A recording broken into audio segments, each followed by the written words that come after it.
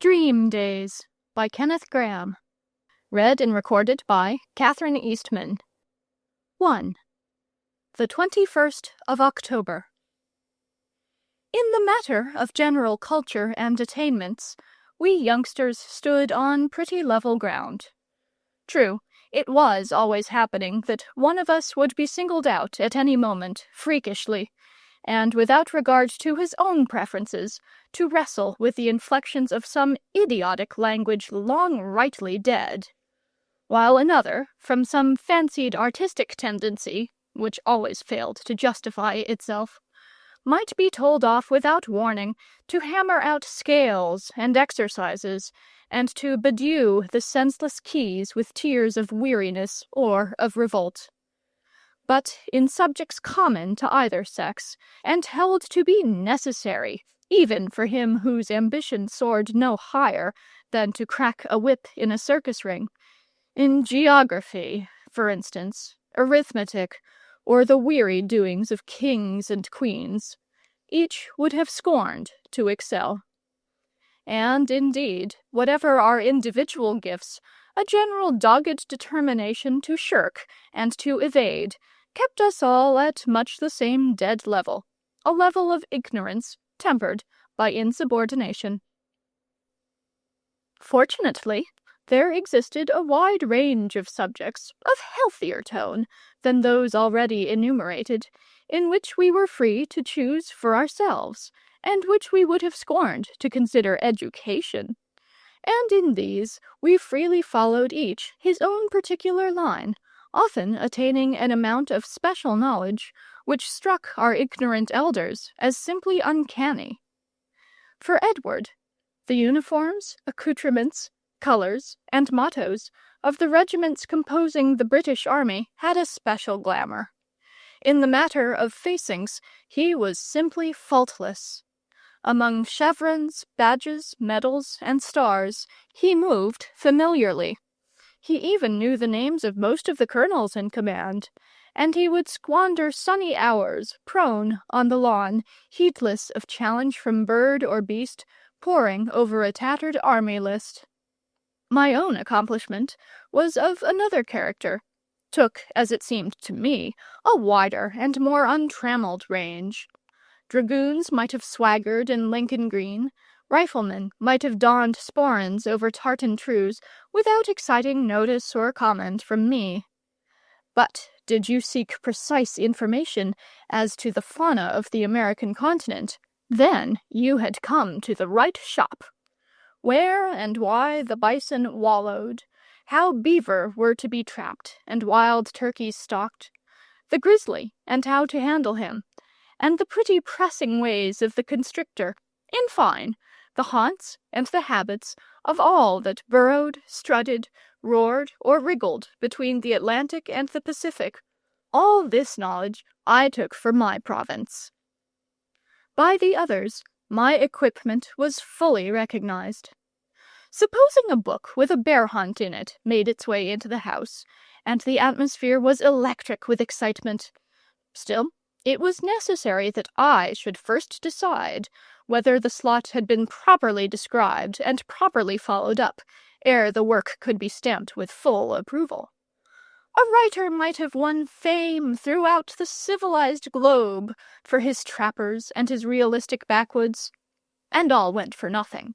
If his pemmican were not properly compounded, I damned his achievement, and it was heard no more of. Harold was hardly old enough to possess a special subject of his own. He had his instincts, indeed, and at bird's nesting they almost amounted to prophecy, where we others only suspected eggs, surmised possible eggs, hinted doubtfully at eggs in the neighborhood. Harold went straight for the right bush, bough, or hole, as if he carried a divining rod.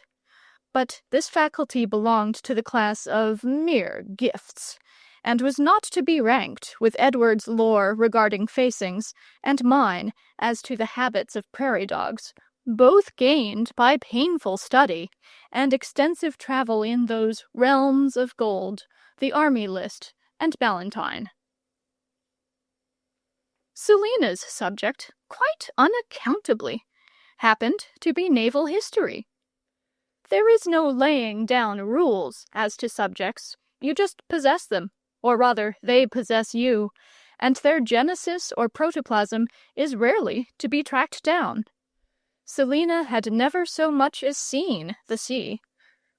But, for that matter, neither had I ever set foot on the American continent, the byways of which I knew so intimately. And just as I, if set down without warning in the middle of the Rocky Mountains, would have been perfectly at home, so Selina, if a genie had dropped her suddenly on Portsmouth Hard, could have given points to most of its frequenters. From the days of Blake down to the death of Nelson, she never condescended further. Selina had taken spiritual part in every notable engagement of the British Navy, and even in the dark days when she had to pick up skirts and flee, chased by an ungallant De Ruyter or Van Tromp, she was yet cheerful, in the consciousness that ere long she would be gleefully hammering the fleets of the world in the glorious times to follow. When that golden period arrived, Selina was busy indeed, and, while loving best to stand where the splinters were flying the thickest, she was also a careful and critical student of seamanship and of maneuver.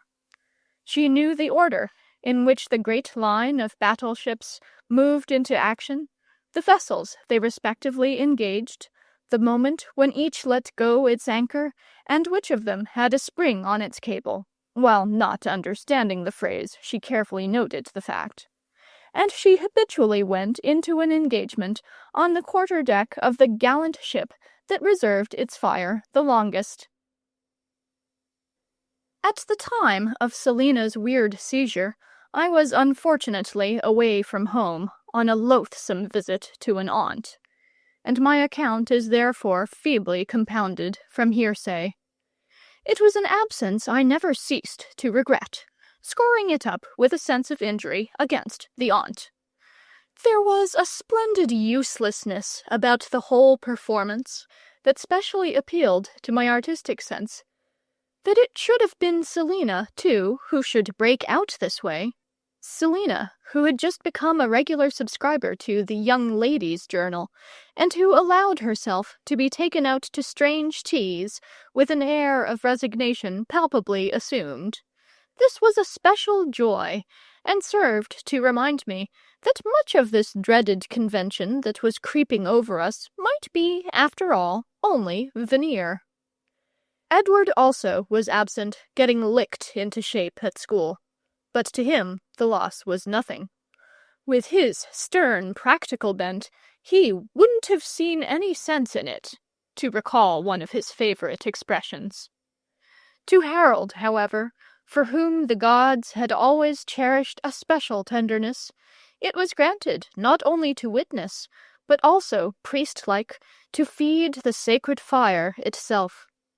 And if at the time he paid the penalty exacted by the sordid, unimaginative ones who temporarily rule the roost, he must ever after, one feels sure, have carried inside him some of the white gladness of the acolyte who, greatly privileged, has been permitted to swing a censer at the sacring of the very Mass.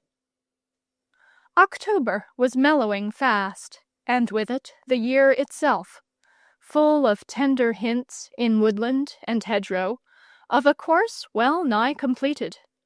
From all sides that still afternoon you caught the quick breathing and sob of the runner nearing the goal. Preoccupied and possessed, Selina had strayed down the garden and out into the pasture beyond, where, on a bit of rising ground that dominated the garden on one side, and the downs, with the old coach road on the other, she had cast herself down to chew the cud of fancy.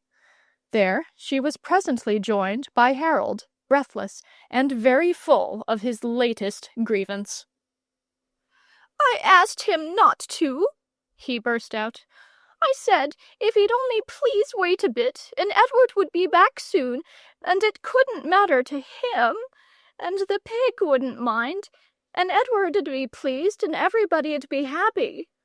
But he just said he was very sorry, but bacon didn't wait for nobody.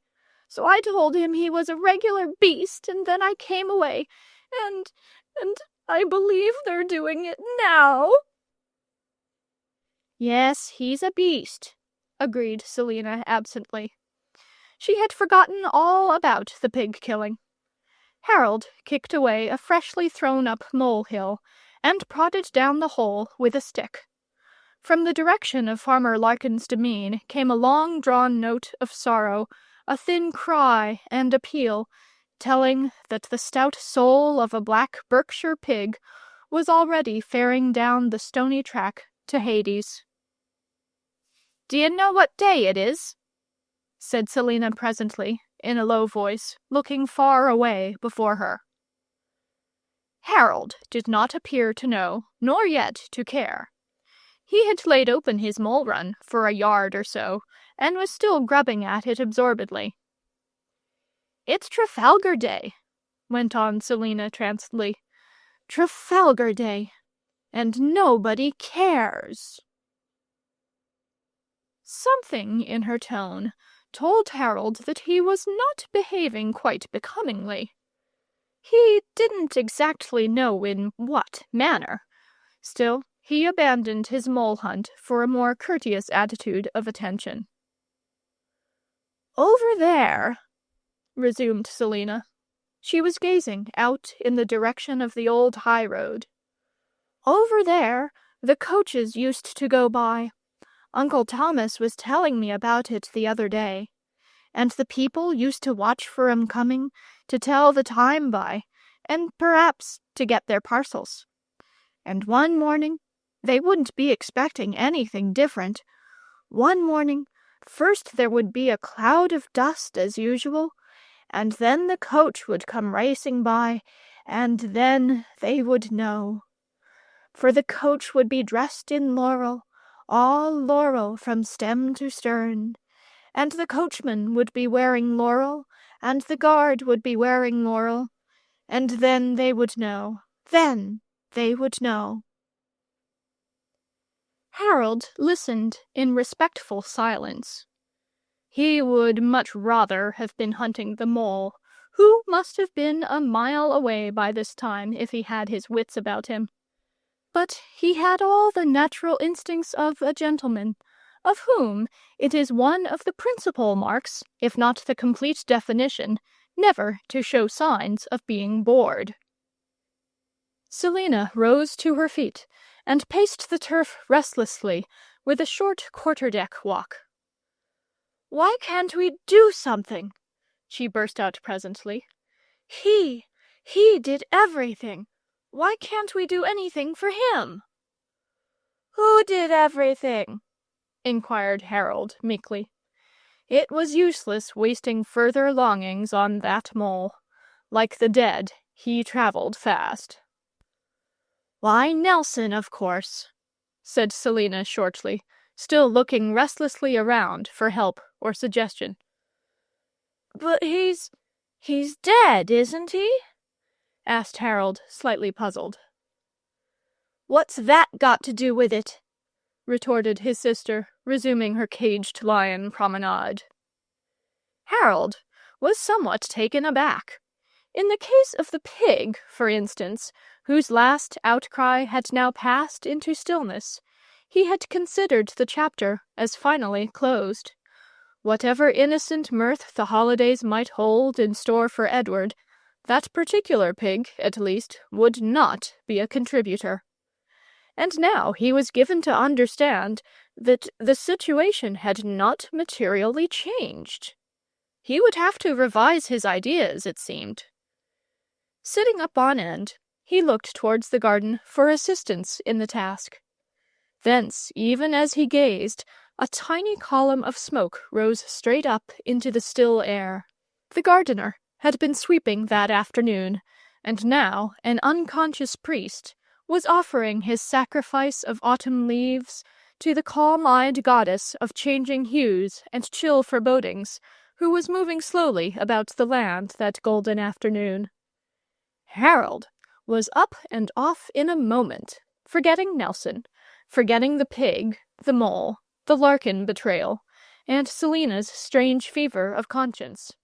Here was fire, real fire, to play with, and that was even better than messing with water or remodeling the plastic surface of the earth. Of all the toys the world provides for right-minded persons, the original elements rank easily the first. But Selena sat on where she was, her chin on her fists, and her fancies whirled and drifted here and there, in curls and eddies, along with the smoke she was watching.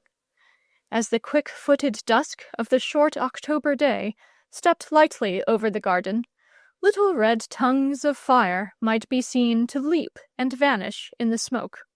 Harold, anon staggering under armfuls of leaves, anon stoking vigorously, was discernible only at fitful intervals. It was another sort of smoke that the inner eye of Selena was looking upon, a smoke that hung in sullen banks round the masts and the hulls of the fighting ships, a smoke from beneath which came thunder and the crash and the splinter rip, the shout of the boarding party, the choking sob of the gunner stretched by his gun, a smoke from out of which at last she saw, as through a riven pall, the radiant spirit of the victor, crowned with the coronal of a perfect death, leap in full assurance up into the ether that immortals breathe. The dusk was glooming towards darkness when she rose and moved slowly down towards the beckoning fire, something of the priestess in her stride, something of the devotee in the set purpose of her eye. The leaves were well alight by this time, and Harold had just added an old furze bush, which flamed and crackled stirringly. "Go and get some more sticks," ordered Selena, "and shavings, and chunks of wood, and anything you can find. Look here, in the kitchen garden there's a pile of old pea sticks. Fetch as many as you can carry, and then go back and bring some more." "But I say," began Harold amazedly, scarce knowing his sister, and with a vision of a frenzied gardener, pea-stickless, and threatening retribution. "Go, and fetch 'em quick," shouted Selena, stamping with impatience. Harold ran off at once, true to the stern system of discipline in which he had been nurtured. But his eyes were like round O's, and as he ran he talked fast to himself, in evident disorder of mind. The pea-sticks made a rare blaze, and the fire, no longer smouldering sullenly, leapt up, and began to assume the appearance of a genuine bonfire. Harold, awed into silence at first, began to jump round it with shouts of triumph. Selena looked on grimly with knitted brow. She was not yet fully satisfied. "Can't you get any more sticks?" she said presently. "Go and hunt about. Get some old hampers and matting and things out of the tool-house. Smash up that old cucumber frame Edward shoved you into the day we were playing Scouts and Mohicans. Stop a bit. Hooray, I know. You come along with me." Hard by, there was a hothouse, Aunt Eliza's special pride and joy, and even grimly approved of by the gardener. At one end, in an outhouse adjoining, the necessary firing was stored, and to this sacred fuel of which we were strictly forbidden to touch a stick, Selena went straight. Harold followed obediently, prepared for any crime after that of the pea-sticks, but pinching himself to see if he were really awake. "You bring some coals," said Selina briefly, without any palaver or pro and con discussion. "Here's a basket. I'll manage the faggots." In a very few minutes, there was little doubt about its being a genuine bonfire and no paltry makeshift. Selina, a Maenad now, hatless, and tossing disordered locks, all the dross of the young lady purged out of her, stalked around the pyre of her own purloining, or prodded it with a pea-stick. And as she prodded, she murmured at intervals, "I knew there was something we could do. It isn't much, but still it's something." The gardener had gone home to his tea. Aunt Eliza had driven out for hers a long way off, and was not expected back till quite late. And this far end of the garden was not overlooked by any windows, so the tribute blazed on merrily unchecked. Villagers far away, catching sight of the flare, muttered something about "them young devils at their tricks again," and trudged on beer-wards. Never a thought of what day it was. Never a thought for Nelson, who preserved their honest pint-pots, to be paid for in honest pence, and saved them from liters and decimal coinage. Nearer at hand, frightened rabbits popped up and vanished with a flick of white tails. Scared birds fluttered among the branches, or sped across the glade to quieter sleeping quarters. But never a bird nor a beast gave a thought to the hero to whom they owed it that each year their little homes of horsehair, wool, or moss were safe stablished 'neath the flap of the British flag, and that game laws, quietly permanent, made la chasse a terror only to their betters. No one seemed to know, nor to care, nor to sympathize. In all the ecstasy of her burnt offering and sacrifice, Selina stood alone. And yet, not quite alone. For, as the fire was roaring at its best, certain stars stepped delicately forth on the surface of the immensity above, and peered down doubtfully, with wonder at first, then with interest, then with recognition, with a start of glad surprise. They, at least, knew all about it. They understood.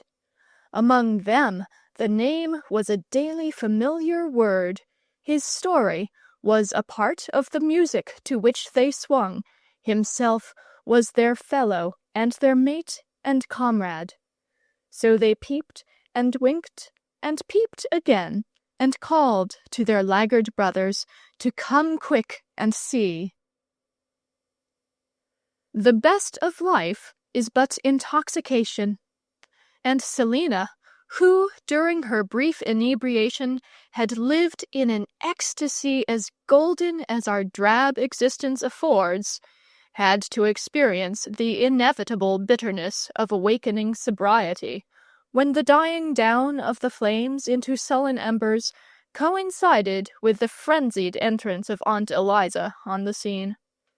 It was not so much that she was at once and forever disrated, broke, sent before the mast, and branded as one on whom no reliance could be placed, even with Edward safe at school, and myself under the distant vigilance of an aunt, that her pocket money was stopped indefinitely, and her new church service, the pride of her last birthday, removed from her own custody and placed under the control of a trust.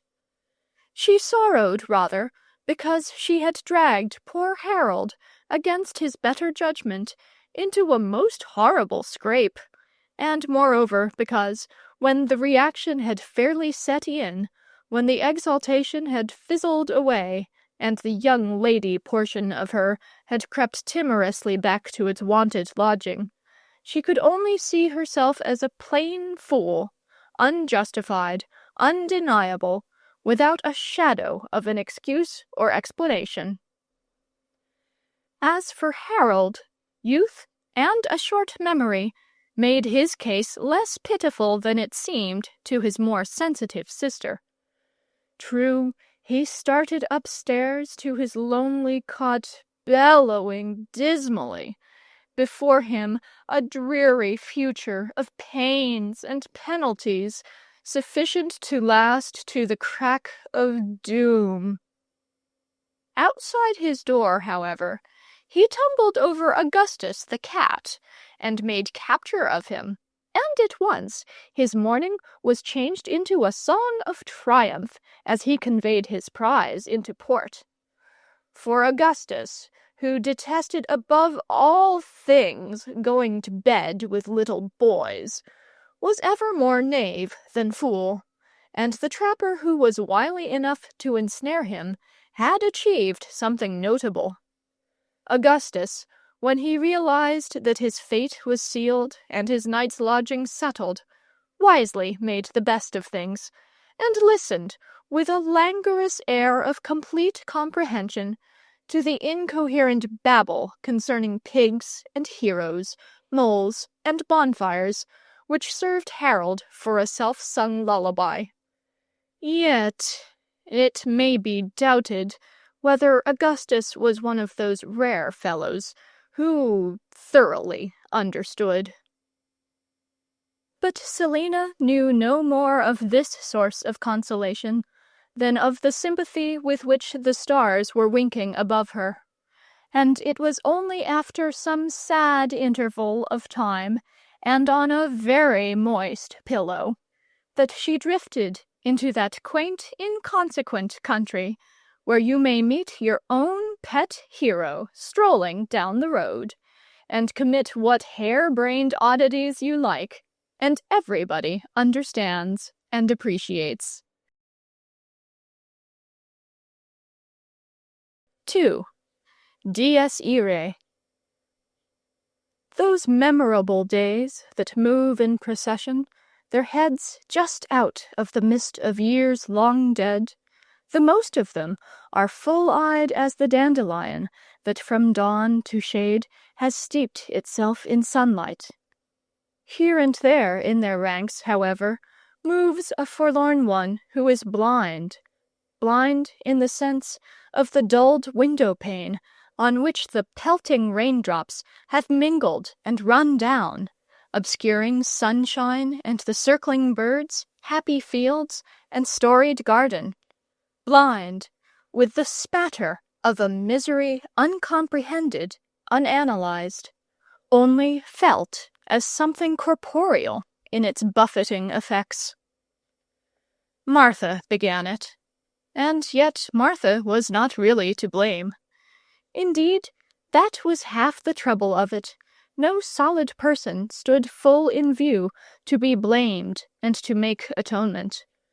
There was only a wretched, impalpable condition to deal with. Breakfast was just over. The sun was summoning us, imperious as a herald, with clamor of trumpet. I ran upstairs to her, with a broken bootlace in my hand, and there she was, crying in a corner, her head in her apron. Nothing could be got from her but the same dismal succession of sobs that would not have done, that struck and hurt like a physical beating. And meanwhile the sun was getting impatient, and I wanted my bootlace. Inquiry below stairs revealed the cause. Martha's brother was dead, it seemed. Her sailor brother, Billy, drowned in one of those strange, far-off seas it was our dream to navigate one day. We had known Billy well, and appreciated him. When an approaching visit of Billy to his sister had been announced, we had counted the days to it. When his cheery voice was at last heard in the kitchen, and we had descended with shouts, first of all, he had to exhibit his tattooed arms, always a subject for fresh delight and envy and awe. Then he was called upon for tricks, jugglings, and strange, fearful gymnastics. And lastly came yarns, and more yarns, and yarns till bedtime. There had never been anyone like Billy in his own particular sphere. And now he was drowned, they said, and Martha was miserable, and I couldn't get a new bootlace. They told me that Billy would never come back any more, and I stared out of the window at the sun, which came back right enough every day, and their news conveyed nothing whatever to me. Martha's sorrow hit home a little, but only because the actual sight and sound of it gave me a dull, bad sort of pain low down inside, a pain not to be actually located. Moreover, I was still wanting my bootlace. This was a poor sort of a beginning to a day that, so far as outside conditions went, had promised so well. I rigged up a sort of jury mast of a bootlace with a bit of old string, and wandered off to look up the girls, conscious of a jar and a discordance in the scheme of things. The moment I entered the schoolroom, something in the air seemed to tell me that here, too, matters were strained and awry. Selina was staring listlessly out of the window, one foot curled round her leg. When I spoke to her, she jerked a shoulder testily, but did not condescend to the civility of a reply. Charlotte, absolutely unoccupied, sprawled in a chair, and there were signs of sniffles about her, even at that early hour. It was but a trifling matter that had caused all this electricity in the atmosphere, and the girl's manner of taking it seemed to me most unreasonable. Within the last few days, the time had come round for the dispatch of a hamper to Edward at school. Only one hamper a term was permitted him, so its preparation was a sort of blend of revelry and religious ceremony.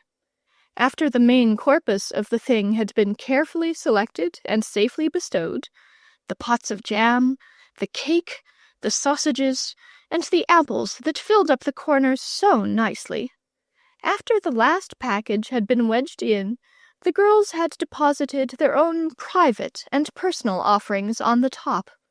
I forget their precise nature. Anyhow, they were nothing of any particular practical use to a boy.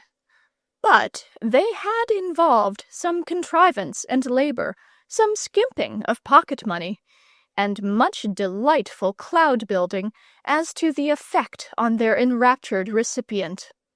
Well, yesterday there had come a terse acknowledgment from Edward, heartily commending the cakes and the jam, stamping the sausages with the seal of Smith Major's approval, and, finally, hinting that, fortified as he now was, nothing more was necessary but a remittance of 5 shillings in postage stamps to enable him to face the world armed against every buffet of fate.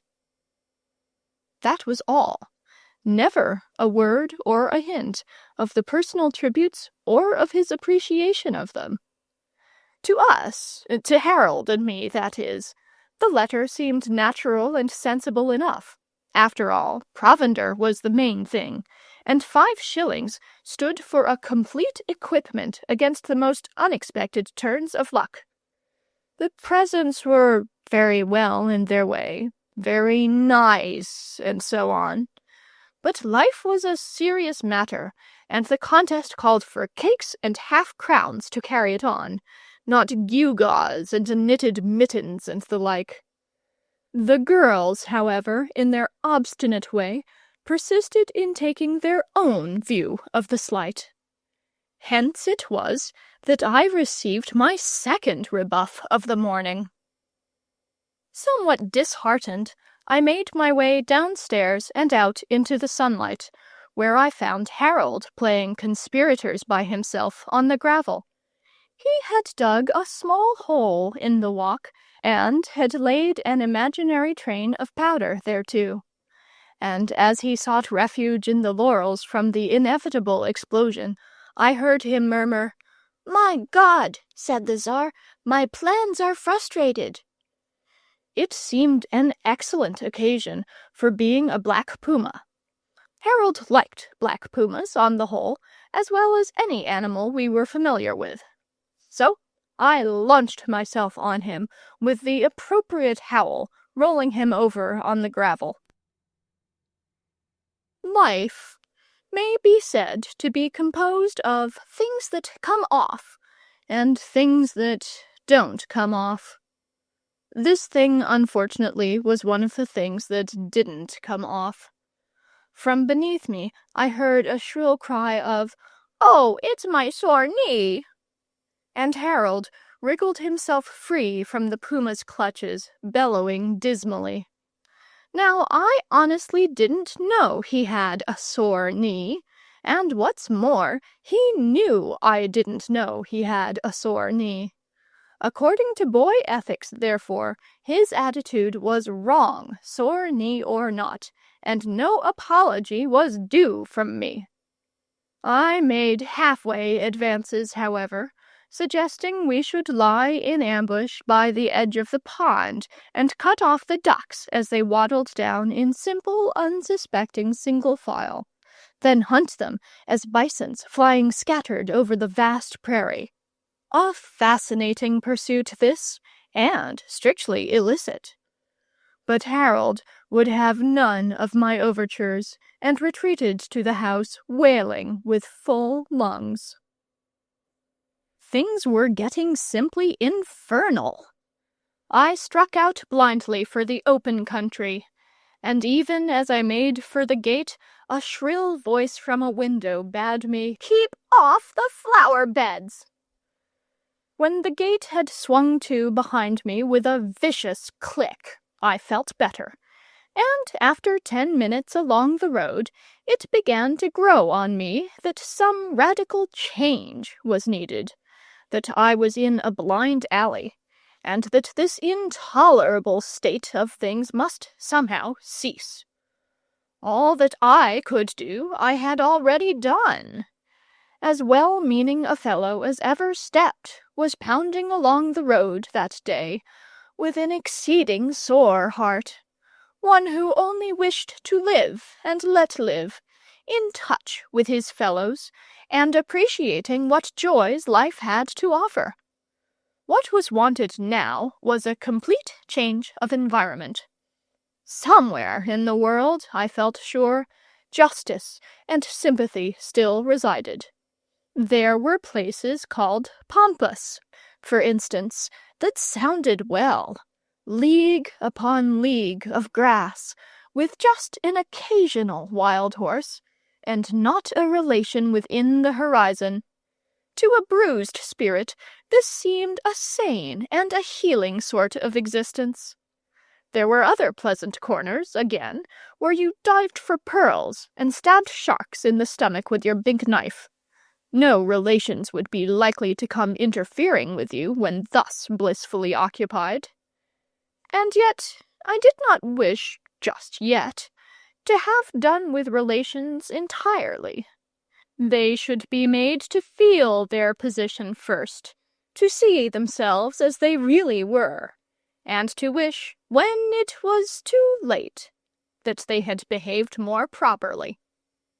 Of all professions, the army seemed to lend itself the most thoroughly to the scheme. You enlisted, you followed the drum, you marched, fought, and ported arms under strange skies through unrecorded years. At long last, your opportunity would come, when the horrors of war were flickering through the quiet countryside where you were cradled and bred, but where the memory of you had long been dim. Folk would run together, clamorous, palsied with fear, and among the terror-stricken groups would figure certain aunts. "What hope is left us," they would ask themselves, "save in the clemency of the general, the mysterious, invincible general, of whom men tell such romantic tales?" And the army would march in, and the guns would rattle and leap along the village street, And, last of all, you, the general, the fabled hero. You would enter on your coal-black charger, your pale, set face seamed by an interesting saber cut. And then, but every boy has rehearsed this familiar piece a score of times. You are magnanimous, in fine. That goes without saying. You have a coal-black horse and a saber cut, and you can afford to be very magnanimous. But all the same, you give them a good talking to. This pleasant conceit simply ravished my soul for some 20 minutes, and then the old sense of injury began to well up afresh, and to call for new plasters and soothing syrups. This time I took refuge in happy thoughts of the sea. The sea was my real sphere, after all. On the sea in especial, you could combine distinction with lawlessness, whereas the army seemed to be always weighted by a certain plodding submission to discipline. To be sure, by all accounts, the life was at first a rough one. But just then I wanted to suffer keenly. I wanted to be a poor devil of a cabin boy, kicked, beaten, and sworn at, for a time. Perhaps some hint, some inkling of my sufferings might reach their ears. In due course, the sloop or felucca would turn up. It always did. The rakish-looking craft, black of hull, low in the water, and bristling with guns, the Jolly Roger flapping overhead, and myself for sole commander. By and by, as usually happened, an East India man would come sailing along full of relations. Not a necessary relation would be missing. And the crew should walk the plank, and the captain should dance from his own yardarm, and then I would take the passengers in hand, that miserable group of well-known figures cowering on the quarter-deck, and then the same old performance, the air thick with magnanimity. In all the repertory of heroes, none is more truly magnanimous than your pirate chief. When at last I brought myself back from the future to the actual present, I found that these delectable visions had helped me over a longer stretch of road than I had imagined, and I looked around and took my bearings. To the right of me was a long, low building of grey stone, new, and yet not smugly so, new, and yet possessing distinction, marked with a character that did not depend on lichen or on crumbling semi-effacement of moulding and mullion. Strangers might have been puzzled to classify it. To me, an explorer from earliest years, the place was familiar enough. Most folk called it the settlement. Others, with quite sufficient conciseness for our neighborhood, spoke of them there fellows up by Halliday's. Others again, with a hint of derision, named them the monks. This last title I supposed to be intended for satire, and knew to be fatuously wrong. I was thoroughly acquainted with monks in books, and well knew the cut of their long frocks, their shaven poles, and their fascinating big dogs with brandy bottles round their necks, incessantly hauling happy travellers out of the snow. The only dog at the settlement was an Irish terrier, and the good fellows who owned him, and were owned by him in common, wore clothes of the most nondescript order, and mostly cultivated side-whiskers. I had wandered up there one day, searching, as usual, for something I never found, and had been taken in by them and treated as friend and comrade. They had made me free of their ideal little rooms, full of books and pictures, and clean of the antimacassar taint. They had shown me their chapel, high, hushed, and faintly scented, beautiful, with a strange new beauty, born both of what it had and what it had not, that too familiar dowdiness of common places of worship. They had also fed me in their dining hall, where a long table stood on trestles plain to view, and all the woodwork was natural, unpainted, healthily scrubbed, and redolent of the forest it came from. I brought away from that visit, and kept by me for many days, a sense of cleanness, of the freshness that pricks the senses, the freshness of cool spring water, and the large swept spaces of the rooms, the red tiles, and the oaken settles suggested a comfort that had no connection with padded upholstery. On this particular morning, I was in much too unsociable a mind for paying friendly calls. Still, something in the aspect of the place harmonized with my humor, and I worked my way round to the back, where the ground, after affording level enough for a kitchen garden, broke steeply away.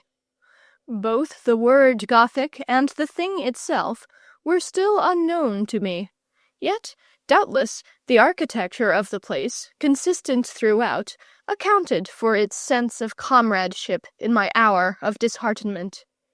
As I mused there, with the low, gray, purposeful-looking building before me, and thought of my pleasant friends within, and what good times they always seemed to be having, and how they larked with the Irish terrier, whose footing was one of a perfect equality, I thought of a certain look in their faces, as if they had a common purpose and a business, and were acting under orders thoroughly recognized and understood. I remembered, too, something that Martha had told me about these fellows doing a power o' good, and other hints I had collected vaguely of renouncements, rules, self-denials, and the like. Thereupon, out of the depths of my morbid soul swam up a new and fascinating idea, and at once the career of arms seemed overacted and stale, and piracy as a profession flat and unprofitable. This, then, or something like it, should be my vocation and my revenge. A severer line of business, perhaps, such as I had read of, something that included black bread and a hair shirt. There should be vows, too, irrevocable, blood-curdling vows, and an iron grating. This iron grating was the most necessary feature of all, for I intended that on the other side of it my relations should range themselves. I mentally ran over the catalogue, and saw that the whole gang was present, all in their proper places, a sad-eyed row combined in tristful appeal. "We see our error now," they would say. "We were always dull dogs, slow to catch, especially in those akin to us, the finer qualities of soul. We misunderstood you, misappreciated you, and we own up to it. And now—" "Alas, my dear friends," I would strike in here, waving towards them an ascetic hand, one of the emaciated sort that lets the light shine through at the fingertips. "Alas, you come too late. This conduct is fitting and meritorious on your part, and, indeed, I always expected it of you sooner or later. But the die is cast, and you may go home again and bewail at your leisure this too tardy repentance of yours. For me, I am vowed and dedicated, and my relations henceforth are austerity and holy works. Once a month, should you wish it, it shall be your privilege to come and gaze at me through this very solid grating. But whack! A well-aimed clod of garden soil, whizzing just past my ear, starred on a tree trunk behind, spattering me with dirt. The present came back to me in a flash, and I nimbly took cover behind the trees, realizing that the enemy was up and abroad with ambuscades, alarms, and thrilling sallies. It was the gardener's boy I knew well enough, a red proletariat who hated me just because I was a gentleman. Hastily picking up a nice sticky clod in one hand, with the other I delicately projected my hat beyond the shelter of the tree trunk. I had not fought with redskins all these years for nothing. As I had expected, another clod, of the first class for size and stickiness, took my poor hat full in the center. Then, Ajax-like, shouting terribly, I issued from shelter and discharged my ammunition. Woe then for the gardener's boy, who, unprepared, skipping in premature triumph, took the clod full in his stomach.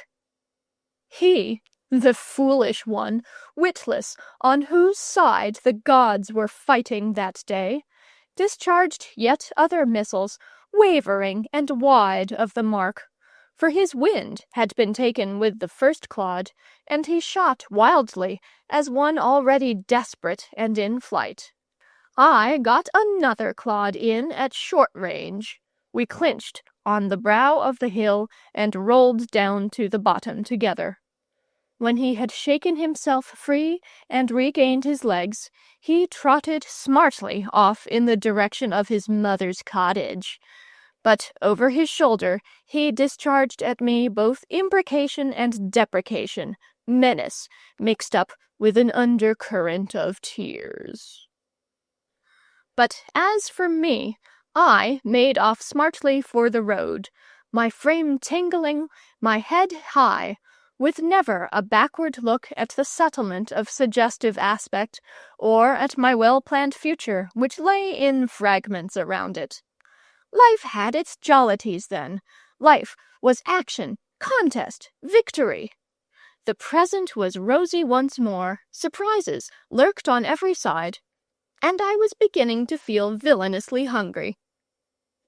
Just as I gained the road, a cart came rattling by, and I rushed for it, caught the chain that hung below, and swung thrillingly between the dizzy wheels, choked and blinded with delicious-smelling dust, the world slipping by me like a streaky ribbon below, till the driver licked at me with his whip, and I had to descend to earth again. Abandoning the beaten track, I then struck homewards through the fields. Not that the way was very much shorter, but rather because on that route one avoided the bridge and had to splash through the stream and get refreshingly wet. Bridges were made for narrow folk, for people with aims and vocations which compelled abandonment of many of life's highest pleasures.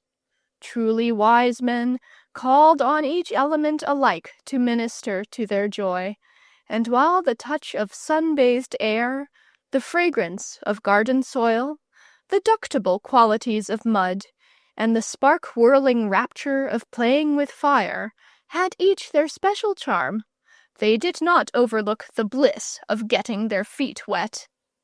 As I came forth on the common, Harold broke out of an adjoining copse and ran to meet me, the morning rain clouds all blown away from his face. He had made a new squirrel stick, it seemed, made it all himself, melted the lead and everything.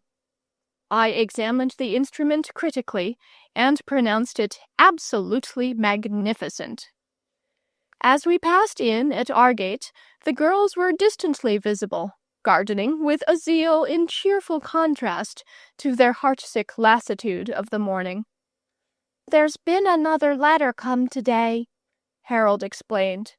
and the hamper got juggled about on the journey, and the presents worked down into the straw and all over the place. One of 'em turned up inside the cold duck, and that's why they weren't found at first, and Edward said thanks awfully." I did not see Martha again until we were all reassembled at tea-time, when she seemed red-eyed and strangely silent, neither scolding nor finding fault with anything.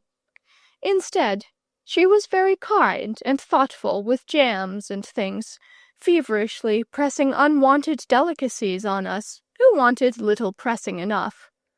Then, suddenly, when I was busiest, she disappeared, and Charlotte whispered me presently that she had heard her go to her room and lock herself in. This struck me as a funny sort of proceeding. Number 3. Mutabile Semper. She stood on the other side of the garden fence and regarded me gravely as I came down the road. Then she said, "Hi-oh," and I responded, "Hullo," and pulled up somewhat nervously. To tell the truth, the encounter was not entirely unexpected on my part.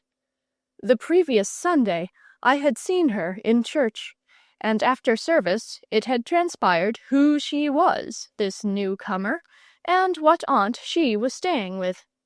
That morning a volunteer had been called for to take a note to the parsonage, and rather to my own surprise, I had found myself stepping forward with alacrity, while the others had become suddenly absorbed in various pursuits, or had sneaked unobtrusively out of view.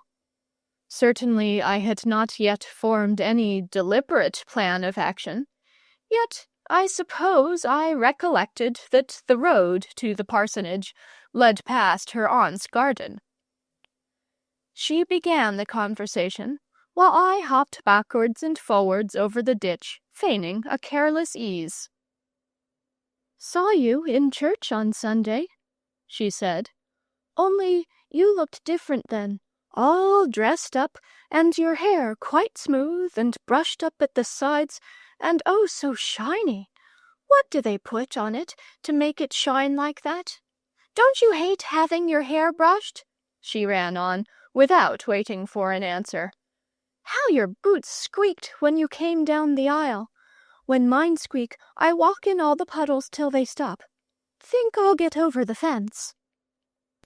This she proceeded to do in a businesslike way, while, with my hands deep in my pockets, I regarded her movements with silent interest, as those of some strange new animal. "I've been gardening," she explained when she had joined me, "but I didn't like it. There's so many worms about today. I hate worms. Wish they'd keep out of the way when I'm digging." "Oh, I like worms when I'm digging," I replied heartily. "Seem to make things more lively, don't they?" She reflected. "Shouldn't mind 'em so much if they were warm and dry," she said. "But—" Here she shivered, and somehow I liked her for it, though if it had been my own flesh and blood, hoots of derision would have instantly assailed her. From worms we passed, naturally enough, to frogs, and thence to pigs, aunts, gardeners, rocking horses, and other fellow citizens of our common kingdom. In 5 minutes we had each other's confidences, and I seemed to have known her for a lifetime. Somehow, on the subject of oneself, it was easier to be frank and communicative with her than with one's female kin. It must be, I supposed, because she was less familiar with one's faulty, tattered past. "I was watching you as you came along the road," she said presently, "and you had your head down and your hands in your pockets, and you weren't throwing stones at anything or whistling or jumping over things, and I thought perhaps you'd been scolded or got a stomachache." "No," I answered shyly. "It wasn't that. Fact is, I often, but it's a secret." There, I made an error in tactics. That enkindling word set her dancing round me, half beseeching, half imperious. "Oh, do tell it me," she cried. "You must. I'll never tell anyone else at all. I vow and declare I won't." Her small frame wriggled with emotion, and with imploring eyes she jiggled impatiently just in front of me. Her hair was tumbled bewitchingly on her shoulders, and even the loss of a front tooth, a loss incidental to her age, seemed but to add a piquancy to her face. "You won't care to hear about it," I said, wavering. "Besides, I can't explain exactly. I think I won't tell you." But all the time I knew I should have to. "But I do care," she wailed plaintively. "I didn't think you'd be so unkind." This would never do. That little downward tug at either corner of the mouth, I knew the symptom only too well. "It's like this," I began stammeringly. "This bit of road here, up as far as that corner, you know it's a horrid, dull bit of road. I'm always having to go up and down it, and I know it so well, and I'm so sick of it. So, whenever I get to that corner, I go right off to another place." "What sort of a place?" she asked, looking round her gravely. "Of course it's just a place I imagine," I went on hurriedly and rather shamefacedly. "But it's an awfully nice place, the nicest place you ever saw. And I always go off there in church or during geography lessons." "I'm sure it's not nicer than my home," she cried patriotically. "Oh, you ought to see my home. It's lovely. We've got—" "Yes, it is, ever so much nicer," I interrupted. "I mean," I went on apologetically, "of course I know your home's beautiful and all that, but this must be nicer, 'cause if you want anything at all, you've only got to want it, and you can have it." "That sounds jolly," she murmured. "Tell me more about it, please. Tell me how you get there first." "I don't quite know exactly," I replied. "I just go. But generally it begins by, well, you're going up a broad, clear river in a sort of boat. You're not rowing or anything. You're just moving along. And there's beautiful grass meadows on both sides, and the river's very full, quite up to the level of the grass. And you glide along by the edge. And the people are haymaking there, and playing games, and walking about, and they shout to you, and you shout back to them, and they bring you things to eat out of their baskets, and let you drink out of their bottles. And some of 'em are the nice people you read about in books. And so, at last, you come to the palace steps, great broad marble steps, reaching right down to the water. And there at the steps you find every sort of boat you can imagine, schooners, and punts, and rowboats, and little men-of-war, and you have any sort of boating you want to, rowing, or sailing, or shoving about in a punt." "I'd go sailing," she said decidedly, "and I'd steer. No, you'd have to steer, and I'd sit about on the deck. No, I wouldn't, though. I'd row.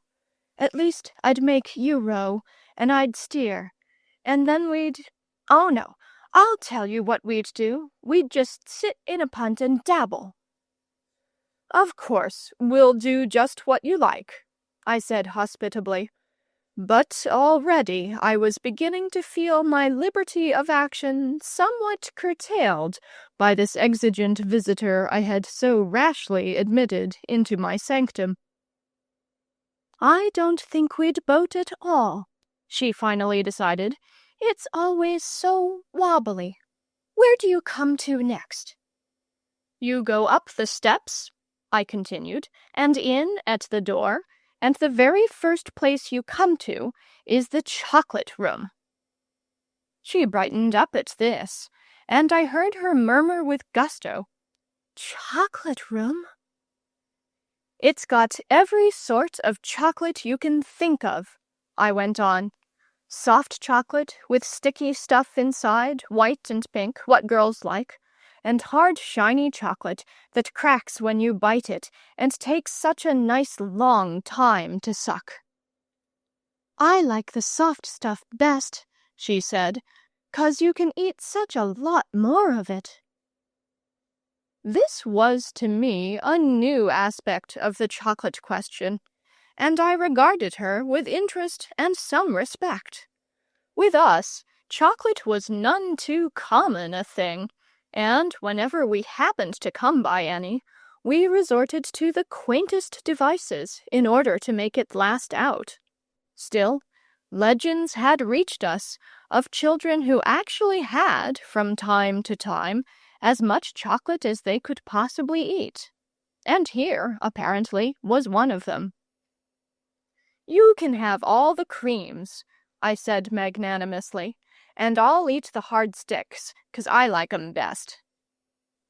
"Oh, but you mustn't," she cried impetuously. "You must eat the same as I do. It isn't nice to want to eat different.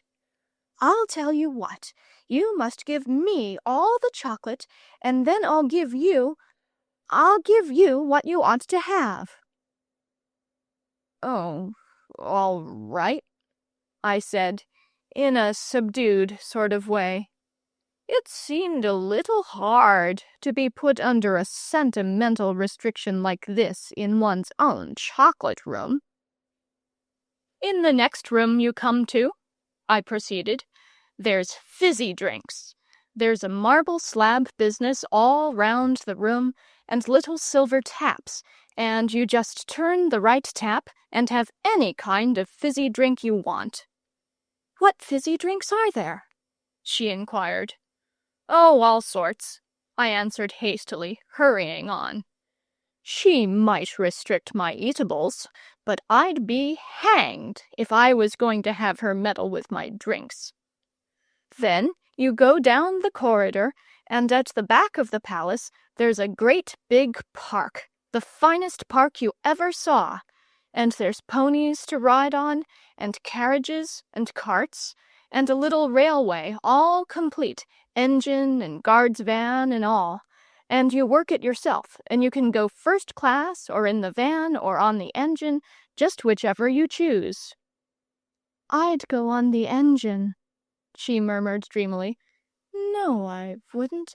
I'd—" "Then there's all the soldiers," I struck in. Really, the line had to be drawn somewhere, and I could not have my railway system disorganized and turned upside down by a mere girl. There's any quantity of 'em, fine big soldiers, and they all belong to me, and a row of brass cannons all along the terrace, and every now and then I give the order, and they fire off all the guns." "No, they don't," she interrupted hastily. "I won't have 'em fire off any guns. You must tell 'em not to. I hate guns, and as soon as they begin firing I shall run right away." But that's what they're there for," I protested, aghast. "I don't care," she insisted. "They mustn't do it. They can walk about behind me if they like, and talk to me, and carry things, but they mustn't fire off any guns." I was sadly conscious by this time that in this brave palace of mine, wherein I was wont to swagger daily, irresponsible and unquestioned, I was rapidly becoming, so to speak, a mere lodger. The idea of my fine big soldiers being told off to carry things! I was not inclined to tell her any more, though there still remained plenty more to tell. "Any other boys there?" she asked presently, in a casual sort of way. "Oh, yes," I unguardedly replied. "Nice chaps, too. We'll have great—" Then I recollected myself. "We'll play with them, of course," I went on. "But you are going to be my friend, aren't you? And you'll come in my boat, and we'll travel in the guard's van together, and I'll stop the soldiers firing off their guns." But she looked mischievously away, and, do what I would, I could not get her to promise. Just then, the striking of the village clock awoke within me another clamorous timepiece, reminding me of midday mutton a good half-mile away, and of penalties and curtailments attaching to a late appearance. We took a hurried farewell of each other, and before we parted, I got from her an admission that she might be gardening again that afternoon, if only the worms would be less aggressive and give her a chance. "Remember," I said as I turned to go, "you mustn't tell anybody about what I've been telling you." She appeared to hesitate, swinging one leg to and fro, while she regarded me sideways with half-shut eyes. "It's a dead secret," I said artfully, "a secret between us two, and nobody knows it except ourselves." "Then," she promised, nodding violently, big-eyed, her mouth pursed up small, "the delight of revelation and the bliss of possessing a secret run each other very close, but the latter generally wins, for a time." I had passed the mutton stage, and was weltering in warm rice pudding, before I found leisure to pause and take in things generally. And then a glance in the direction of the window told me to my dismay that it was raining hard. This was annoying in every way, for, even if it cleared up later, the worms, I knew well from experience, would be offensively numerous and frisky. Sulkily, I said grace, and accompanied the others upstairs to the schoolroom, where I got out my paint-box and resolved to devote myself seriously to art, which of late I had much neglected. Harold got hold of a sheet of paper and a pencil, retired to a table in the corner, squared his elbows, and protruded his tongue. Literature had always been his form of artistic expression. Selina had a fit of the fidgets, bred of the unpromising weather, and, instead of settling down to something on her own account, must needs walk round and annoy us artists intent on embodying our conceptions of the ideal. She had been looking over my shoulder some minutes before I knew of it, or I would have had a word or two to say upon the subject. "I suppose you call that thing a ship?" she remarked contemptuously. "Who ever heard of a pink ship? I stifled my wrath, knowing that in order to score properly, it was necessary to keep a cool head. "There is a pink ship," I observed with forced calmness, "lying in the toy shop window now. You can go and look at it if you like. Do you suppose you know more about ships than the fellows who make 'em?" Selina, baffled for the moment, returned to the charge presently. "Those are funny things, too," she observed. "Suppose they're meant to be trees, but they're blue." "They are trees," I replied with severity, "and they are blue. They've got to be blue, 'cause you stole my gamboge last week, so I can't mix up any green." "Didn't steal your gamboge," declared Selina haughtily, edging away, however, in the direction of Harold. "And I wouldn't tell lies either if I was you about a dirty little bit of gamboge." I preserved a discreet silence. After all, I knew she stole my gamboge. The moment Harold became conscious of Selina's stealthy approach, he dropped his pencil and flung himself flat upon the table, protecting thus his literary efforts from chilling criticism by the interposed thickness of his person.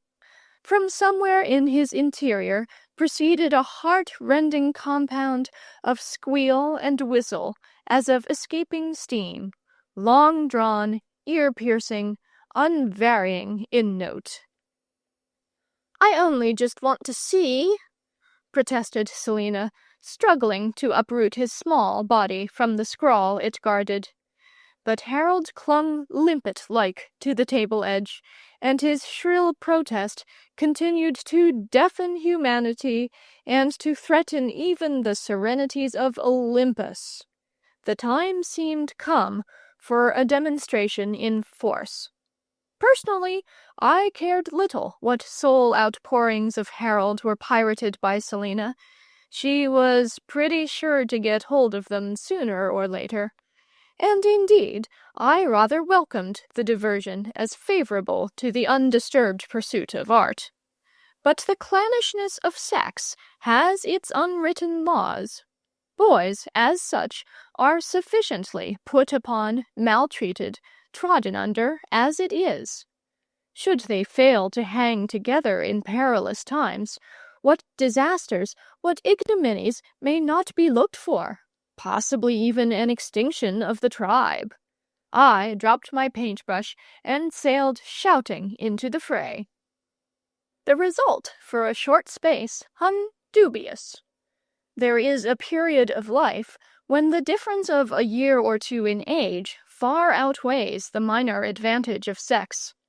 Then the gathers of Selina's frock came away with a sound like the rattle of distant musketry, and this calamity it was, rather than mere brute compulsion, that quelled her indomitable spirit.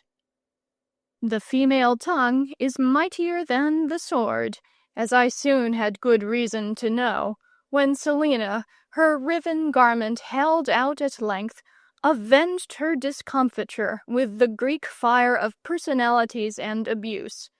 Every black incident in my short but not stainless career, every error, every folly, every penalty ignobly suffered, were paraded before me as in a magic lantern show. The information, however, was not particularly new to me, and the effect was staled by previous rehearsals.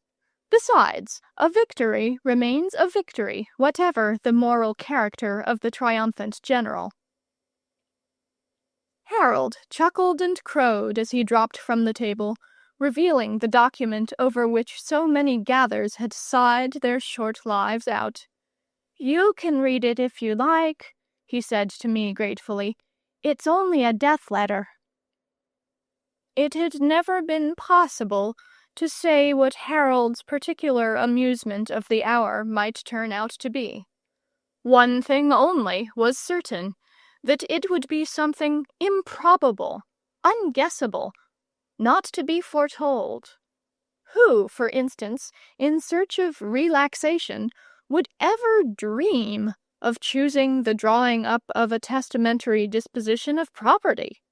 Yet this was the form taken by Harold's latest craze, and in justice, this much had to be said for him, that in the christening of his amusement he had gone right to the heart of the matter. The words will and testament have various meanings and uses, but about the signification of death letter there can be no manner of doubt. I smoothed out the crumpled paper and read. In actual form, it deviated considerably from that usually adopted by family solicitors of standing, the only resemblance, indeed, lying in the absence of punctuation. "My dear Edward," it ran, "when I die, I leave all my money to you, my walking sticks, whips, my crop, my sword, and gun, bricks, forts, and all things I have. Goodbye, my dear Charlotte. When I die, I leave you my watch and compass and pencil case, my sailors and camperdown, my pictures, and everything.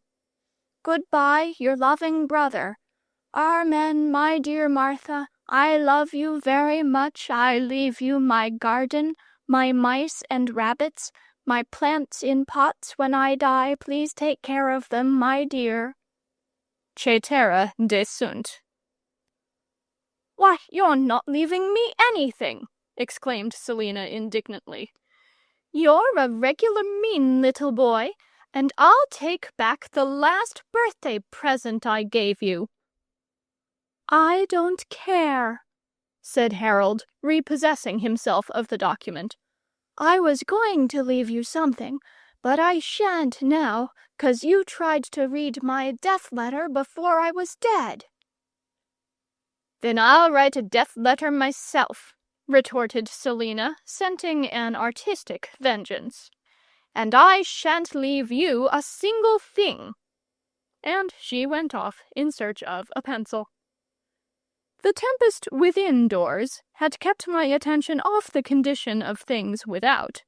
But now, a glance through the window told me that the rain had entirely ceased, and that everything was bathed instead in a radiant glow of sunlight, more golden than any gamboge of mine could possibly depict.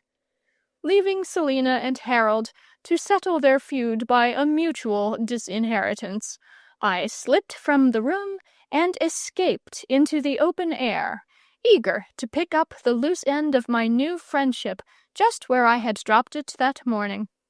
In the glorious reaction of the sunshine after the downpour, with its moist, warm smells, bespanglement of greenery, and inspiriting touch of rain-washed air, the parks and palaces of the imagination glowed with a livelier iris, and their blurred beauties shone out again with fresh blush and palpitation. As I sped along to the tryst, again I accompanied my new comrade along the corridors of my pet palace, into which I had so hastily introduced her. And on reflection, I began to see that it wouldn't work properly.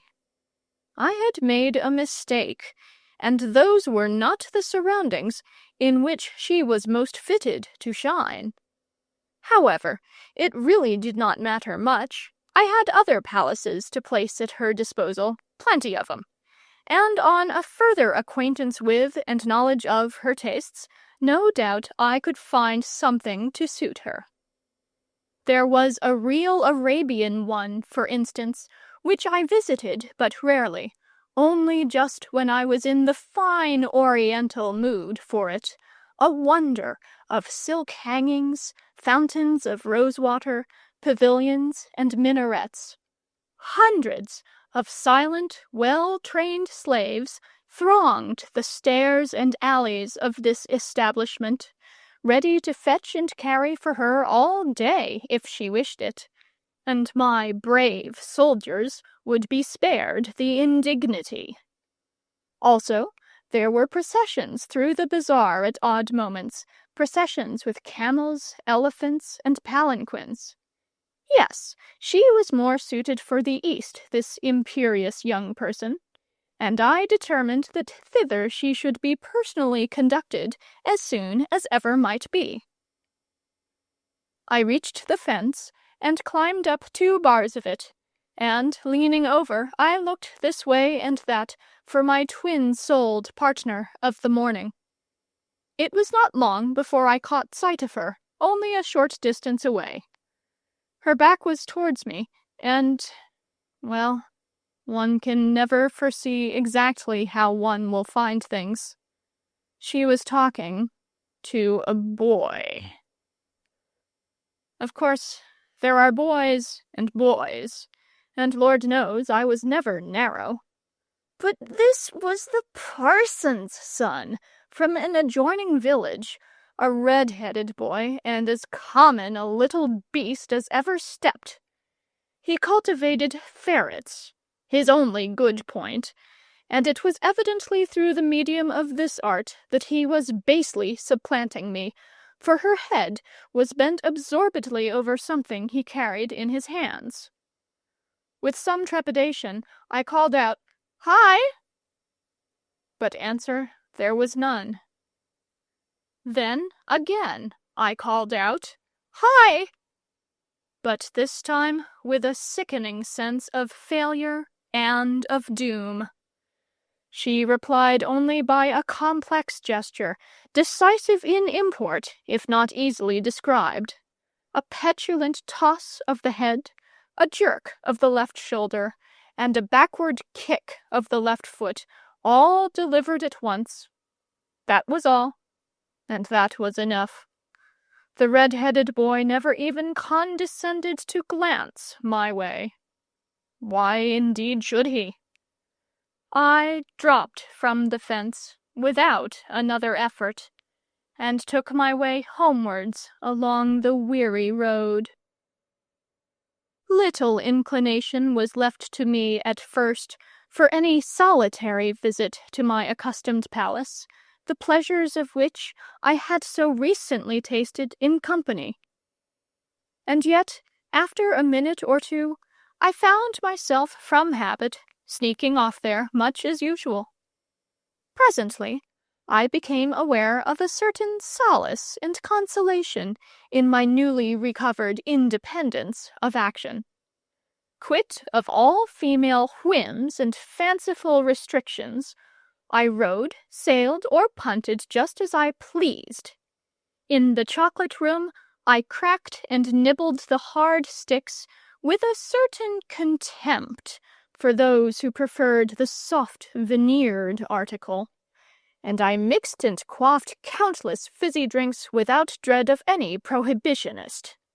Finally, I swaggered into the park, paraded all my soldiers on the terrace, and bidding them take the time from me, gave the order to fire off all the guns. Number 4. The Magic Ring. Grown-up people really ought to be more careful. Among themselves, it may seem but a small thing to give their word and take back their word. For them, there are so many compensations. Life lies at their feet, a party-colored India-rubber ball. They may kick it this way or kick it that. It turns up blue, yellow, or green, but always colored and glistening. Thus, one sees it happen almost every day. And, with a jest and a laugh, the thing is over, and the disappointed one turns to fresh pleasure lying ready to his hand. But with those who are below them, whose little globe is swayed by them, who rush to build star-pointing Alhambras on their most casual word, they really ought to be more careful. In this case of the circus, for instance, it was not as if we had led up to the subject. It was they who began it entirely, prompted thereto by the local newspaper. "What, a circus?" said they, in their irritating, casual way. "That would be nice to take the children to. Wednesday would be a good day. Suppose we go on Wednesday. Oh, and pleats are being worn again, with rows of deep braid," etc. What the others thought, I know not. What they said, if they said anything, I did not comprehend. For me, the house was bursting. Walls seemed to cramp and to stifle. The roof was jumping and lifting. Escape was the imperative thing, to escape into the open air, to shake off bricks and mortar, and to wander in the unfrequented places of the earth, the more properly to take in the passion and the promise of the giddy situation. Nature seemed prim and staid that day, and the globe gave no hint that it was flying round a circus ring of its own. Could they really be true, I wondered, all those bewildering things I had heard tell of circuses? Did long-tailed ponies really walk on their hind legs and fire off pistols? Was it humanly possible for clowns to perform one half of the bewitching drolleries recorded in history? And how dare I venture to believe that from off the backs of creamy Arab steeds, ladies of more than earthly beauty discharged themselves through paper hoops? No, it was not altogether possible. There must have been some exaggeration. Still, I would be content with very little. I would take a low percentage, a very small proportion of the circus myth would more than satisfy me. But again, even supposing that history were, once in a way, no liar, could it be that I, myself, was really fated to look upon this thing in the flesh and to live through it, to survive the rapture? No, it was altogether too much. Something was bound to happen. One of us would develop measles. The world would blow up with a loud explosion. I must not dare, I must not presume to entertain the smallest hope. I must endeavor sternly to think of something else. Needless to say, I thought, I dreamed, of nothing else, day or night. Waking, I walked arm in arm with a clown, and cracked a portentous whip to the brave music of a band. Sleeping, I pursued, perched aside of a coal-black horse, a princess all gauze and spangles, who always managed to keep just one unattainable length ahead. In the early morning, Harold and I, once fully awake, cross-examined each other as to the possibilities of this or that circus tradition, and exhausted the lore long ere the first housemaid was stirring. In this state of exaltation, we slipped onward to what promised to be a day of all white days. Which brings me right back to my text, that grown-up people really ought to be more careful. I had known it could never really be. I had said so to myself a dozen times. The vision was too sweetly ethereal for embodiment. Yet the pang of the disillusionment was none the less keen and sickening, and the pain was as that of a corporeal wound. It seemed strange and foreboding when we entered the breakfast room not to find everybody cracking whips, jumping over chairs, and whooping in ecstatic rehearsal of the wild reality to come. The situation became grim and pallid indeed when I caught the expressions "garden party" and "my mauve tulle," and realized that they both referred to that very afternoon. And every minute, as I sat silent and listened, my heart sank lower and lower, descending relentlessly like a clock weight into my boot soles. Throughout my agony, I never dreamed of resorting to a direct question, much less a reproach. Even during the period of joyful anticipation, some fear of breaking the spell had kept me from any bald circus talk in the presence of them. But Harold, who was built in quite another way, So soon as he discerned the drift of their conversation, and heard the knell of all his hopes, filled the room with wail and clamor of bereavement. The grinning welkin rang with "Circus! Circus!" shook the window panes. The mocking walls re-echoed, "Circus!" Circus he would have, and the whole circus, and nothing but the circus. No compromises for him, no evasions, no fallacious, unsecured promises to pay. He had drawn his check on the bank of expectation, and it had got to be cashed then and there, else he would yell and yell himself into a fit, and come out of it, and yell again. Yelling should be his profession, his art, his mission, his career. He was qualified, he was resolute, and he was in no hurry to retire from the business. The noisy ones of the world, if they do not always shout themselves into the imperial purple, are sure at least of receiving attention. If they cannot sell everything at their own price, one thing, silence, must at any cost be purchased of them. Harold accordingly had to be consoled by the employment of every specious fallacy and base-born trick known to those whose doom it is to handle children. For me, their hollow cajolery had no interest.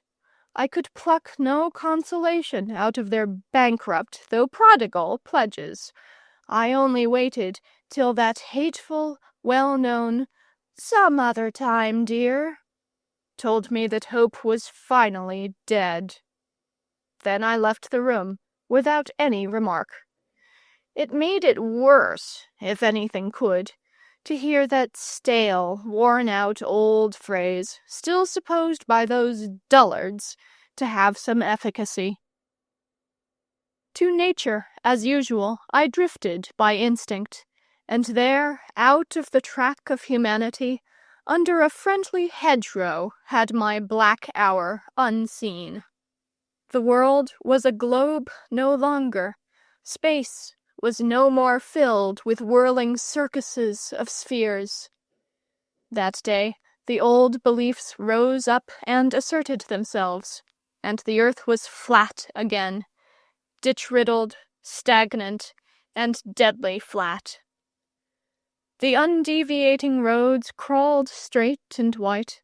Elms dressed themselves stiffly along inflexible hedges. All nature, centrifugal no longer, sprawled flatly, in lines out to its farthest edge, and I felt just like walking out to that terminus and dropping quietly off. Then, as I sat there, morosely chewing bits of stick, the recollection came back to me of certain fascinating advertisements I had spelled out in the papers, advertisements of great and happy men owning big ships of tonnage running into 4 figures, who yet craved, to the extent of public supplication, for the sympathetic cooperation of youths as apprentices. I did not rightly know what apprentices might be, nor whether I was yet big enough to be styled a youth, but one thing seemed clear, that by some such means as this, whatever the intervening hardships, I could eventually visit all the circuses of the world, the circuses of merry France and gaudy Spain, of Holland and Bohemia, of China and Peru. Here was a plan worth thinking out in all its bearings, for something had presently to be done to end this intolerable state of things. Midday, and even feeding time, passed by gloomily enough, till a small disturbance occurred which had the effect of releasing some of the electricity with which the air was charged. Harold, it should be explained, was of a very different mental mold, and never brooded, moped, nor ate his heart out over any disappointment. One wild outburst, one dissolution of a minute into his original elements of air and water, of tears and outcry. So much insulted nature claimed. Then he would pull himself together, iron out his countenance with a smile, and adjust himself to the new condition of things. If the gods are ever grateful to man for anything, it is when he is so good as to display a short memory. The Olympians were never slow to recognize this quality of Harold's, in which indeed their salvation lay, and on this occasion their gratitude had taken the practical form of a fine fat orange, tough-rinded, as oranges of those days were wont to be.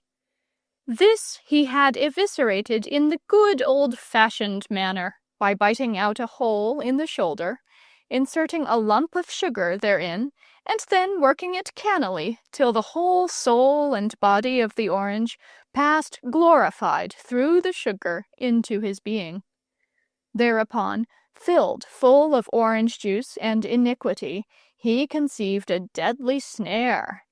Having deftly patted and squeezed the orange skin till it resumed its original shape, he filled it up with water, inserted a fresh lump of sugar in the orifice, and, issuing forth, blandly proffered it to me as I sat moodily in the doorway, dreaming of strange, wild circuses under tropic skies.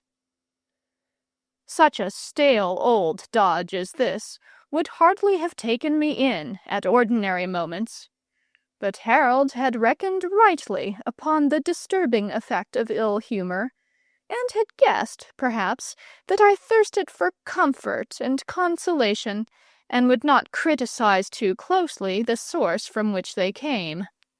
Unthinkingly, I grasped the golden fraud, which collapsed at my touch, and squirted its contents into my eyes and over my collar, till the nethermost parts of me were damp with the water that had run down my neck.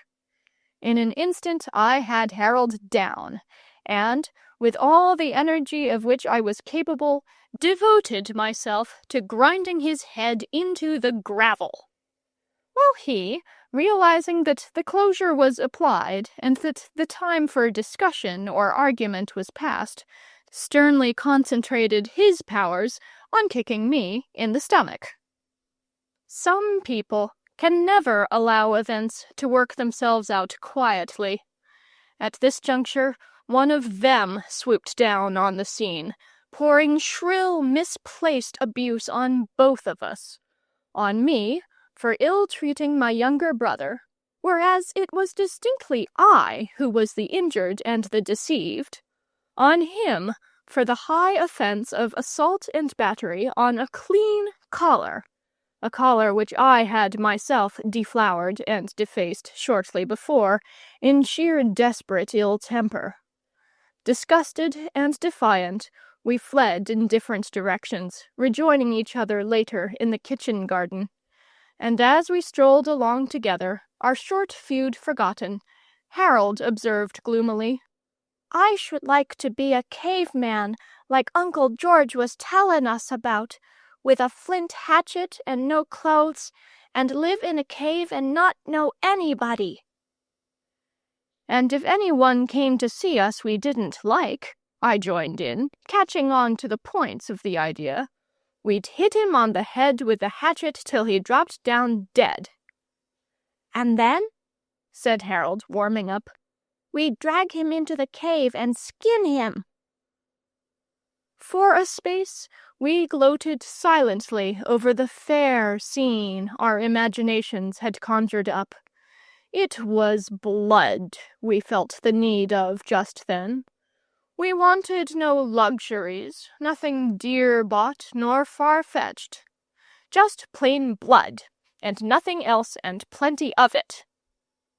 Blood, however, was not to be had. The time was out of joint, and we had been born too late. So we went off to the greenhouse, crawled into the heating arrangement underneath, and played at the dark and dirty and unrestricted life of cavemen, till we were heartily sick of it. Then we emerged once more into historic times, and went off to the road to look for something living and sentient to throw stones at. Nature, so often a cheerful ally, sometimes sulks and refuses to play. When in this mood she passes the word to her underlings, and all the little people of fur and feather take the hint and slip home quietly by back streets. In vain we scouted, lurked, crept, and ambuscaded.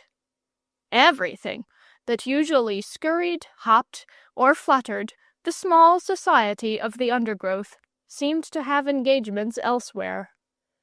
The horrid thought that perhaps they had all gone off to the circus occurred to us simultaneously, and we humped ourselves up on the fence and felt bad. Even the sound of approaching wheels failed to stir any interest in us.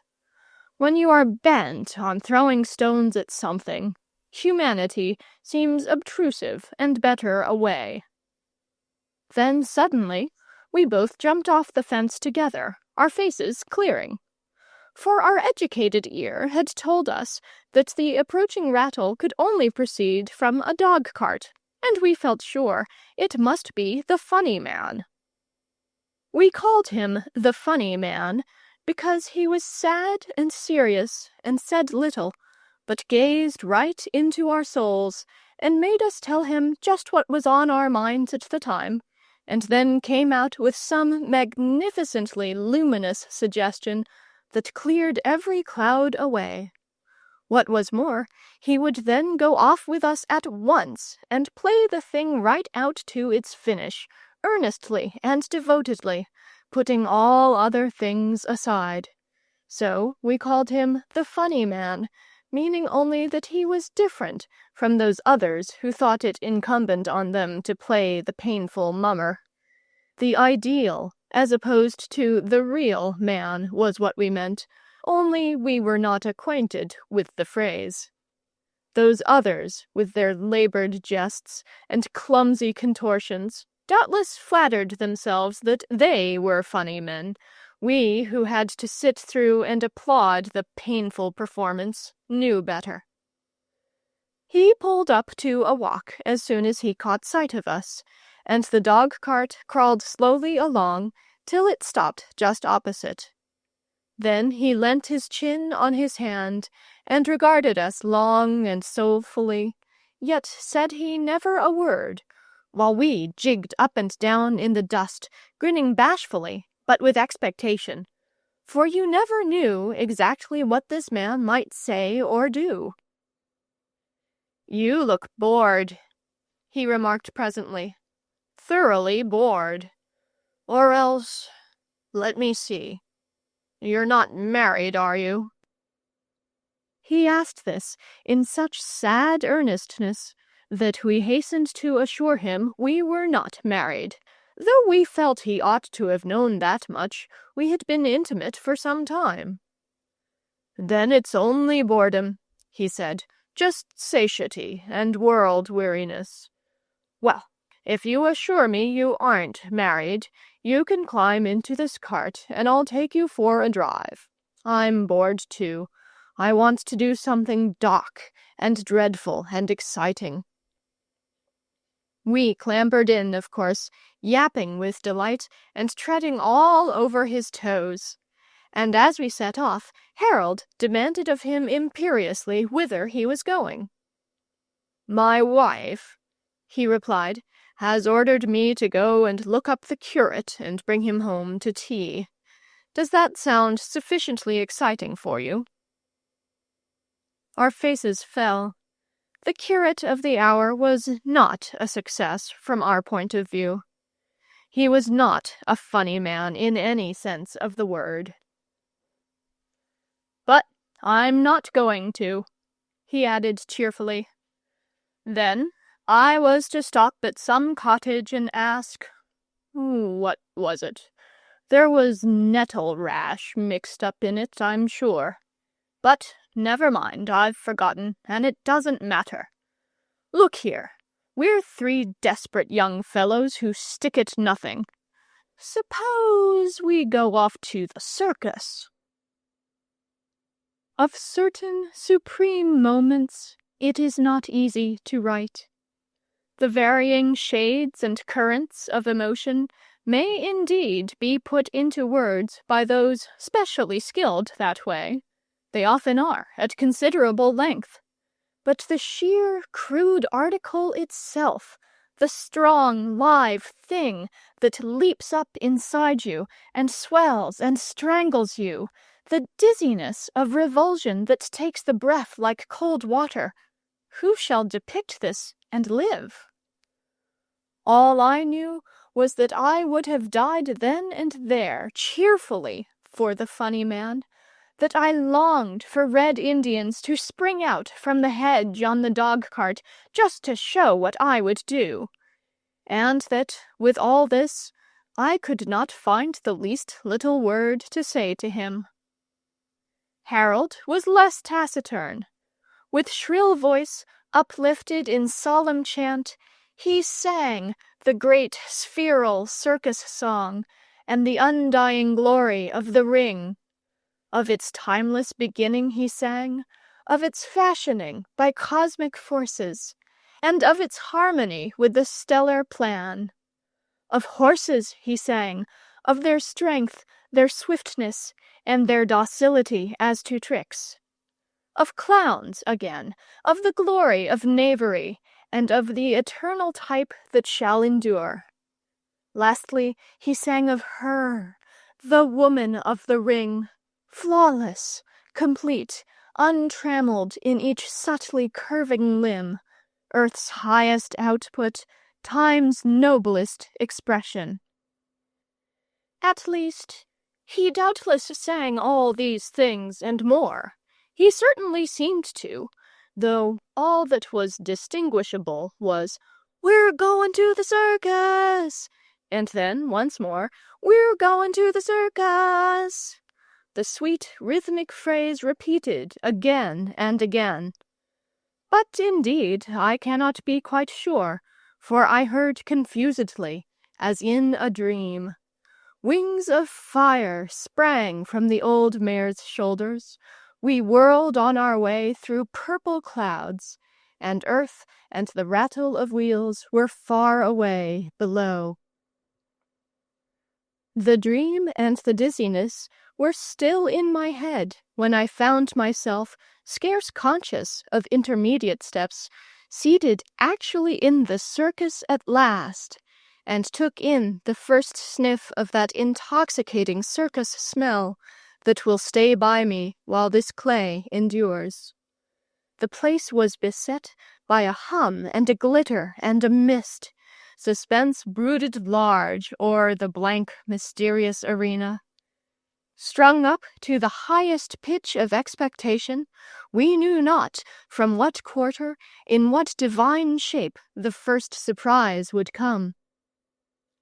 A thud of unseen hoofs first set us a-quiver, then a crash of cymbals, a jangle of bells, a hoarse, applauding roar, and Coralie was in the midst of us, whirling past twixt earth and sky, now erect, flushed, radiant, now crouched to the flowing mane, swung and tossed and molded by the maddening dance music of the band. The mighty whip of the Count in the frock-coat marked time with pistol shots. His war cry, whooping clear above the music, fired the blood with a passion for splendid deeds, as Coralie, laughing, exultant, crashed through the paper hoops. We gripped the red cloth in front of us, and our souls sped round and round with Coralie, leaping with her, prone with her, swung by mane or tail with her. It was not only the ravishment of her delirious feats, nor her cream-colored horse of fairy breed, long-tailed, row-footed, an enchanted prince, surely, if ever there was one. It was her more than mortal beauty, displayed, too, under conditions never vouchsafed to us before, that held us spellbound. What princess had arms so dazzlingly white, or went delicately clothed in such pink and spangles? Hitherto we had known the outward woman as but a drab thing, hourglass-shaped, nearly legless, bunched here, constricted there, slow of movement, and given to deprecating lusty action of limb. Here was a revelation. From henceforth, our imaginations would have to be revised and corrected up to date. In one of those swift rushes the mind makes in high-strung moments, I saw myself and Coralie, close enfolded, pacing the world together, o'er hill and plain, through storied cities, past rows of applauding relations. I in my Sunday knickerbockers, she in her pink and spangles. Summers sicken, flowers fail and die, all beauty but rides round the ring and out at the portal. Even so, Coralie passed in her turn, poised sideways, panting on her steed, lightly swayed as a tulip bloom, bowing on this side and on that as she disappeared. And with her went my heart and my soul, and all the light and the glory and the entrancement of the scene. Harold woke up with a gasp. "Wasn't she beautiful?" he said, in quite a subdued way for him. I felt a momentary pang. We had been friendly rivals before, in many an exploit, but here was altogether a more serious affair. Was this, then, to be the beginning of strife and coldness, of civil war on the hearthstone, and the sundering of old ties? Then I recollected the true position of things, and felt very sorry for Harold, for it was inexorably written that he would have to give way to me, since I was the elder. Rules were not made for nothing in a sensibly constructed universe. There was little more to wait for now Coralie had gone, yet I lingered still on the chance of her appearing again. Next moment, the clown tripped up and fell flat, with magnificent artifice, and at once fresh emotions began to stir. Love had endured its little hour, and stern ambition now asserted itself. Oh, to be a splendid fellow like this, self-contained, ready of speech, agile beyond conception, braving the forces of society, his hand against everyone, yet always getting the best of it. What freshness of humor! What courtesy to dames! What triumphant ability to discomfit rivals, frock-coated and moustached though they might be! And what a grand, self-confident straddle of the legs! Who could desire a finer career than to go through life thus gorgeously equipped? Success was his keynote, adroitness his panoply, and the mellow music of laughter his instant reward. Even Coralie's image wavered and receded. I would come back to her in the evening, of course, but I would be a clown all the working hours of the day. The short interval was ended. The band, with long-drawn chords, sounded a prelude touched with significance, and the program, in letters overtopping their fellows, proclaimed Zephyrine, the bride of the desert, in her unequaled bareback equestrian interlude. So sated was I already with beauty and with wit, that I hardly dared hope for a fresh emotion. Yet her title was tinged with romance, and Coralie's display had aroused in me an interest in her sex which even herself had failed to satisfy entirely. Brayed in by trumpets, Zephyrine swung passionately into the arena. With a bound she stood erect, one foot upon each of her supple, plunging Arabs. And at once I knew that my fate was sealed, my chapter closed, and the bride of the desert was the one bride for me. Black was her raiment, great silver stars shone through it, caught in the dusky twilight of her gauze. Black as her own hair were the two mighty steeds she bestrode.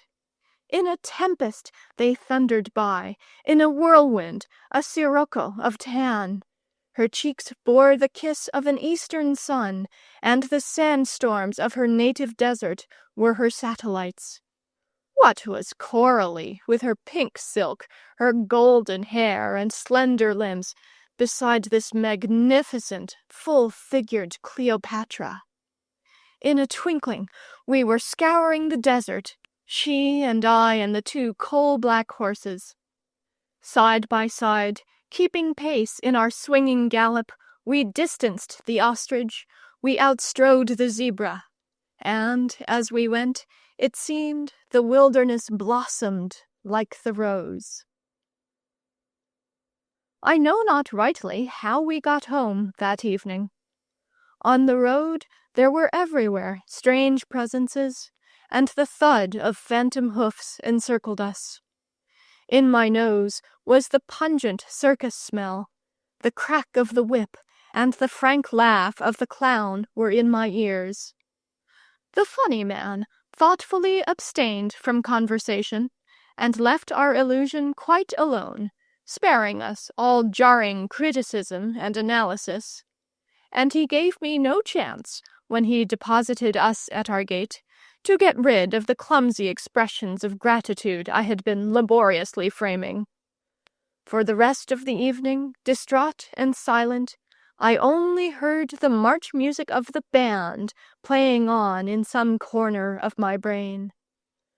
When at last my head touched the pillow, in a trice I was with Zephyrine riding the boundless Sahara, cheek to cheek, the world well lost.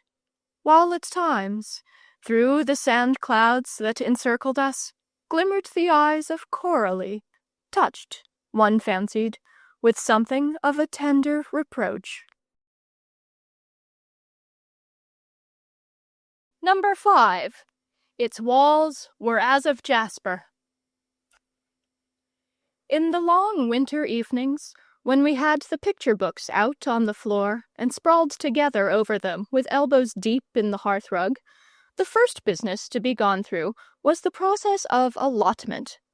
All the characters in the pictures had to be assigned and dealt out among us, according to seniority, as far as they would go.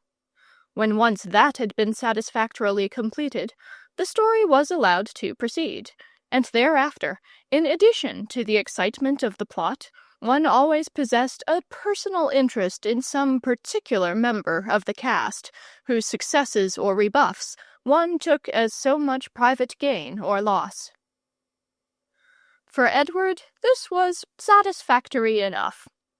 Claiming his right of the eldest, he would annex the hero in the very frontispiece, and for the rest of the story, his career, if checkered at intervals, was sure of heroic episodes and a glorious close. But his juniors, who had to put up with characters of a clay more mixed, nay, sometimes with undiluted villainy, were hard put to it on occasion to defend their other selves, as it was strict etiquette to do, from ignominy perhaps only too justly merited. Edward was indeed a hopeless grabber. In the Buffalo Book, for instance, so named from the subject of its principal picture, though indeed it dealt with varied slaughter in every zone, Edward was the stalwart, bearded figure with yellow leggings and a powder horn, who undauntedly discharged the fatal bullet into the shoulder of the great bull bison, charging home to within a yard of his muzzle.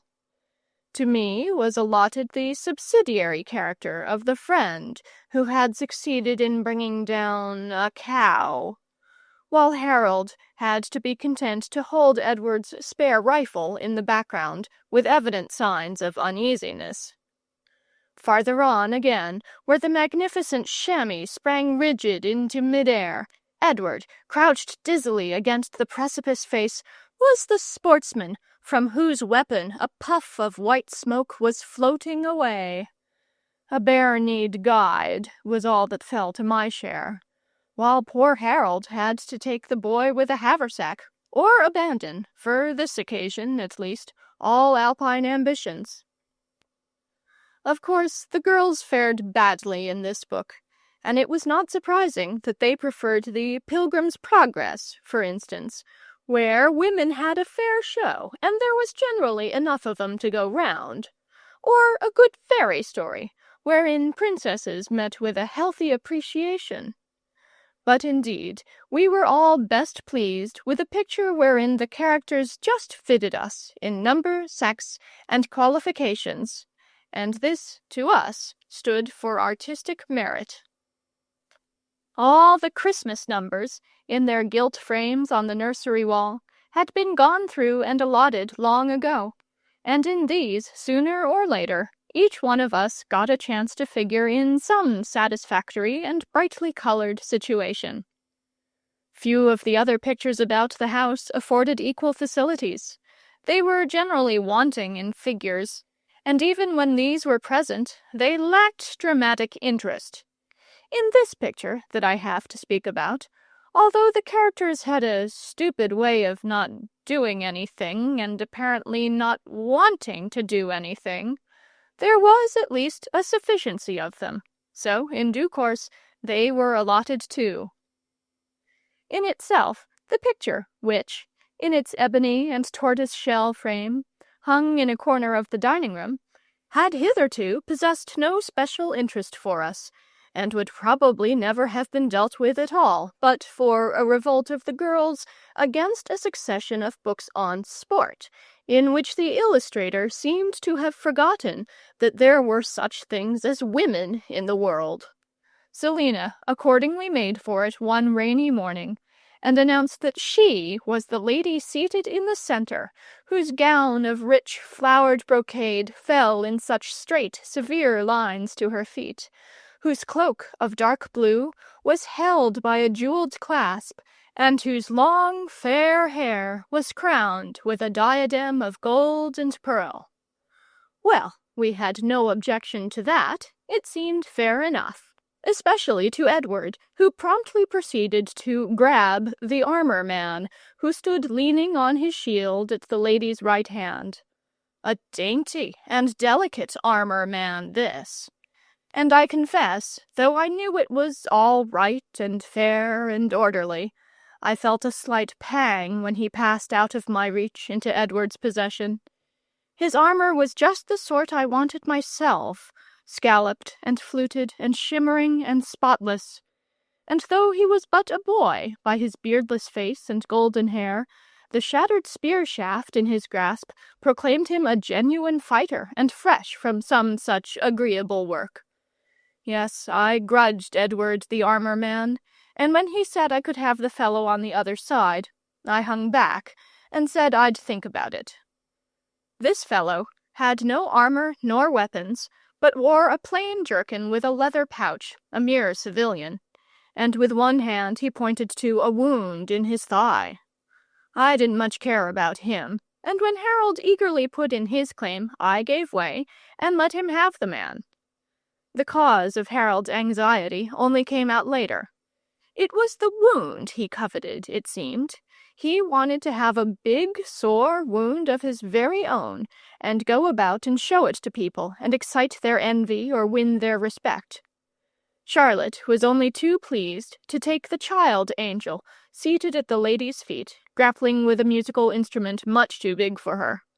Charlotte wanted wings badly, and next to those a guitar or a banjo.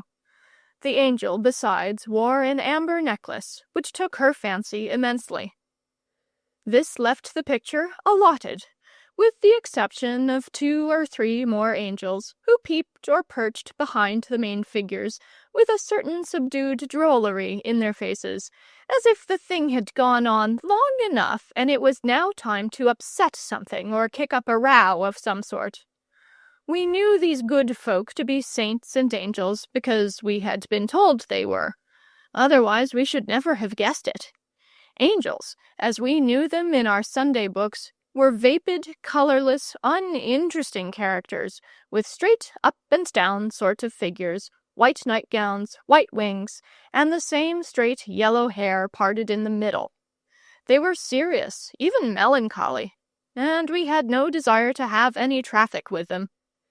These bright bejeweled little persons, however, piquant of face and radiant of feather, were evidently hatched from quite a different egg, and we felt we might have interests in common with them. Short-nosed, shock-headed, with mouths that went up at the corners, and with an evident disregard for all their fine clothes, they would be the best of good company, we felt sure, if only we could manage to get at them. One doubt alone disturbed my mind. In games requiring agility, those wings of theirs would give them a tremendous pull. Could they be trusted to play fair? I asked Selina, who replied scornfully that angels always played fair. But I went back and had another look at the brown-faced one peeping over the back of the lady's chair, and still I had my doubts. When Edward went off to school, a great deal of adjustment and re-allotment took place, and all the heroes of illustrated literature were at my call did I choose to possess them. In this particular case, however, I made no haste to seize upon the armor-man. Perhaps it was because I wanted a fresh saint of my own, not a stale saint that Edward had been for so long a time. Perhaps it was rather that, ever since I had elected to be saintless, I had got into the habit of strolling off into the background and amusing myself with what I found there. A very fascinating background it was, and held a great deal, though so tiny. Meadowland came first, set with flowers, blue and red, like gems. Then a white road ran, with wilful, uncalled-for loops, up a steep, conical hill, crowned with towers, bastioned walls, and belfries. And down the road the little knights came riding 2 and 2. The hill on one side descended to water, tranquil, far-reaching and blue, and a very curly ship lay at anchor, with one mast having an odd sort of crow's nest at the top of it. There was plenty to do in this pleasant land. The annoying thing about it was one could never penetrate beyond a certain point. I might wander up that road as often as I liked. I was bound to be brought up at the gateway, the funny galleried top-heavy gateway of the little walled town. Inside, doubtless, there were hijinks going on, but the password was denied to me. I could get on board a boat and row up as far as the curly ship, but around the headland I might not go. On the other side, of a surety, the shipping lay thick. The merchants walked on the quay, and the sailors sang as they swung out the corded bales. But as for me, I must stay down in the meadow and imagine it all as best I could. Once I broached the subject to Charlotte, and found to my surprise that she had had the same joys and encountered the same disappointments in this delectable country. She, too, had walked up that road and flattened her nose against that portcullis, and she pointed out something that I had overlooked, to wit, that if you rowed off in a boat to the curly ship, and got hold of a rope and clambered aboard of her, and swarmed up the mast and got into the crow's nest, you could just see over the headland, and take in at your ease the life and bustle of the port. She proceeded to describe all the fun that was going on there at such length, and with so much particularity, that I looked at her suspiciously. "Why, you talk as if you'd been in that crow's nest yourself," I said. Charlotte answered nothing, but pursed her mouth and nodded violently for some minutes, and I could get nothing more out of her. I felt rather hurt. Evidently she had managed somehow or other to get up into that crow's nest. Charlotte had got ahead of me on this occasion. It was necessary, no doubt, that grown-up people should dress themselves up and go forth to pay calls.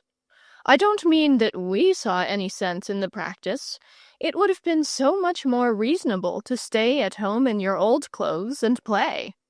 But we recognized that these folk had to do many unaccountable things, and after all, it was their life and not ours, and we were not in a position to criticize. Besides, they had many habits more objectionable than this one, which to us generally meant a free and untrammeled afternoon, wherein to play the devil in our own way. The case was different, however, when the press gang was abroad, when prayers and excuses were alike disregarded, and we were forced into the service, like native levies impelled toward the foe less by the inherent righteousness of the cause than by the indisputable rifles of their white allies. This was unpardonable and altogether detestable. Still, the thing happened now and again, and when it did, there was no arguing about it. The order was for the front, and we just had to shut up and march. Selina, to be sure, had a sneaking fondness for dressing up and paying calls, though she pretended to dislike it, just to keep on the soft side of public opinion. So I thought it extremely mean in her to have the earache on that particular afternoon, when Aunt Eliza ordered the pony carriage and went on the war-path. I was ordered also in the same breath as the pony carriage, and, as we eventually trundled off, it seemed to me that the utter waste of that afternoon, for which I had planned so much, could never be made up nor atoned for in all the tremendous stretch of years that still lay before me. The house that we were bound for on this occasion was a big house, a generic title applied by us to the class of residents that had a long carriage drive through rhododendrons, and a portico propped by fluted pillars, and a grave butler who bolted back swing doors and came down steps and pretended to have entirely forgotten his familiar intercourse with you at less serious moments, and a big hall where no boots or shoes or upper garments were allowed to lie about frankly and easily, as with us, and where, finally, people were apt to sit about dressed up as if they were going to a party. The lady who received us was effusive to Aunt Eliza, and hollowly gracious to me. In 10 seconds they had their heads together, and were hard at it, talking clothes. I was left high and dry on a straight-backed chair, longing to kick the legs of it, yet not daring. For a time I was content to stare. There was lots to stare at, high and low and around. Then the inevitable fidgets came on, and scratching one's legs mitigated slightly, but did not entirely disperse them. My 2 warders were still deep in clothes. I slipped off my chair and edged cautiously around the room, exploring, examining, recording.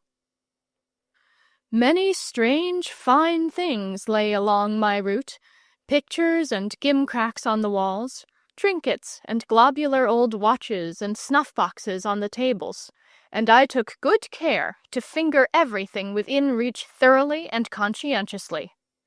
Some articles, in addition, I smelt. At last, in my orbit, I happened on an open door, half concealed by the folds of a curtain. I glanced carefully around. They were still deep in clothes, both talking together, and I slipped through.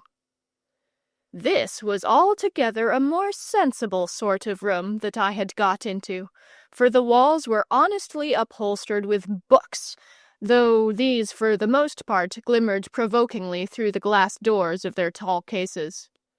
I read their titles longingly, breathing on every accessible pane of glass, for I dared not attempt to open the doors with the enemy encamped so near.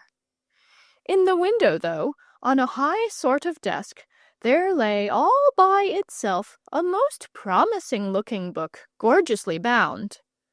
I raised the leaves by one corner, and like scent from a potpourri jar, there floated out a brief vision of blues and reds, telling of pictures, and pictures all highly colored.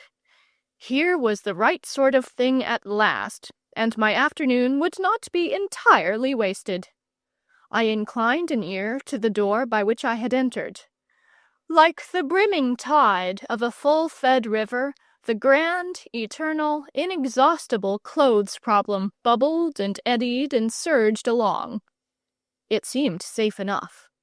I slid the book off its desk with some difficulty, for it was very fine and large, and staggered with it to the hearthrug, the only fit and proper place for books of quality such as this. They were excellent hearthrugs in that house, soft and wide, with the thickest of pile, and one's knees sank into them most comfortably. When I got the book open, there was a difficulty at first in making the great stiff pages lie down. Most fortunately, the coal scuttle was actually at my elbow, and it was easy to find a flat bit of coal to lay on the refractory page. Really, it was just as if everything had been arranged for me. This was not such a bad sort of house after all. The beginnings of the thing were gay borders, scrolls and strapwork and diapered backgrounds, a maze of color, with small misshapen figures clambering cheerily up and down everywhere. But first, I eagerly scanned what text there was in the middle, in order to get a hint of what it was all about. Of course, I was not going to waste any time in reading. A clue, a signboard, a finger-post was all I required. To my dismay and disgust, it was all in a stupid foreign language. Really, the perversity of some people made one at times almost despair of the whole race. However, the pictures remained. Pictures never lied, never shuffled nor evaded, and as for the story, I could invent it myself. Over the page I went, shifting the bit of coal to a new position, and as the scheme of the picture disengaged itself from out the medley of color that met my delighted eyes, first there was a warm sense of familiarity, then a dawning recognition, and then, along with blissful certainty, came the imperious need to clasp my stomach with both hands in order to repress the shout of rapture that struggled to escape. It was my own little city. I knew it well enough. I recognized it at once, though I had never been quite so near it before. Here was the familiar gateway. To the left, that strange, slender tower, with its grim square head shot far above the walls. To the right, outside the town, the hill, as of old, broke steeply down to the sea. But today, everything was bigger and fresher and clearer. The walls seemed newly hewn, gay carpets were hung out over them, fair ladies and long-haired children peeped and crowded on the battlements. Better still, the portcullis was up.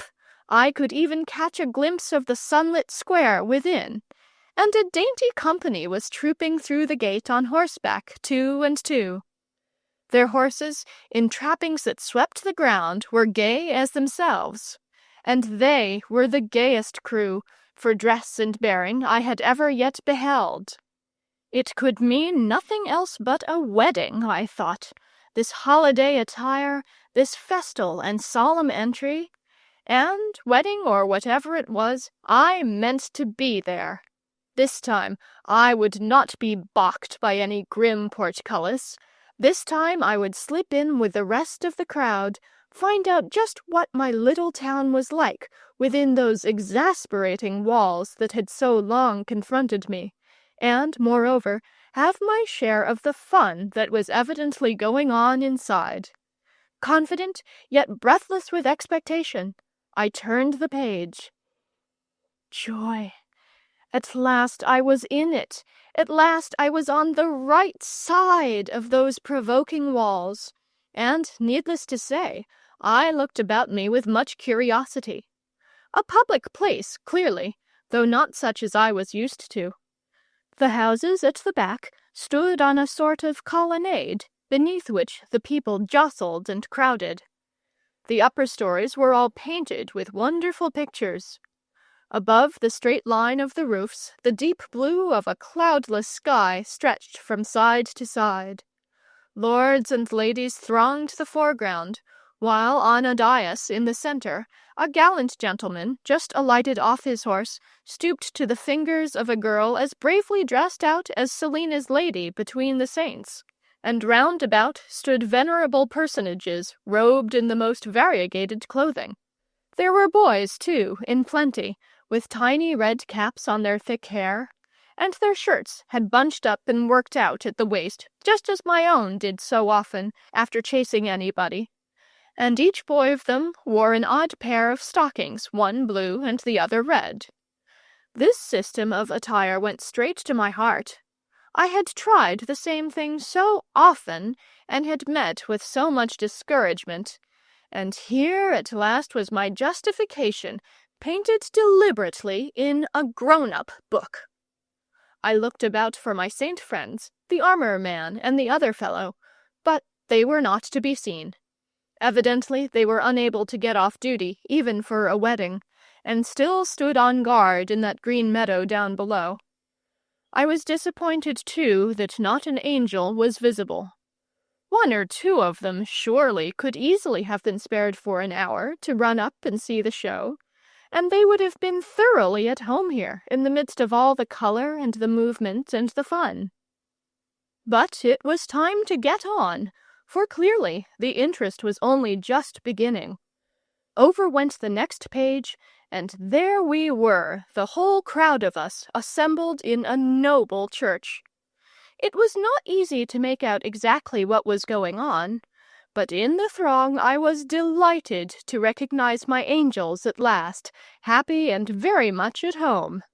They had managed to get leave off, evidently, and must have run up the hill and scampered breathlessly through the gate, and perhaps they cried a little when they found the square empty, and thought the fun must be all over. Two of them had got hold of a great wax candle apiece, as much as they could stagger under, and were tittering sideways at each other as the grease ran bountifully over their clothes. A third had strolled in among the company, and was chatting to a young gentleman with whom she appeared to be on the best of terms. Decidedly, this was the right breed of angel for us. None of your sick-bed or night-nursery business for them. Well, no doubt they were now being married, he and she, just as always happened. And then, of course, they were going to live happily ever after, and that was the part I wanted to get to. Storybooks were so stupid, always stopping at the point where they became really nice. But this picture story was only in its first chapters, and at last I was to have a chance of knowing how people lived happily ever after. We would all go home together, he and she and the angels and I, and the armor man would be invited to come and stay. And then the story would really begin, at the point where those other ones always left off. I turned the page, and found myself free of the dim and splendid church, and once more in the open country. This was all right. This was just as it should be. The sky was a fleckless blue, the flags danced in the breeze, and our merry bridal party, with jest and laughter, jogged down to the waterside. I was through the town by this time, and out on the other side of the hill, where I had always wanted to be, and, sure enough, there was the harbor, all thick with curly ships. Most of them were piled high with wedding presents, bales of silk and gold and silver plate, and comfortable-looking bags suggesting bullion. And the gayest ship of all lay close up to the carpeted landing stage. Already the bride was stepping daintily down the gangway, her ladies following primly one by one. A few minutes more, and we should all be aboard. The hawsers would splash in the water, the sails would fill and strain. From the deck I should see the little walled town recede and sink and grow dim, while every plunge of our bows brought us nearer to the happy island. It was an island we were bound for, I knew well. Already I could see the island people waving hands on the crowded quay, whence the little houses ran up the hill to the castle, crowning all with its towers and battlements. Once more we should ride together, a merry procession, clattering up the steep street and through the grim gateway, and then we should have arrived. Then we should all dine together. Then we should have reached home. And then... Ow! Ow! Ow! Bitter it is to stumble out of an opalescent dream into the cold daylight. Cruel to lose in a second a sea voyage, an island, and a castle that was to be practically your own. But cruelest and bitterest of all to know, in addition to your loss, that the fingers of an angry aunt have you tight by the scruff of your neck. My beautiful book was gone too, ravished from my grasp by the dressy lady, who joined in the outburst of denunciation as heartily as if she had been a relative, and naught was left me but to blubber dismally, awakened of a sudden to the harshness of real things and the unnumbered hostilities of the actual world. I cared little for their reproaches, their abuse, but I sorrowed heartily for my lost ship, my vanished island, my uneaten dinner, and for the knowledge that, if I wanted any angels to play with, I must henceforth put up with the anemic, night-gowned non-entities that hovered over the bed of the Sunday school child in the pages of the Sabbath Improver. I was led ignominiously out of the house in a pulpy, watery state, while the butler handled his swing doors with a stony, impassive countenance, intended for the deception of the very elect, though it did not deceive me. I knew well enough that next time he was off duty and strolled around our way, we should meet him in our kitchen as man to man, and I would punch him and ask him riddles, and he would teach me tricks with corks and bits of string. So his unsympathetic manner did not add to my depression. I maintained a diplomatic blubber long after we had been packed into our pony carriage, and the lodge gate had clicked behind us, because it served as a sort of armor-plating against heckling and argument and abuse, and I was thinking hard and wanted to be let alone. And the thoughts that I was thinking were two. First, I thought, I've got ahead of Charlotte this time. And next, I thought, when I've grown up big and have money of my own and a full-sized walking stick, I will set out early one morning and never stop till I get to that little walled town. There ought to be no real difficulty in the task. It only meant asking here and asking there, and people were very obliging, and I could describe every stick and stone of it. As for the island, which I had never even seen, that was not so easy. Yet I felt confident that somehow, at some time, sooner or later, I was destined to arrive. Number 6. A Saga of the Seas. It happened one day that some ladies came to call, who were not at all the sort I was used to. They suffered from a grievance, so far as I could gather, and the burden of their plaint was men in general, and man in particular. Though the words were but spoken, I could clearly discern the capital M in their acid utterance. Of course I was not present officially, so to speak. Down below, in my sub-world of chair legs and hearthrugs and the undersides of sofas, I was working out my own floor problems, while they babbled on far above my head, considering me as but a chair leg, or even something lower in the scale. Yet I was listening hard all the time, with that respectful consideration one gives to all grown-up people's remarks, so long as one knows no better. It seemed a serious indictment enough as they rolled it out. In tact, considerateness, and right appreciation, as well as in taste and aesthetic sensibilities, we failed at every point, we breeched and bearded prentice jobs of nature, and I began to feel like collapsing on the carpet from sheer spiritual anemia.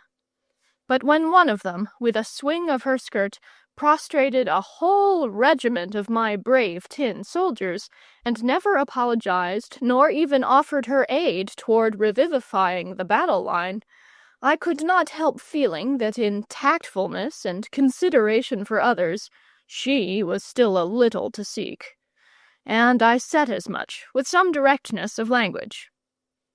That was the end of me, from a society point of view. Rudeness to visitors was the unpardonable sin, and in 2 seconds I had my marching orders, and was sullenly wending my way to the St. Elalina of the nursery. As I climbed the stair, my thoughts reverted somehow to a game we had been playing that very morning. It was the good old game of rafts, a game that will be played till all the oceans are dry and all the trees in the world are felled, and after. And we were all crowded together on the precarious little platform, and Selina occupied every bit as much room as I did, and Charlotte's legs didn't dangle over any more than Harold's. The pitiless sun overhead beat on us all with tropic impartiality, and the hungry sharks, whose fins scored the limitless Pacific stretching out on every side, were impelled by an appetite that made no exceptions as to sex. When we shared the ultimate biscuit and circulated the last water keg, the girls got an absolute fourth apiece, and neither more nor less. And the only partiality shown was entirely in favor of Charlotte, who was allowed to perceive and to hail the savior sail on the horizon. And this was only because it was her turn to do so, not because she happened to be this or that. Surely the rules of the raft were the rules of life. And in what, then, did these visitor ladies' grievance consist?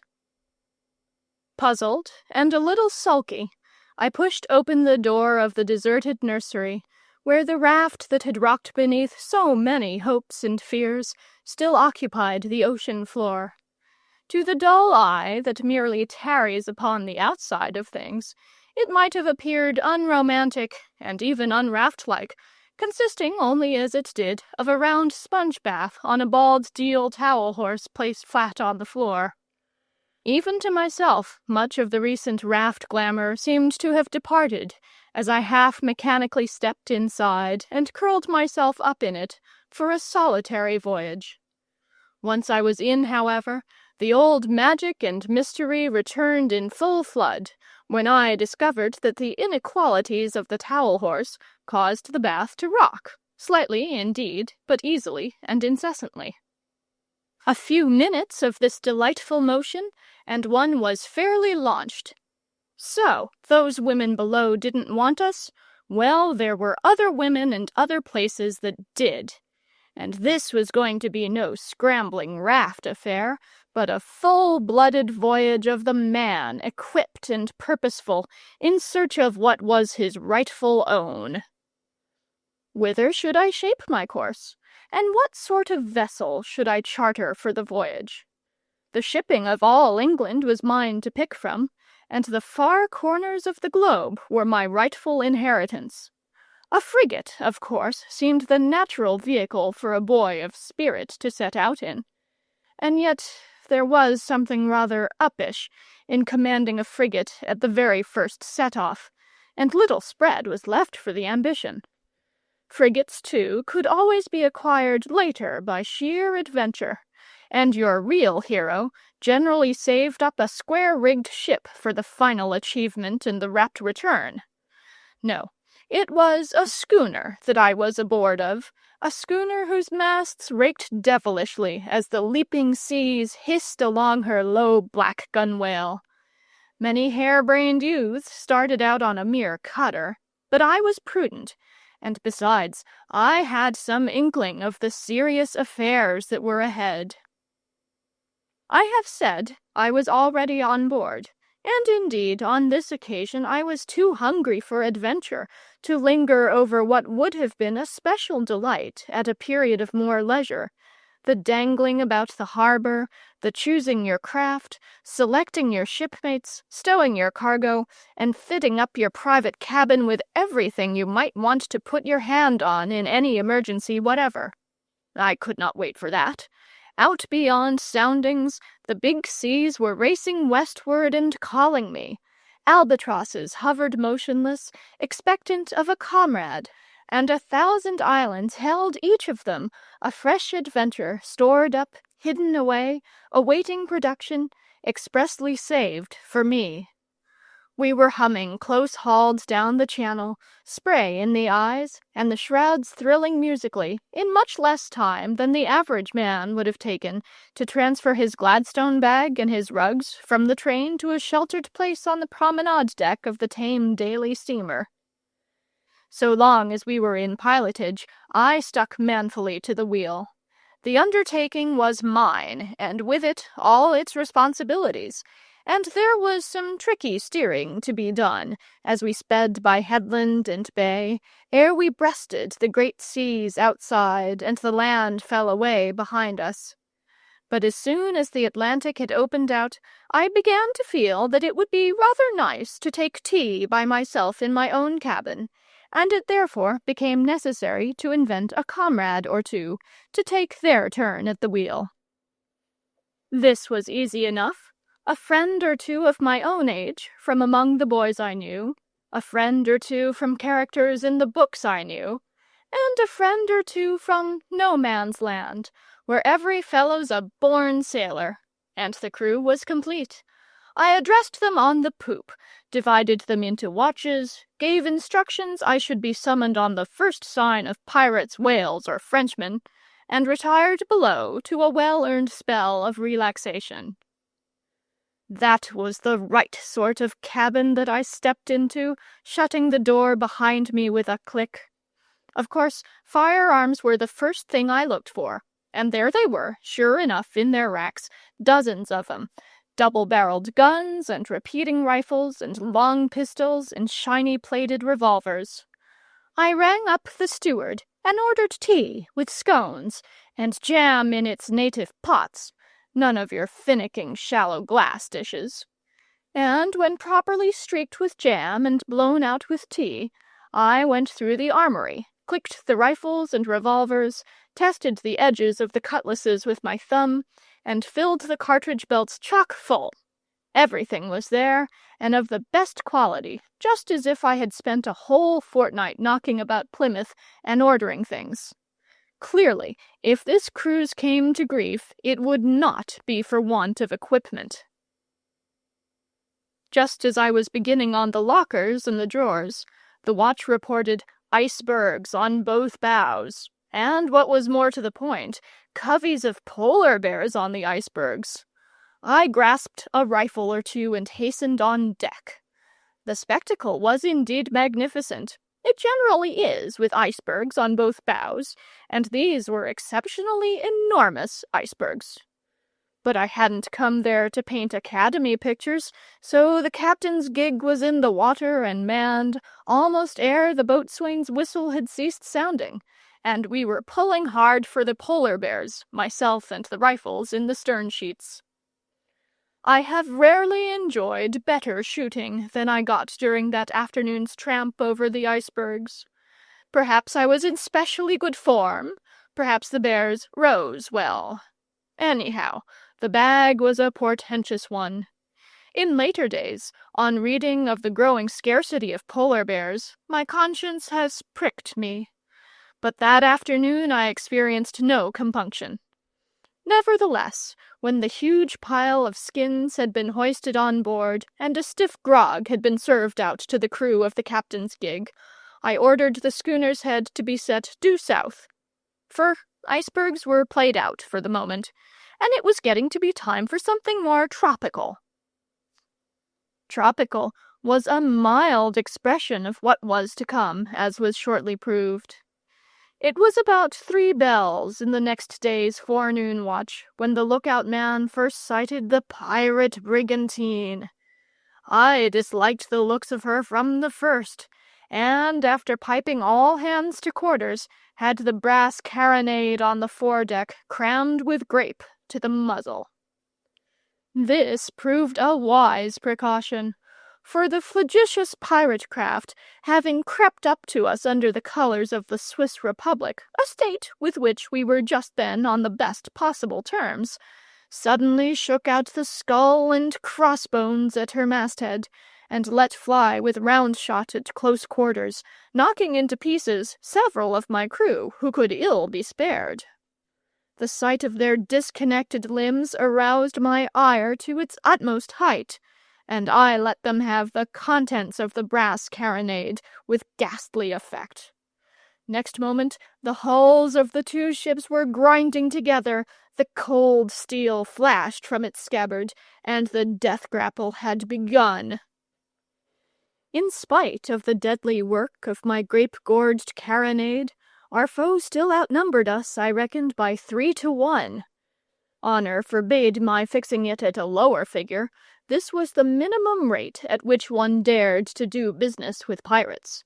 They were stark veterans, too, every man seamed with ancient saber-cuts, whereas my crew had, many of them, hardly attained the maturity which is the gift of 10 long summers.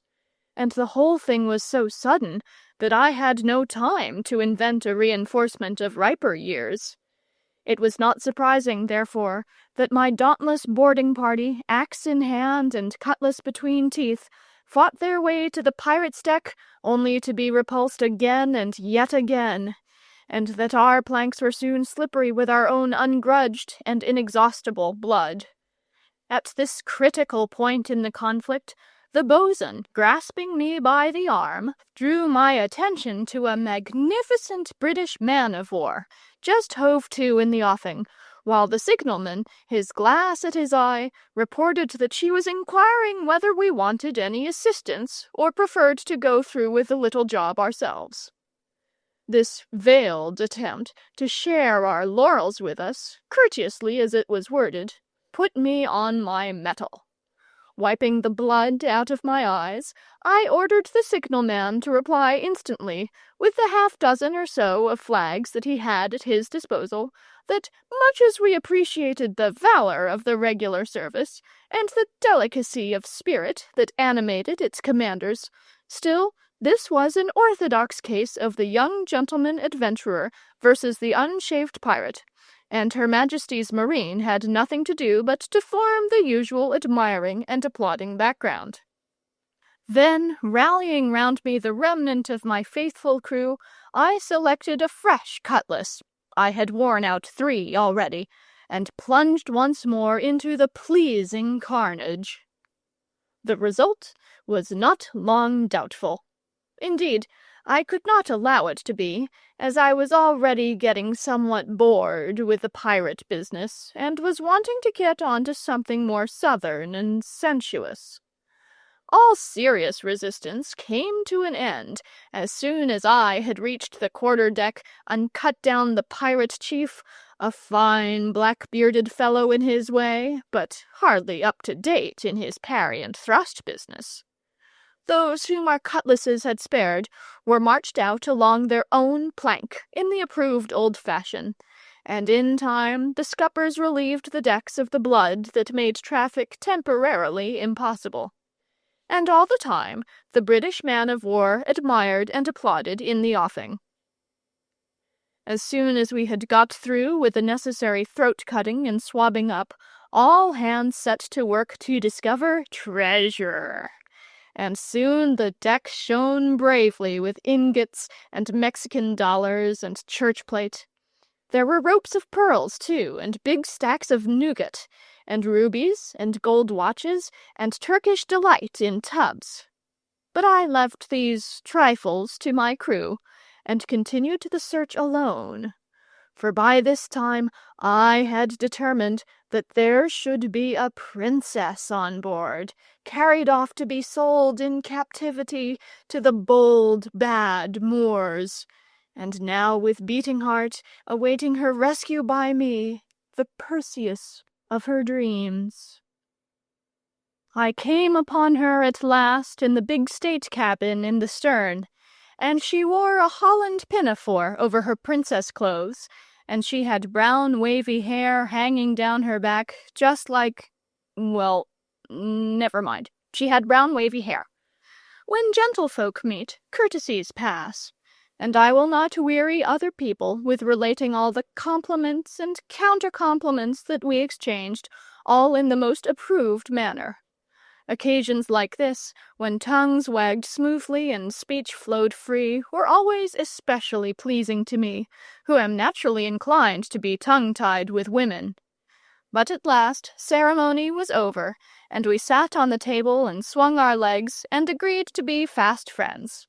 And I showed her my latest knife, one-bladed, horn-handled, terrific, hung round my neck with string, and she showed me the chiefest treasures the ship contained, hidden away in a most private and particular locker, a musical box with a glass top that let you see the works, and a railway train with real lines and a real tunnel, and a tin ironclad that followed a magnet, and was ever so much handier in many respects than the real full-sized thing that still lay and applauded in the offing.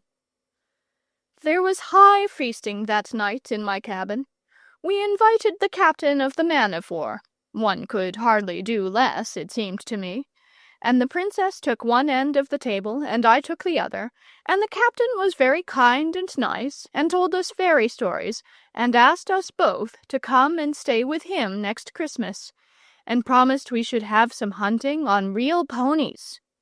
When he left, I gave him some ingots and things, and saw him into his boat, and then I went round the ship, and addressed the crew in several set speeches, which moved them deeply, and with my own hands loaded up the carronade with grape-shot till it ran over at the mouth.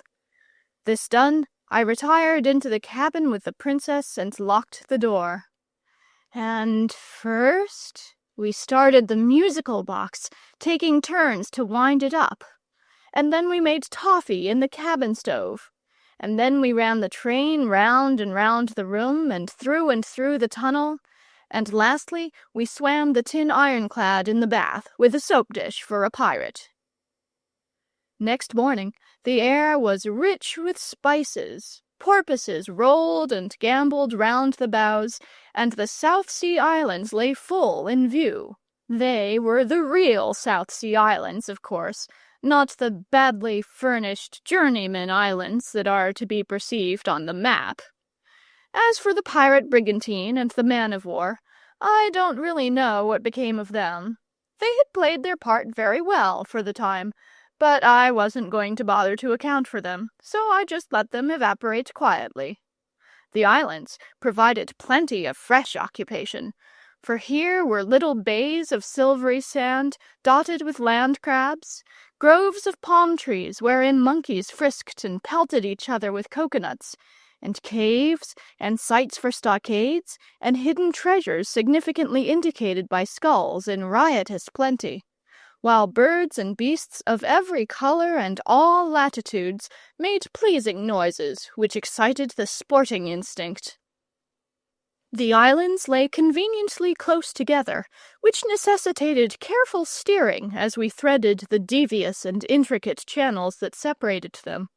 Of course, no one else could be trusted at the wheel, so it is not surprising that for some time I quite forgot that there was such a thing as a princess on board.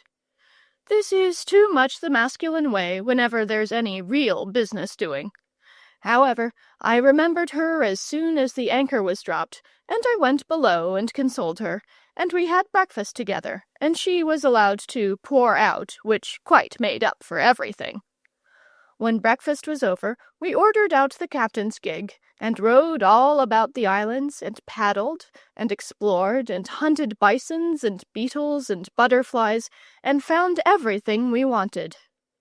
And I gave her pink shells, and tortoises, and great milky pearls and little green lizards, and she gave me guinea pigs and coral to make into waistcoat buttons, and tame sea otters, and a real pirate's powder horn.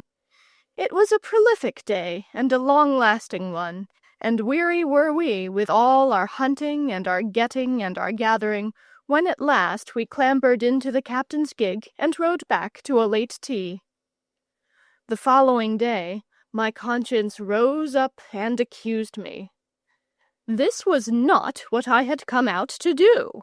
These triflings with pearls and parakeets, these al fresco luncheons off yams and bananas, there was no making of history about them. I resolved that without further dallying I would turn to and capture the French frigate according to the original program. So we upped anchor with the morning tide and set all sail for San Salvador. Of course, I had no idea where San Salvador really was. I haven't now, for that matter.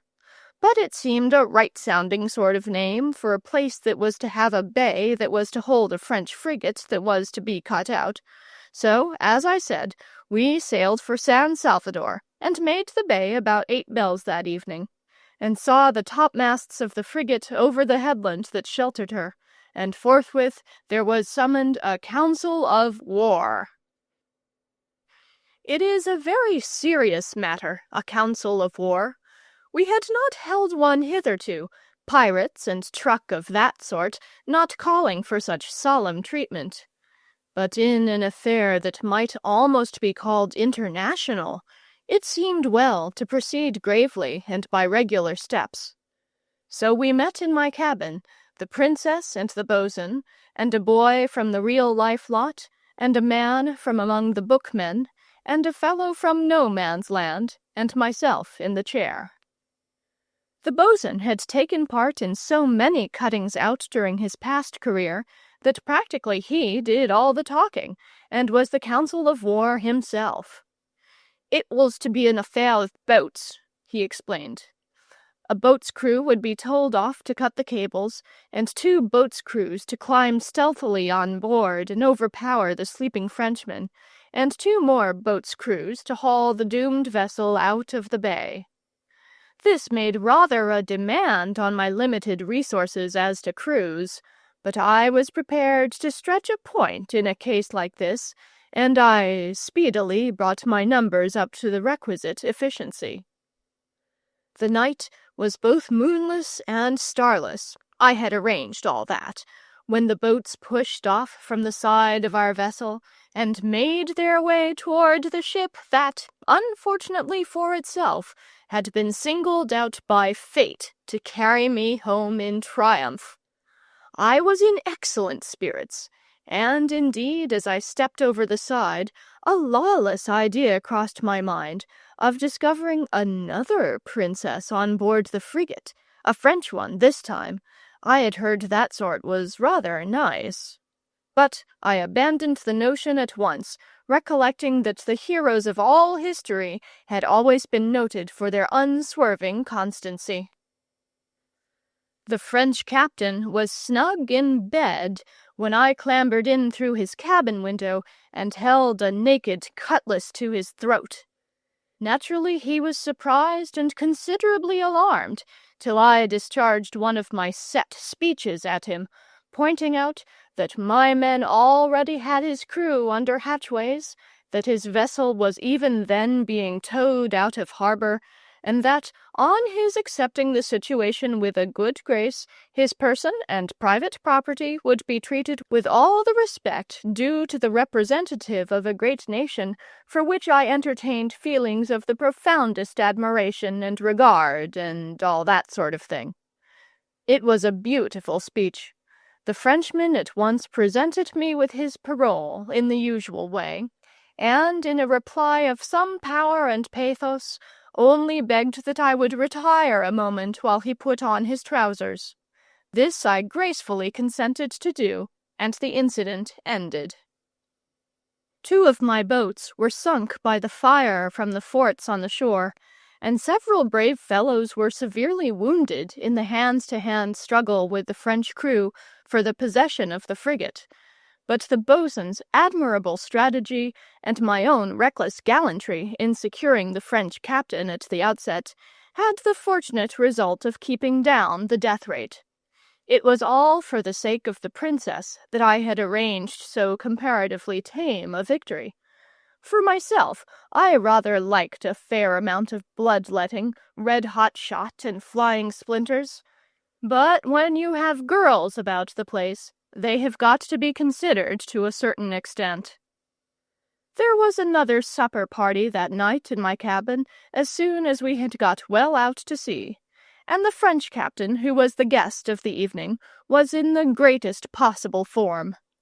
We became sworn friends and exchanged invitations to come and stay at each other's homes, and really it was quite difficult to induce him to take his leave. But at last he and his crew were bundled into their boats, and after I had pressed some pirate bullion upon them, delicately, of course, but in a pleasant manner that admitted of no denial, the gallant fellows quite broke down, and we parted, our bosoms heaving with a full sense of each other's magnanimity and good fellowship. The next day, which was nearly all taken up with shifting our quarters into the new frigate, so honorably and easily acquired, was a very pleasant one, as everyone who has gone up in the world and moved into a larger house will readily understand. At last I had grim black guns all along each side, instead of a rotten brass carronade. At last I had a square-rigged ship with real yards and a proper quarter-deck. In fact, now that I had soared as high as could be hoped in a single voyage, it seemed about time to go home and cut a dash and show off a bit. The worst of this ocean theatre was, it held no proper audience. It was hard, of course, to relinquish all the adventures that still lay untouched in these southern seas. Whaling, for instance, had not yet been entered upon. The joys of exploration and strange inland cities innocent of the white man still awaited me, and the book of wrecks and rescues was not yet even opened. But I had achieved a frigate and a princess, and that was not so bad for a beginning, and more than enough to show off with before those dull, unadventurous folk who continued on their mill-horse round at home. The voyage home was a record one so far as mere speed was concerned, and all adventures were scornfully left behind as we rattled along, for other adventurers who had still their laurels to win. Hardly later than the noon of next day, we dropped anchor in Plymouth Sound, and heard the intoxicating clamor of bells, the roar of artillery, and the hoarse cheers of an excited populace surging down to the quays, that told us we were being appreciated at something like our true merits. The Lord Mayor was waiting there to receive us, and with him several admirals of the fleet, as we walked down the lane of pushing, enthusiastic Devonians, the princess and I, and our war-worn, weather-beaten, spoil-laden crew. Everybody was very nice about the French frigate and the pirate booty, and the scars still fresh on our young limbs. Yet I think what I liked best of all was that they all pronounced the princess to be a duck, and a peerless brown-haired darling, and a true mate for a hero, and of the right princess breed. The air was thick with invitations, and with the smell of civic banquets in a forward stage. But I sternly waved all festivities aside. The coaches and four I had ordered immediately on arriving were blocking the whole of the High Street. The champing of bits and the pawing of gravel summoned us to take our seats and be off, to where the real performance awaited us, compared with which all this was but an interlude. I placed the princess in the most highly gilded coach of the lot, and mounted to my place at her side, and the rest of the crew scrambled on board of the others as best they might. The whips cracked, and the crowd scattered and cheered as we broke into a gallop for home. The noisy bells burst into a farewell peal. Yes, that was undoubtedly the usual bell for schoolroom tea. And high time, too, I thought, as I tumbled out of the bath, which was beginning to feel very hard to the projecting portions of my framework.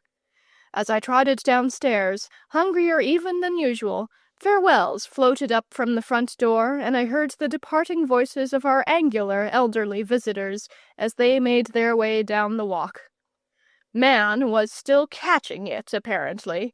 Man was getting it hot. And much man cared. The seas were his, and their islands. He had his frigates for the taking, his pirates and their hordes for an unregarded cutlass stroke or two. And there were princesses in plenty waiting for him somewhere. Princesses of the right sort. Section 7. The Reluctant Dragon. Footprints in the snow have been unfailing provokers of sentiment ever since snow was first a white wonder in this drab-colored world of ours. In a poetry book presented to one of us by an aunt, there was a poem by one Wordsworth in which they stood out strongly, with a picture all to themselves, too. But we didn't think very highly either of the poem or the sentiment. Footprints in the sand, now, were quite another matter, and we grasped Crusoe's attitude of mind much more easily than Wordsworth's. Excitement and mystery, curiosity and suspense. These were the only sentiments that tracks, whether in sand or in snow, were able to arouse in us.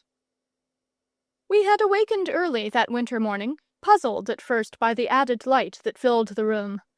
Then, when the truth at last fully dawned on us, and we knew that snowballing was no longer a wistful dream, but a solid certainty waiting for us outside, it was a mere brute fight for the necessary clothes, and the lacing of boots seemed a clumsy invention, and the buttoning of coats an unduly tedious form of fastening, with all that snow going to waste at our very door.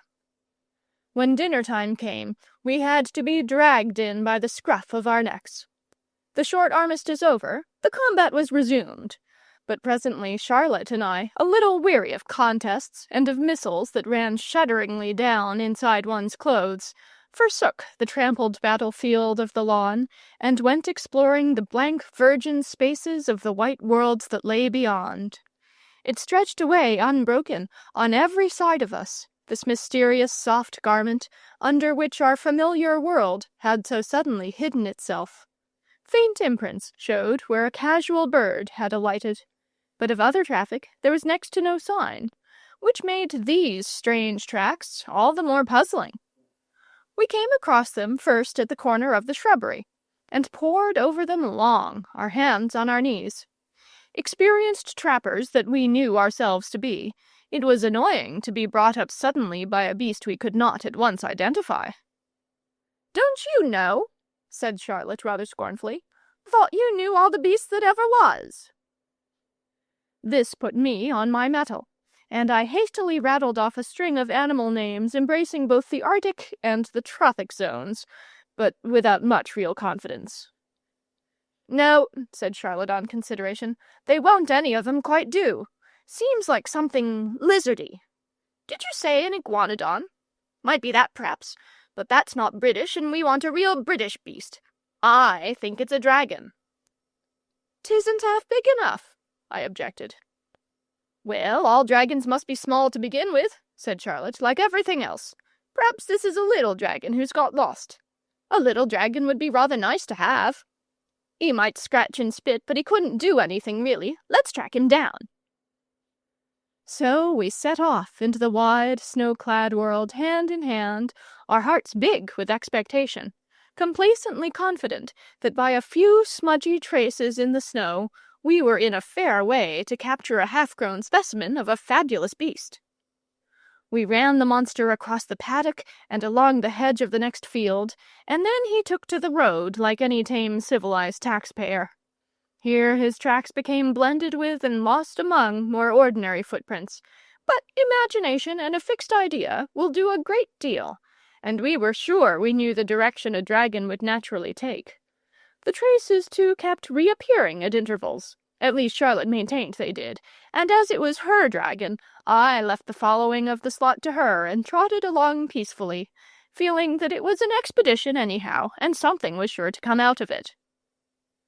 Charlotte took me across another field or two, and through a copse, and into a fresh road, and I began to feel sure it was only her confounded pride that made her go on pretending to see dragon tracks, instead of owning she was entirely at fault like a reasonable person.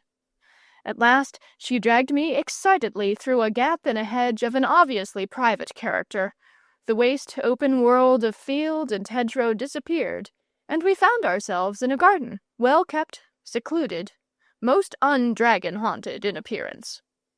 Once inside, I knew where we were.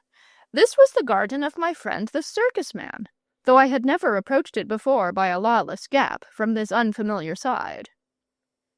And here was the circus man himself, placidly smoking a pipe as he strolled up and down the walks. I stepped up to him and asked him politely if he had lately seen a beast. "May I inquire," he said with all civility, "what particular sort of a beast you may happen to be looking for?" "It's a lizardy sort of a beast," I explained. "Charlotte says it's a dragon, but she doesn't really know much about beasts." The circus man looked round about him slowly. "I don't think," he said, "that I've seen a dragon in these parts recently. But if I come across one, I'll know it belongs to you, and I'll have him taken round to you at once." "Thank you very much," said Charlotte, "but don't trouble about it, please, 'cause perhaps it isn't a dragon after all. Only I thought I saw his little footprints in the snow, and we followed him up, and they seem to lead right in here, but maybe it's all a mistake, and thank you all the same." "Oh, no trouble at all," said the circus man cheerfully. "I should be only too pleased. But, of course, as you say, it may be a mistake. And it's getting dark, and he seems to have got away for the present, whatever he is. You'd better come in and have some tea. I'm quite alone, and we'll make a roaring fire. And I've got the biggest book of beasts you ever saw. It's got every beast in the world, and all of 'em colored, and we'll try and find your beast in it." We were always ready for tea at any time, and especially when combined with beasts. There was marmalade, too, and apricot jam brought in expressly for us, and afterwards the beast book was spread out, and, as the man had truly said, it contained every sort of beast that had ever been in the world. The striking of 6 o'clock set the more prudent Charlotte nudging me, and we recalled ourselves with an effort from Beastland, and reluctantly stood up to go. "Here, I'm coming along with you," said the circus man. "I want another pipe, and a walk'll do me good. You needn't talk to me unless you like." Our spirits rose to their wonted level again. The way had seemed so long, the outside world so dark and eerie, after the bright, warm room and the highly colored beast book. But a walk with a real man, why, that was a treat in itself. We set off briskly, the man in the middle. I looked up at him and wondered whether I should ever live to smoke a big pipe with that careless sort of majesty. But Charlotte, whose young mind was not set on tobacco as a possible goal, made herself heard from the other side. "Now then," she said, "tell us a story, please, won't you?" The man sighed heavily and looked about him. "I knew it," he groaned. "I knew I should have to tell a story. Oh, why did I leave my pleasant fireside? Well, I will tell you a story, only let me think a minute." So he thought a minute, and then he told us this story. Long ago, might have been hundreds of years ago, in a cottage halfway between this village and yonder shoulder of the downs up there, a shepherd lived with his wife and their little son. Now the shepherd spent his days, and at certain times of the year his nights too, up on the wide ocean bosom of the downs, with only the sun and the stars and the sheep for company, and the friendly chattering world of men and women far out of sight and hearing. But his little son, when he wasn't helping his father, and often when he was as well, spent much of his time buried in big volumes that he borrowed from the affable gentry and interested parsons of the country round about. And his parents were very fond of him, and rather proud of him too, though they didn't let on in his hearing. So he was left to go his own way and read as much as he liked, and instead of frequently getting a cuff on the side of the head, as might very well have happened to him, he was treated more or less as an equal by his parents, who sensibly thought it a very fair division of labor, that they should supply the practical knowledge, and he the book-learning. They knew that book-learning often came in useful at a pinch, in spite of what their neighbors said. What the boy chiefly dabbled in was natural history and fairy tales, and he just took them as they came in a sandwichy sort of way, without making any distinctions, and really his course of reading strikes one as rather sensible. One evening the shepherd, who for some nights past had been disturbed and preoccupied, and off his usual mental balance, came home all of a tremble, and sitting down at the table where his wife and son were peacefully employed, she with her seam, he in following out the adventures of the giant with no heart in his body, exclaimed with much agitation, "It's all up with me, Maria. Never no more can I go up on them there downs, was it ever so?" "Now don't you take on like that," said his wife, who was a very sensible woman. "But tell us all about it first, whatever it is has given you this shake-up, and then me and you and the son here between us, we ought to be able to get to the bottom of it." "It began some nights ago," said the shepherd. "You know that cave up there. I never liked it somehow, and the sheep never liked it neither, and when sheep don't like a thing there's generally some reason for it. Well, for some time past there's been faint noises coming from that cave, noises like heavy sighings, with grunts mixed up in them, and sometimes a snoring far away down, real snoring, yet somehow not honest snoring like you and me nights, you know." "I know," remarked the boy quietly. "Of course I was terrible frightened," the shepherd went on. "Yet somehow I couldn't keep away. So this very evening, before I come down, I took a cast round by the cave, quietly, and there, oh Lord, there I saw him at last as plain as I see you." "Saw who?" said his wife, beginning to share in her husband's nervous terror. "Why, him, I'm a-telling you," said the shepherd. "He was sticking halfway out of the cave, and seemed to be enjoying of the cool of the evening in a poetical sort of way. He was as big as 4 cart-horses, and all covered with shiny scales, deep blue scales at the top of him, shading off to a tender sort of green below. As he breathed, there was that sort of flicker over his nostrils that you see over our chalk roads on a baking windless day in summer. He had his chin on his paws, and I should say he was meditating about things. Oh yes, a peaceable sort of beast enough, and not ramping or carrying on or doing anything but what was quite right and proper. I admit all that. And yet what am I to do? Scales, you know, and claws, and a tail for certain, though I didn't see that end of him. I ain't used to him, and I don't hold with him, and that's a fact." The boy, who had apparently been absorbed in his book during his father's recital, now closed the volume, yawned, clasped his hands behind his head, and said sleepily, "It's all right, father. Don't you worry, it's only a dragon."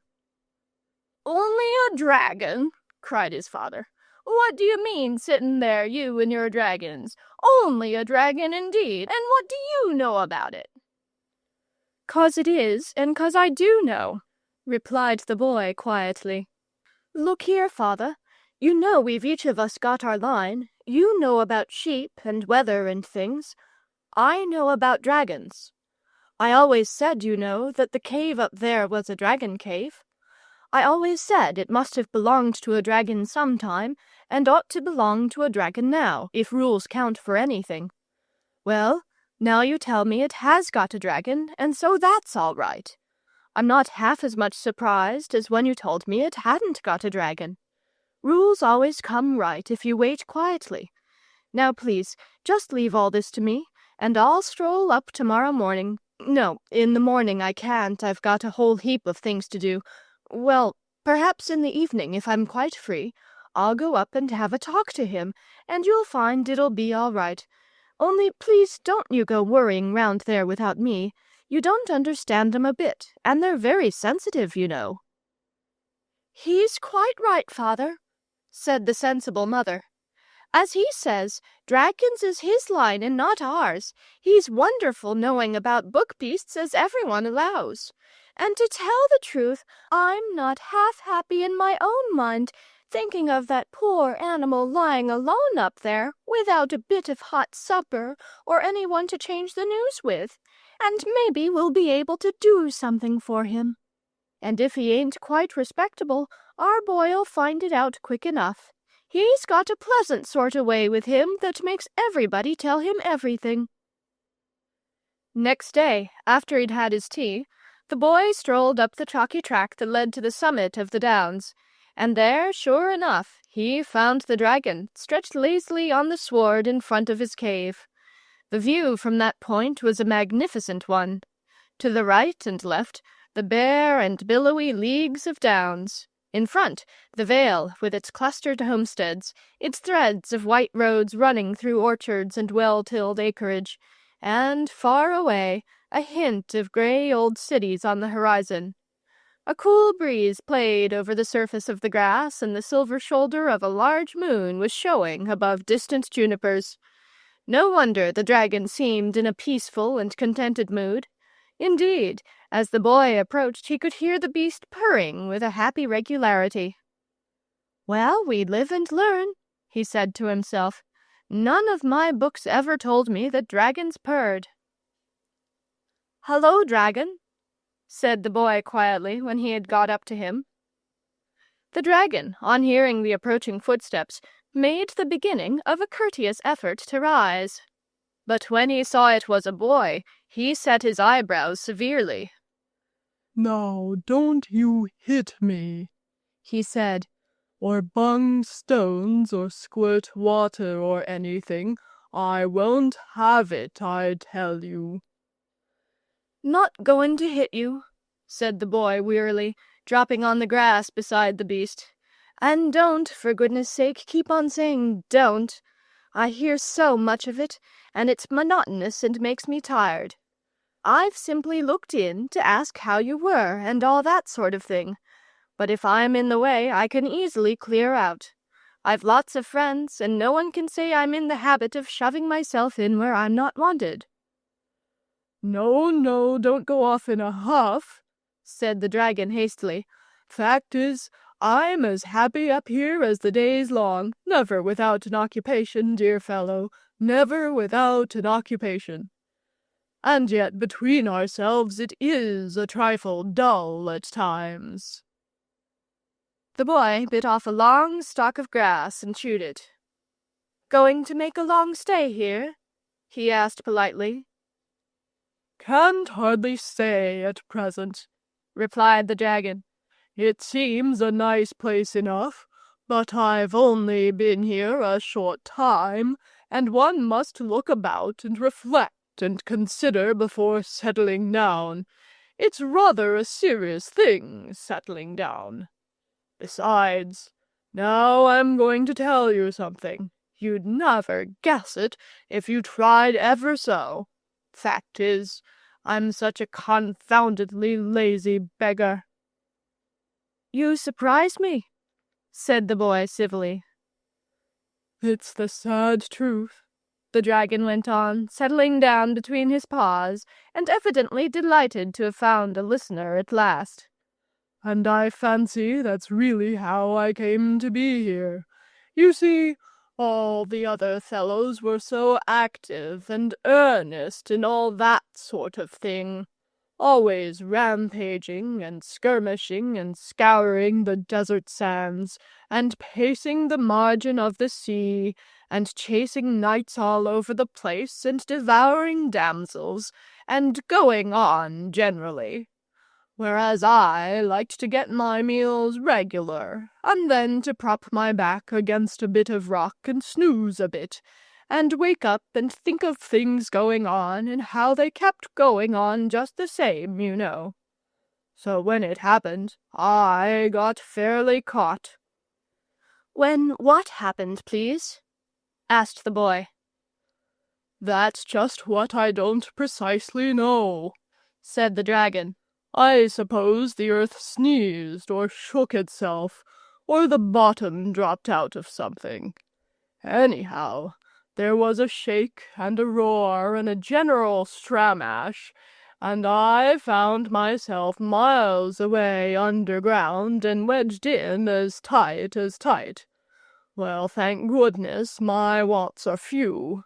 And at any rate I had peace and quietness, and wasn't always being asked to come along and do something. And I've got such an active mind, always occupied, I assure you. But time went on, and there was a certain sameness about the life. And at last I began to think it would be fun to work my way upstairs and see what you other fellows were doing. So I scratched and burrowed and worked this way and that way, and at last I came out through this cave here. And I like the country and the view and the people, what I've seen of 'em. And on the whole, I feel inclined to settle down here." "What's your mind always occupied about?" asked the boy. "That's what I want to know." The dragon colored slightly and looked away. Presently he said bashfully, "Did you ever, just for fun, try to make up poetry, verses, you know?" "Course I have," said the boy. "Heaps of it. And some of it's quite good, I feel sure. Only there's no one here cares about it. Mother's very kind and all that when I read it to her, and so's father for that matter, but somehow they don't seem to." "Exactly," cried the dragon. "My own case exactly. They don't seem to, and you can't argue with 'em about it. Now, you've got culture, you have, I could tell it on you at once, and I should just like your candid opinion about some little things I threw off lightly when I was down there. I'm awfully pleased to have met you, and I'm hoping the other neighbors will be equally agreeable. There was a very nice old gentleman up here only last night, but he didn't seem to want to intrude." "That was my father," said the boy, "and he is a nice old gentleman, and I'll introduce you some day if you like." "Can't you two come up here and dine or something tomorrow?" asked the dragon eagerly. "Only, of course, if you've got nothing better to do," he added politely. "Thanks awfully," said the boy, "but we don't go out anywhere without my mother, and to tell you the truth, I'm afraid she mightn't quite approve of you. You see, there's no getting over the hard fact that you're a dragon, is there? And when you talk of settling down, and the neighbors and so on, I can't help feeling that you don't quite realize your position. You're an enemy of the human race, you see." "Haven't got an enemy in the world," said the dragon cheerfully. "Too lazy to make 'em to begin with. And if I do read other fellows my poetry, I'm always ready to listen to theirs." "Oh dear," cried the boy, "I wish you'd try and grasp the situation properly. When the other people find you out, they'll come after you with spears and swords and all sorts of things. You'll have to be exterminated according to their way of looking at it. You're a scourge and a pest and a baneful monster." "Not a word of truth in it," said the dragon, wagging his head solemnly. "Character'll bear the strictest investigation. And now there's a little sonnet thing I was working on when you appeared on the scene." "Oh, if you won't be sensible," cried the boy, getting up, "I'm going off home. No, I can't stop for sonnets. My mother's sitting up. I'll look you up tomorrow, sometime or other. And do, for goodness' sake, try to realize that you're a pestilential scourge, or you'll find yourself in a most awful fix. Good night." The boy found it an easy matter to set the mind of his parents at ease about his new friend. They had always left that branch to him, and they took his word without a murmur. The shepherd was formally introduced, and many compliments and kind inquiries were exchanged.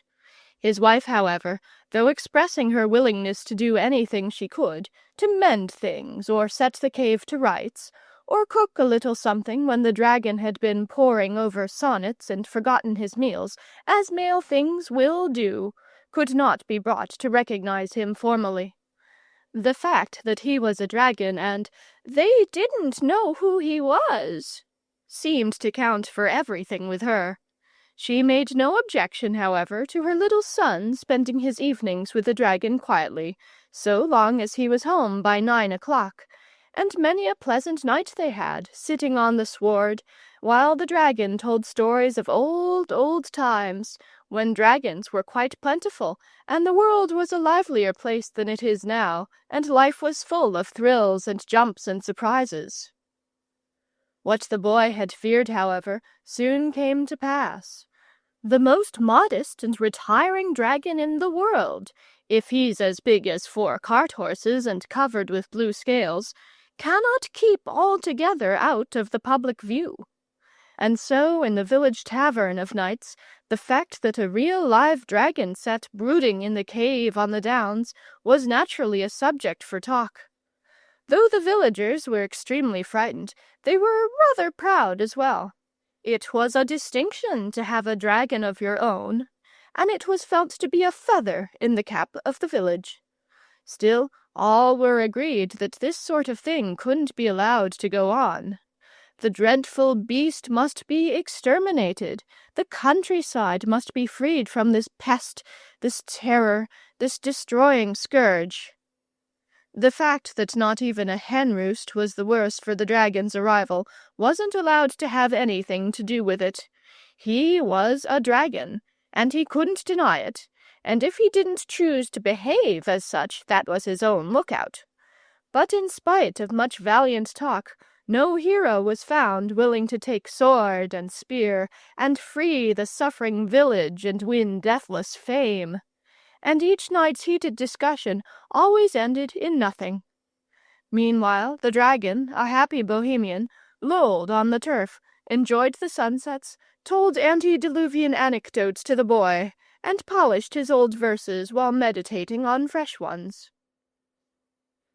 One day the boy, on walking into the village, found everything wearing a festal appearance which was not to be accounted for in the calendar. Carpets and gay-colored stuffs were hung out of the windows, the church bells clamored noisily, the little street was flower-strewn, and the whole population jostled each other along either side of it, chattering, shoving, and ordering each other to stand back. The boy saw a friend of his own age in the crowd and hailed him. "What's up?" he cried. "Is it the players, or bears, or a circus, or what?" "It's all right," his friend hailed back. "He's a-comin'." "Who's a-comin'?" demanded the boy, thrusting into the throng.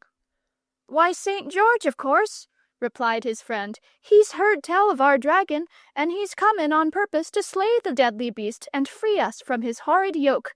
Oh my, won't there be a jolly fight!" Here was news indeed. The boy felt that he ought to make quite sure for himself, and he wriggled himself in between the legs of his good-natured elders, abusing them all the time for their unmannerly habit of shoving. Once in the front rank, he breathlessly awaited the arrival. Presently, from the far-away end of the line came the sound of cheering. Next, the measured tramp of a great war-horse made his heart beat quicker, and then he found himself cheering with the rest, as, amidst welcoming shouts, shrill cries of women, uplifting of babies, and waving of handkerchiefs, St. George paced slowly up the street. The boy's heart stood still, and he breathed with sobs. The beauty and the grace of the hero were so far beyond anything he had yet seen. His fluted armor was inlaid with gold, his plumed helmet hung at his saddle-bow, and his thick fair hair framed a face gracious and gentle beyond expression, till you caught the sternness in his eyes. He drew rein in front of the little inn, and the villagers crowded round with greetings and thanks and voluble statements of their wrongs and grievances and oppressions.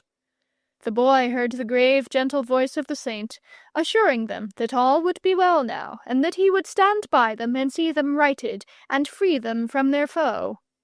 Then he dismounted, and passed through the doorway, and the crowd poured in after him. But the boy made off up the hill as fast as he could lay his legs to the ground. "It's all up, dragon," he shouted as soon as he was within sight of the beast. "He's coming! He's here now! You'll have to pull yourself together and do something at last." The dragon was licking his scales and rubbing them with a bit of house flannel the boy's mother had lent him, till he shone like a great turquoise. "Don't be violent, boy," he said without looking round. "Sit down and get your breath, and try to remember that the noun governs the verb. And then perhaps you'll be good enough to tell me who's coming." "That's right, take it coolly," said the boy. "Hope you'll be half as cool when I've got through with my news. It's only St. George who's coming, that's all. He rode into the village half an hour ago. Of course, you can lick him, a great big fellow like you. But I thought I'd warn you, 'cause he's sure to be round early, and he's got the longest, wickedest-looking spear you ever did see." And the boy got up and began to jump round in sheer delight at the prospect of the battle. "Oh, dearie, dearie me," moaned the dragon. "This is too awful. I won't see him, and that's flat.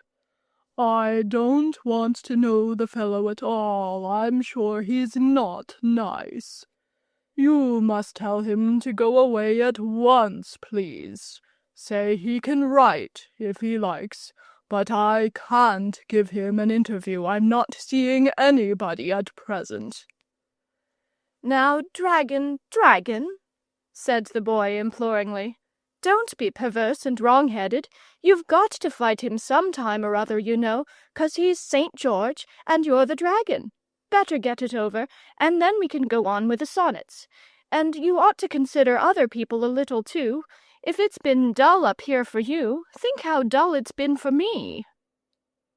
"My dear little man," said the dragon solemnly, "just understand once for all that I can't fight, and I won't fight. I've never fought in my life, and I'm not going to begin now just to give you a Roman holiday. In old days I always let the other fellows, the earnest fellows, do all the fighting, and no doubt that's why I have the pleasure of being here now." "But if you don't fight, he'll cut your head off," gasped the boy, miserable at the prospect of losing both his fight and his friend. "Oh, I think not," said the dragon in his lazy way. "You'll be able to arrange something. I've every confidence in you. You're such a manager. Just run down, there's a dear chap, and make it all right. I leave it entirely to you." The boy made his way back to the village in a state of great despondency. First of all, there wasn't going to be any fight. Next, his dear and honored friend the dragon hadn't shown up in quite such a heroic light as he would have liked. And lastly, Whether the dragon was a hero at heart or not, it made no difference, for St. George would most undoubtedly cut his head off. Arrange things indeed, he said bitterly to himself. The dragon treats the whole affair as if it was an invitation to tea and croquet. The villagers were straggling homewards as he passed up the street, all of them in the highest spirits and gleefully discussing the splendid fight that was in store. The boy pursued his way to the inn and passed into the principal chamber, where St. George now sat alone, musing over the chances of the fight, and the sad stories of rapine and of wrong that had so lately been poured into his sympathetic ears. "May I come in, St. George?" said the boy politely as he paused at the door. "I want to talk to you about this little matter of the dragon, if you're not tired of it by this time." "Yes, come in, boy," said the saint kindly. "Another tale of misery and wrong, I fear me. Is it a kind parent, then, of whom the tyrant has bereft you? Or some tender sister or brother? Well, it shall soon be avenged." "Nothing of the sort," said the boy. "There's a misunderstanding somewhere, and I want to put it right. The fact is, this is a good dragon." "Exactly," said St. George, smiling pleasantly. "I quite understand. A good dragon.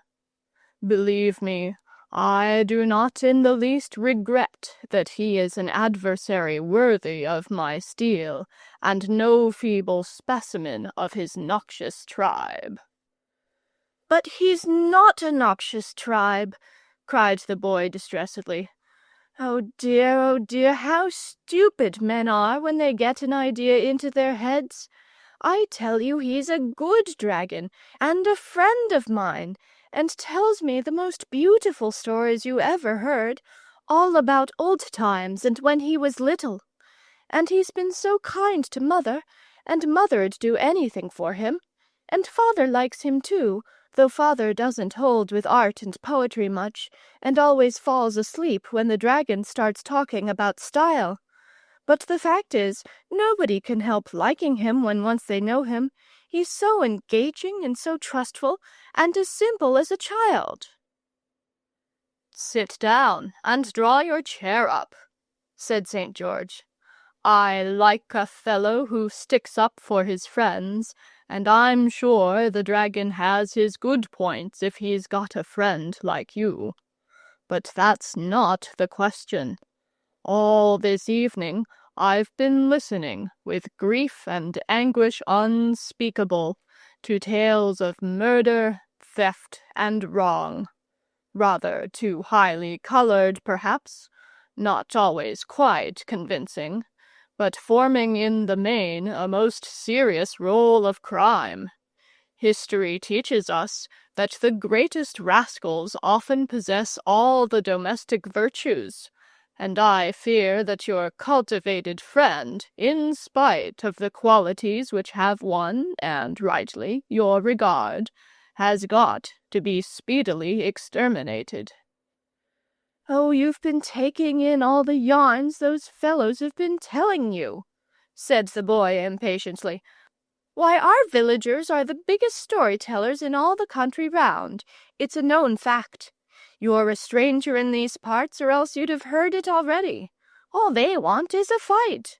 They're the most awful beggars for getting up fights. It's meat and drink to them. Dogs, bulls, dragons, anything, so long as it's a fight. Why, they've got a poor innocent badger in the stable behind here at this moment. They were going to have some fun with him today, but they're saving him up now till your little affair's over. And I've no doubt they've been telling you what a hero you were, and how you are bound to win in the cause of right and justice, and so on. But let me tell you, I came down the street just now, and they were betting 6-4 on the dragon freely." 6-4 on the dragon," murmured St. George sadly, resting his cheek on his hand. "This is an evil world, and sometimes I begin to think that all the wickedness in it is not entirely bottled up inside the dragons. And yet, may not this wily beast have misled you as to his real character, in order that your good report of him may serve as a cloak for his evil deeds? Nay, may there not be at this very moment some hapless princess immured within yonder gloomy cavern? The moment he had spoken, St. George was sorry for what he had said. The boy looked so genuinely distressed. "I assure you, St. George," he said earnestly, "there's nothing of the sort in the cave at all. The dragon's a real gentleman, every inch of him, and I may say that no one would be more shocked and grieved than he would at hearing you talk in that loose way about matters on which he has very strong views." "Well, perhaps I've been over-credulous," said St. George. "Perhaps I've misjudged the animal. But what are we to do? Here are the dragon and I, almost face to face, each supposed to be thirsting for each other's blood. I don't see any way out of it exactly. What do you suggest? Can't you arrange things somehow?" "That's just what the dragon said," replied the boy, rather nettled. "Really, the way you two seem to leave everything to me, I suppose you couldn't be persuaded to go away quietly, could you?" "Impossible, I fear," said the saint. "Quite against the rules. You know that as well as I do." "Well then, look here," said the boy. "It's early yet. Would you mind strolling up with me and seeing the dragon and talking it over? It's not far, and any friend of mine will be most welcome." "Well, it's irregular," said St. George, rising. "But really, it seems about the most sensible thing to do. You're taking a lot of trouble on your friend's account," he added good-naturedly, as they passed out through the door together. "But cheer up. Perhaps there won't have to be any fight after all." "Oh, but I hope there will, though," replied the little fellow wistfully. "I've brought a friend to see you, dragon," said the boy rather loud. The dragon woke up with a start. "I was just, thinking about things," he said in his simple way. "Very pleased to make your acquaintance, sir. Charming weather we're having." "This is St. George," said the boy shortly. "St. George, let me introduce you to the dragon. We've come up to talk things over quietly, dragon, and now for goodness' sake, do let us have a little straight common sense and come to some practical business-like arrangement, for I'm sick of views and theories of life, and personal tendencies, and all that sort of thing. I may perhaps add that my mother's sitting up." "So glad to meet you, St. George," began the dragon rather nervously, "because you've been a great traveler, I hear, and I've always been rather a stay-at-home. But I can show you many antiquities, many interesting features of our countryside, if you're stopping here any time." "I think," said St. George in his frank, pleasant way, "that we'd really better take the advice of our young friend here, and try to come to some understanding on a business footing about this little affair of ours. Now, don't you think that after all the simplest plan would be just to fight it out according to the rules, and let the best man win? They're betting on you, I may tell you, down in the village, but I don't mind that." "Oh, yes, do, dragon," said the boy delightedly. "It'll save such a lot of bother." "My young friend, you shut up," said the dragon severely. "Believe me, St. George," he went on, "there's nobody in the world I'd sooner oblige than you and this young gentleman here. but the whole thing's nonsense and conventionality and popular thick-headedness. There's absolutely nothing to fight about from beginning to end. And anyhow, I'm not going to, so that settles it." "But supposing I make you?" said St. George, rather nettled. "You can't," said the dragon triumphantly.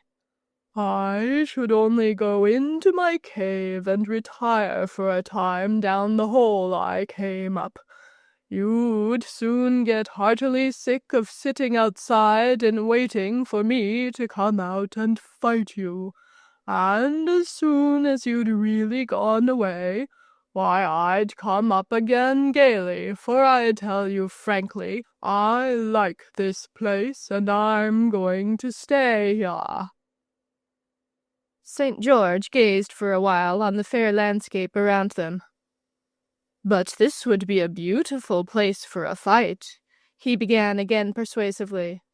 "These great bare rolling downs for the arena, and me in my golden armor showing up against your big blue scaly coils. Think what a picture it would make." "Now you're trying to get at me through my artistic sensibilities," said the dragon. "But it won't work. Not but what it would make a very pretty picture, as you say," he added, wavering a little. "We seem to be getting rather nearer to business," put in the boy. "You must see, dragon, that there's got to be a fight of some sort, 'cause you can't want to have to go down that dirty old hole again and stop there till goodness knows when." "It might be arranged," said St. George thoughtfully. "I must spear you somewhere, of course, but I'm not bound to hurt you very much. There's such a lot of you that there must be a few spare places somewhere. Here, for instance, just behind your foreleg. It couldn't hurt you much just here."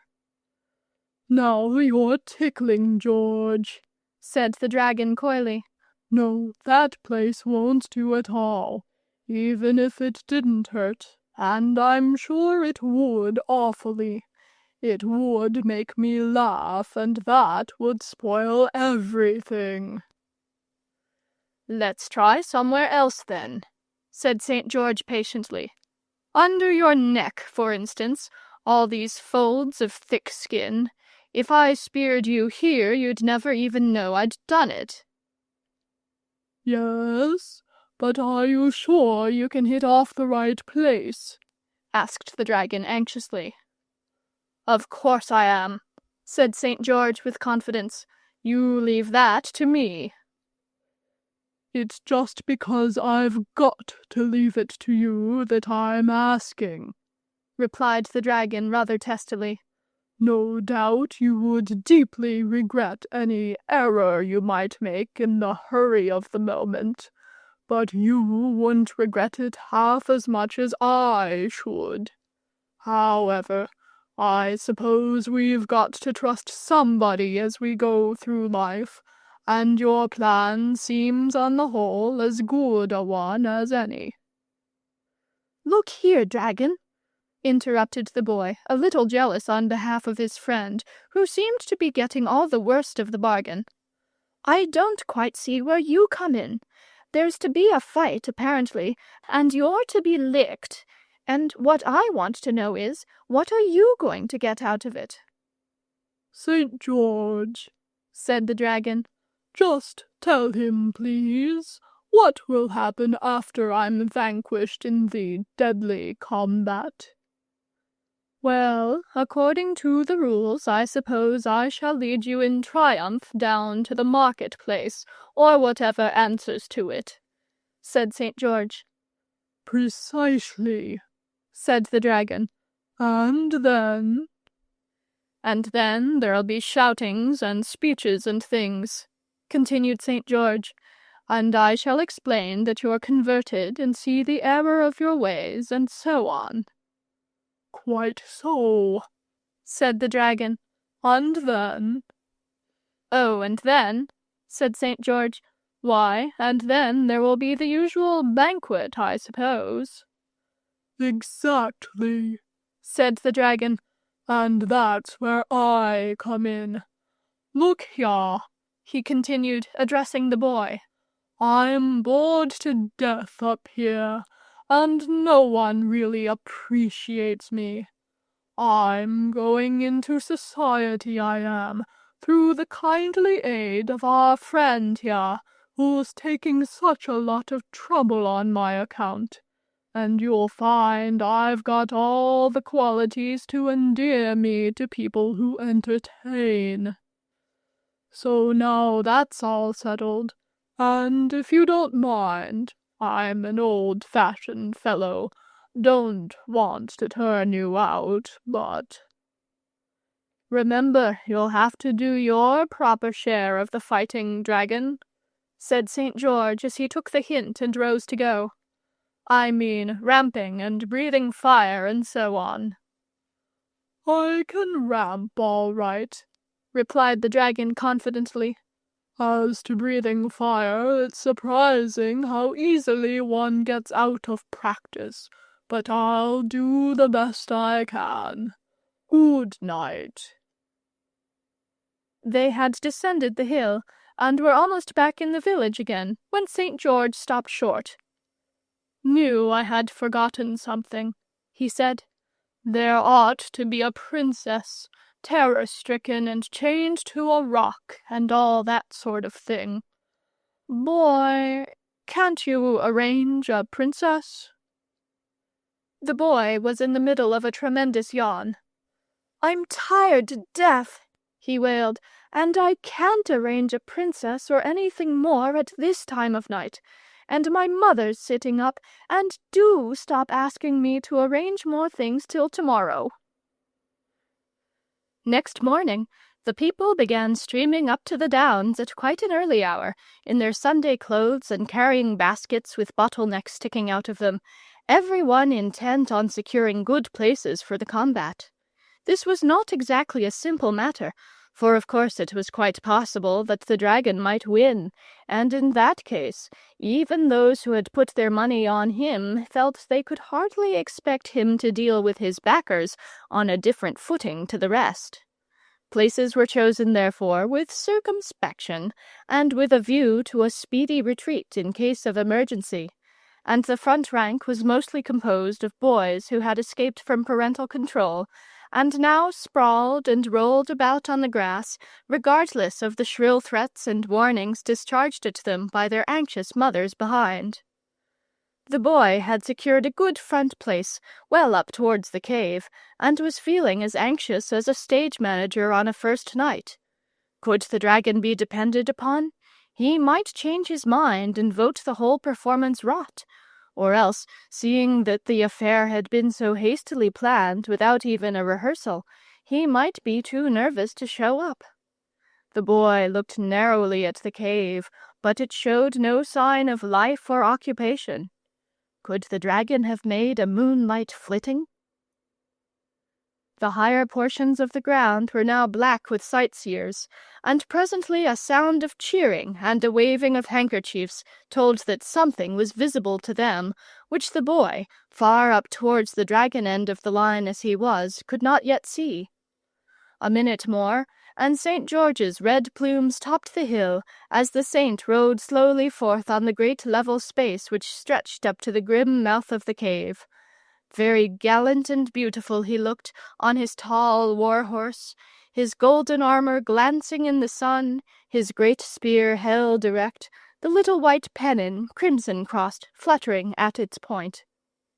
He drew rein and remained motionless.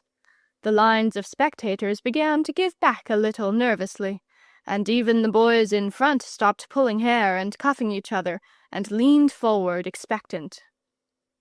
"Now then, dragon," muttered the boy impatiently, fidgeting where he sat. He need not have distressed himself had he only known. The dramatic possibilities of the thing had tickled the dragon immensely, and he had been up from an early hour preparing for his first public appearance with as much heartiness as if the years had run backwards and he had been again a little dragonlet, playing with his sisters on the floor of their mother's cave at the game of Saints and Dragons, in which the dragon was bound to win. A low muttering, mingled with snorts, now made itself heard, rising to a bellowing roar that seemed to fill the plain.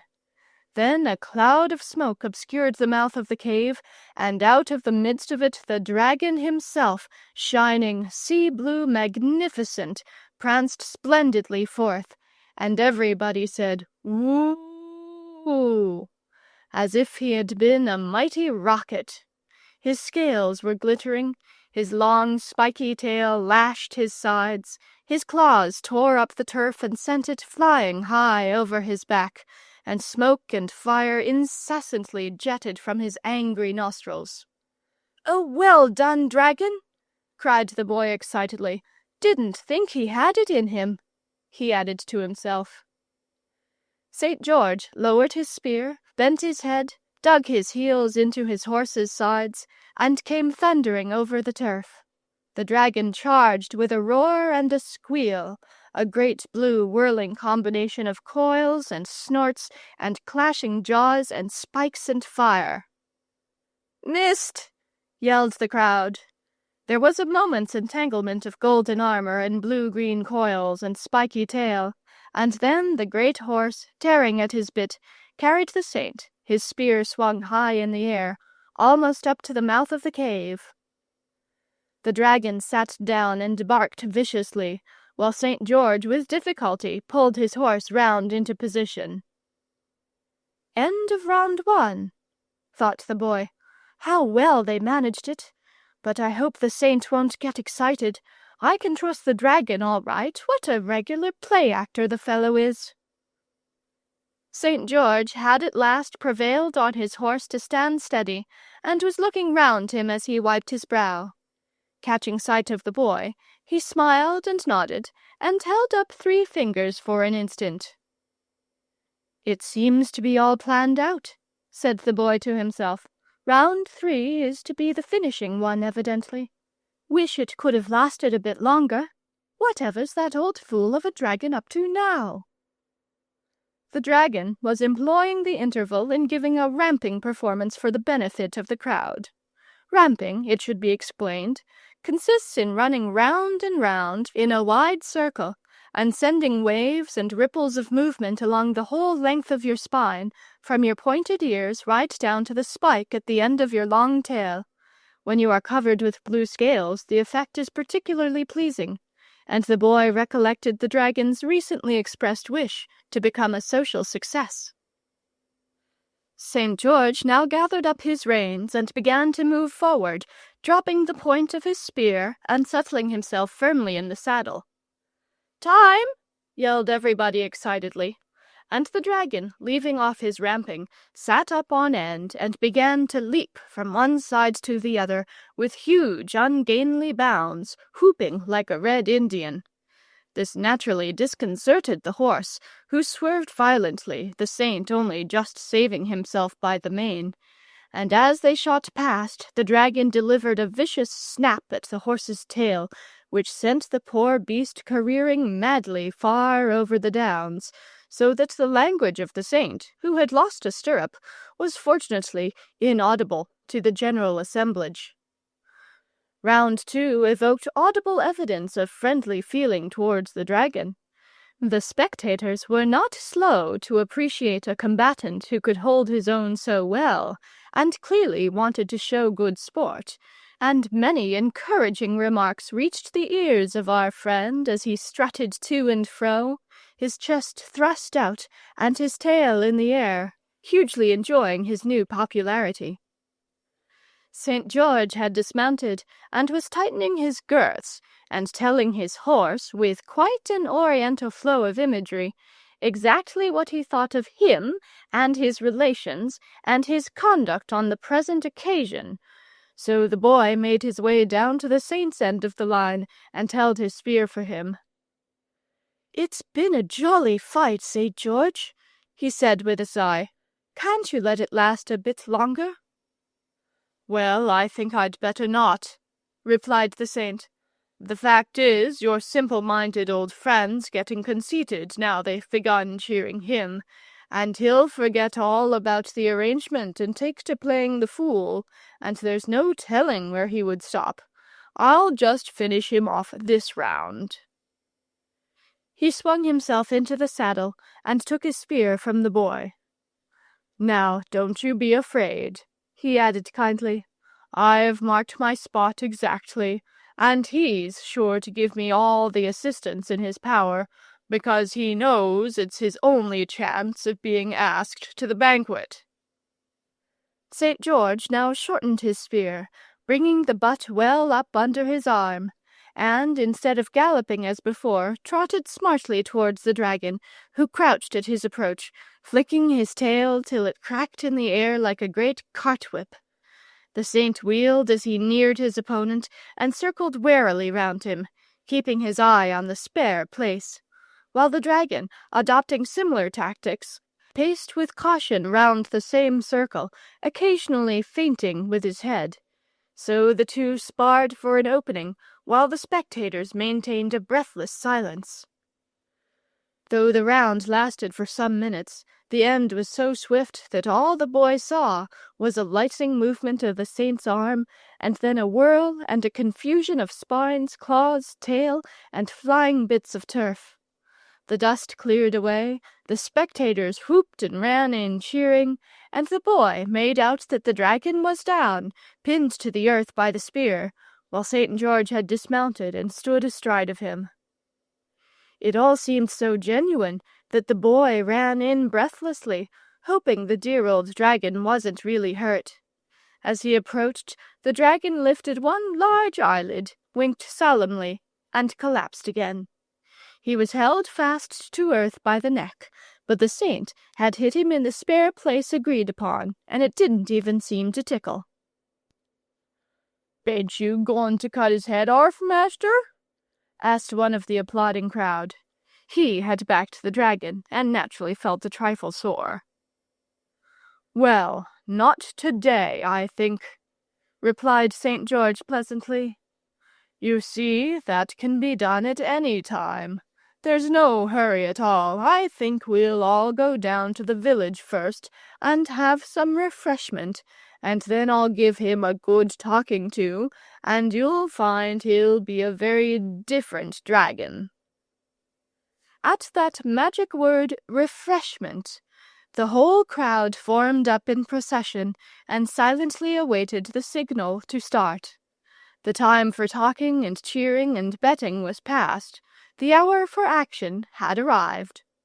St. George, hauling on his spear with both hands, released the dragon, who rose and shook himself, and ran his eye over his spikes and scales and things, to see that they were all in order. Then the saint mounted and led off the procession, the dragon following meekly in the company of the boy, while the thirsty spectators kept at a respectful interval behind. There were great doings when they got down to the village again, and had formed up in front of the inn.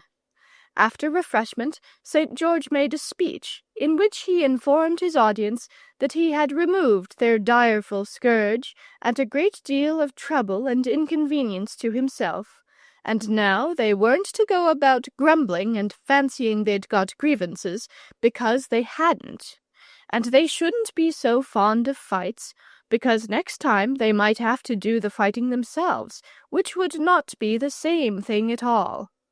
And there was a certain badger in the inn stables which had got to be released at once, and he'd come and see it done himself. Then he told them that the dragon had been thinking over things, and saw that there were two sides to every question, and he wasn't going to do it any more, and if they were good, perhaps he'd stay and settle down there. So they must make friends and not be prejudiced and go about fancying that they knew everything there was to be known, because they didn't, not by a long way. And he warned them against the sin of romancing, and making up stories and fancying other people would believe them just because they were plausible and highly colored. Then he sat down, amidst much repentant cheering, and the dragon nudged the boy in the ribs, and whispered that he couldn't have done it better himself. Then everyone went off to get ready for the banquet. Banquets are always pleasant things, consisting mostly, as they do, of eating and drinking. But the specially nice thing about a banquet is that it comes when something's over, and there's nothing more to worry about, and tomorrow seems a long way off. St. George was happy because there had been a fight, and he hadn't had to kill anybody, for he didn't really like killing, though he generally had to do it. The dragon was happy because there had been a fight, and so far from being hurt in it, he had won popularity and a sure footing in society. The boy was happy because there had been a fight, and in spite of it all, his two friends were on the best of terms. And all the others were happy because there had been a fight, and, well, they didn't require any other reasons for their happiness. The dragon exerted himself to say the right thing to everybody, and proved the life and soul of the evening, while the saint and the boy, as they looked on, felt that they were only assisting at a feast of which the honor and the glory were entirely the dragon's. But they didn't mind that, being good fellows, and the dragon was not in the least proud or forgetful. On the contrary, every 10 minutes or so he leant over towards the boy and said impressively, "Look here, you will see me home afterwards, won't you?" And the boy always nodded, though he had promised his mother not to be out late. At last the banquet was over. The guests had dropped away with many good nights and congratulations and invitations, and the dragon, who had seen the last of them off the premises, emerged into the street, followed by the boy, wiped his brow, sighed, sat down in the road, and gazed at the stars. "Jolly night it's been," he murmured. "Jolly stars. Jolly little place this. Think I shall just stop here. Don't feel like climbing up any beastly hill. Boy's promised to see me home. Boy had better do it then. No responsibility on my part. Responsibility all boys." And his chin sank on his broad chest, and he slumbered peacefully. "Oh, get up, dragon!" cried the boy piteously. "You knew my mother's sitting up. And I'm so tired, and you made me promise to see you home, and I never knew what it meant, or I wouldn't have done it." And the boy sat down in the road by the side of the sleeping dragon and cried. The door behind them opened, a stream of light illumined the road, and St. George, who had come out for a stroll in the cool night air, caught sight of the two figures sitting there, the great motionless dragon and the tearful little boy. "What's the matter, boy?" he inquired kindly, stepping to his side. "Oh, it's this great lumbering pig of a dragon," sobbed the boy. "First he makes me promise to see him home, and then he says I'd better do it, and goes to sleep. Might as well try to see a haystack home. And I'm so tired, and mother's—" Here he broke down again. "Now don't take on," said St. George. "I'll stand by you, and we'll both see him home. Wake up, dragon," he said sharply, shaking the beast by the elbow. The dragon looked up sleepily. "What a night, George," he murmured. "What a—" "Now look here, dragon," said the saint firmly. "Here's this little fellow waiting to see you home, and you know he ought to have been in bed these 2 hours, and what his mother'll say I don't know, and anybody but a selfish pig would have made him go to bed long ago." "And he shall go to bed," cried the dragon, starting up. "Poor little chap, only fancy his being up at this hour. It's a shame, that's what it is, and I don't think, St. George, you've been very considerate. But come along at once, and don't let us have any more arguing, or shilly-shallying. You give me hold of your hand, boy. Thank you, George. An arm up the hill is just what I wanted." So they set off up the hill arm in arm, the saint, the dragon, and the boy. The lights in the little village began to go out, but there were stars and a late moon as they climbed to the downs together. And as they turned the last corner and disappeared from view, snatches of an old song were borne back on the night breeze. I can't be certain which of them was singing, but I think it was the dragon. "Here we are at your gate," said the man abruptly, laying his hand on it. "Good night. Cut along in sharp, or you'll catch it." Could it really be our own gate? Yes, there it was, sure enough, with the familiar marks on its bottom bar made by our feet when we swung on it. "Oh, but wait a minute!" cried Charlotte. "I want to know a heap of things. Did the dragon really settle down, and did—" "There isn't any more of that story," said the man, kindly but firmly. "At least, not tonight. Now be off. Goodbye."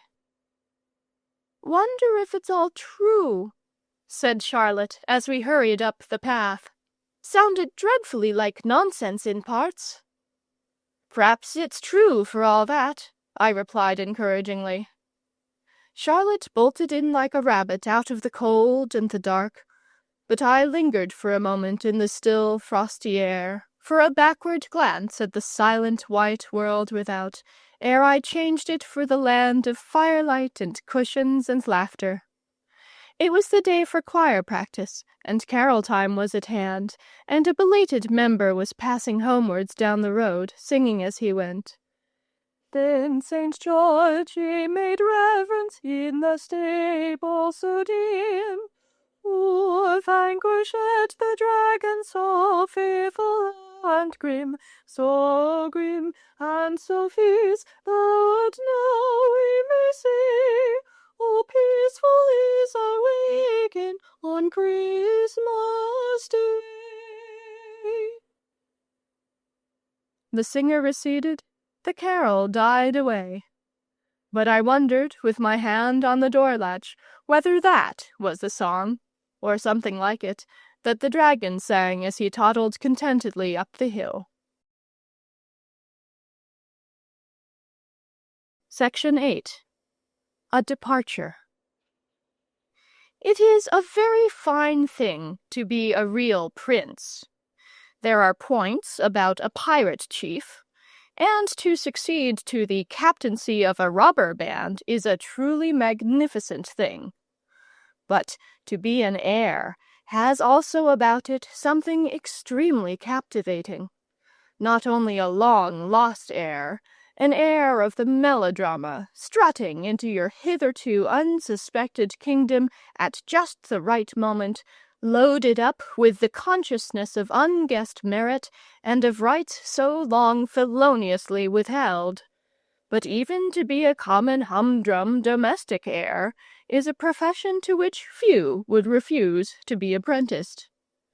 To step from leading strings and restrictions and one glass of port after dinner into property and liberty and due appreciation, saved up, polished and varnished, dusted and laid in lavender, all expressly for you.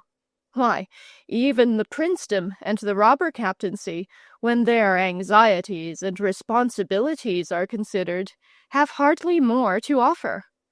And so it will continue to be a problem to the youth in whom ambition struggles with a certain sensuous appreciation of life's side dishes, whether the career he is called upon to select out of the glittering knickknacks that strew the counter had better be that of an heir or an engine driver. In the case of eldest sons, this problem has a way of solving itself. In childhood, however, the actual heirship is apt to work on the principle of the Borough English of our happier ancestors, and in most cases of inheritance, it is the youngest that succeeds. where the res is Augusta, and the weekly books are simply a series of stiff hurdles, at each of which in succession the paternal legs falter with growing suspicion of their powers to clear the flight. It is in the affair of clothes that the right of succession tells, and the hard air strides about the lad, in trousers long ago framed for fraternal limbs, frondes novas et non sua poma. A bitter thing indeed. Of those pretty silken threads that knit humanity together, high and low, past and present, none is tougher, more pervading, or more iridescent than the honest, simple pleasure of new clothes. It tugs at the man as it tugs at the woman. The smirk of the well-fitted prince is no different from the smirk of the Sunday-clad peasant, and the veins of the elders tingle with the same thrill that sets their fresh-frocked grandchildren skipping. Never trust people who pretend that they have no joy in their new clothes. Let not our souls be wrung, however, at contemplation of the luckless urchin cut off by parental penury from the rapture of new clothes. Just as the heroes of his dreams are his immediate seniors, so his heroes' clothes share the glamour, and the reversion of them carries a high privilege, a special thing not sold by swears and wells. The sword of Galahad and of many another hero arrived on the scene already hoary with history, and the boy rather prefers his trousers to be legendary, famous, haloed by his hero's renown, even though the nap may have altogether vanished in the process. But, putting clothes aside, there are other matters in which this reversed heirship comes into play. Take the case of toys. It is hardly right or fitting, and in this the child quite acquiesces, that as he approaches the reverent period of 9 or say 10 years, he should still be the unabashed and proclaimed possessor of a hoop and a Noah's Ark. The child will quite see the reasonableness of this, and, the goal of his ambition being now a catapult, a pistol, or even a sword-stick, will be satisfied that the titular ownership should lapse to his juniors, so far below him in their kilted or petticoated incompetence. After all, the things are still there, and if relapses of spirit occur on wet afternoons, one can still nominally borrow them and be happy on the floor as of old, without the reproach of being a habitual baby toy caresser. Also, one can pretend it's being done to amuse the younger ones. None of us, therefore, grumbled when, in the natural course of things, the nominal ownership of the toys slipped down to Harold, and from him, in turn, devolved upon Charlotte. The toys were still there. They always had been there, and always would be there. And when the nursery door was fast shut, there were no kings or queens or first estates in that small republic on the floor.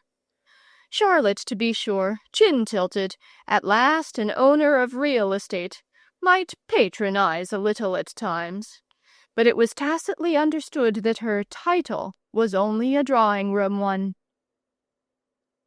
Why does a coming bereavement project no thin, faint voice, no shadow of its woe, to warn its happy, heedless victims? Why cannot Olympians ever think it worth while to give some hint of the thunderbolts they are silently forging? And why, oh why, did it never enter any of our thick heads that the day would come when even Charlotte would be considered too matronly for toys? One's so-called education is hammered into one with rulers and with canes. each fresh grammar or musical instrument, each new historical period or quaint arithmetical rule, is impressed on one by some painful physical prelude. Why does time, the biggest schoolmaster, alone neglect premonitory raps at each stage of his curriculum, on our knuckles or on our heads? Uncle Thomas was at the bottom of it. This was not the first mine he had exploded under our bows. In his favorite pursuit of fads, he had passed in turn from psychical research to the White Rose, and thence to a children's hospital, and we were being daily inundated with leaflets headed by a woodcut depicting little Annie of Poplar sitting up in her little white cot, surrounded by the toys of the nice, kind, rich children. The idea caught on with the Olympians, always open to sentiment of a treacly woodcut order, and accordingly, Charlotte, on entering one day disheveled and panting, having been pursued by yelling redskins up to the very threshold of our peaceful home, was curtly informed that her French lessons would begin on Monday, that she was henceforth to cease all pretense of being a trapper or a redskin on utterly inadequate grounds, and moreover that the whole of her toys were at that moment being finally packed up in a box for dispatch to London, to gladden the lives and bring light into the eyes of London waifs and Poplar Annies. Naturally enough, perhaps, we others received no official intimation of this grave cession of territory. We were not supposed to be interested. Harold had long ago been promoted to a knife, a recognized birthday knife. As for me, it was known that I was already given over heart and soul to lawless, abandoned catapults. Catapults which were confiscated weekly for reasons of international complications, but with which Edward kept me steadily supplied, his school having a fine old tradition for excellence in their manufacture. Therefore, no one was supposed to be really affected but Charlotte, and even she had already reached Miss Yonge, and should therefore have been more interested in prolific curates and harrowing deathbeds. Notwithstanding, we all felt indignant, betrayed, and sullen to the verge of mutiny. Though for long we had affected to despise them, these toys, yet they had grown up with us, shared our joys and our sorrows, seen us at our worst, and become part of the accepted scheme of existence. As we gazed at untenanted shelves and empty, hatefully tidy corners, perhaps for the first time for long, we began to do them a tardy justice. There was old Leotard, for instance. Somehow he had come to be sadly neglected of late years, and yet how exactly he always responded to certain moods. He was an acrobat, this Leotard, who lived in a glass-fronted box.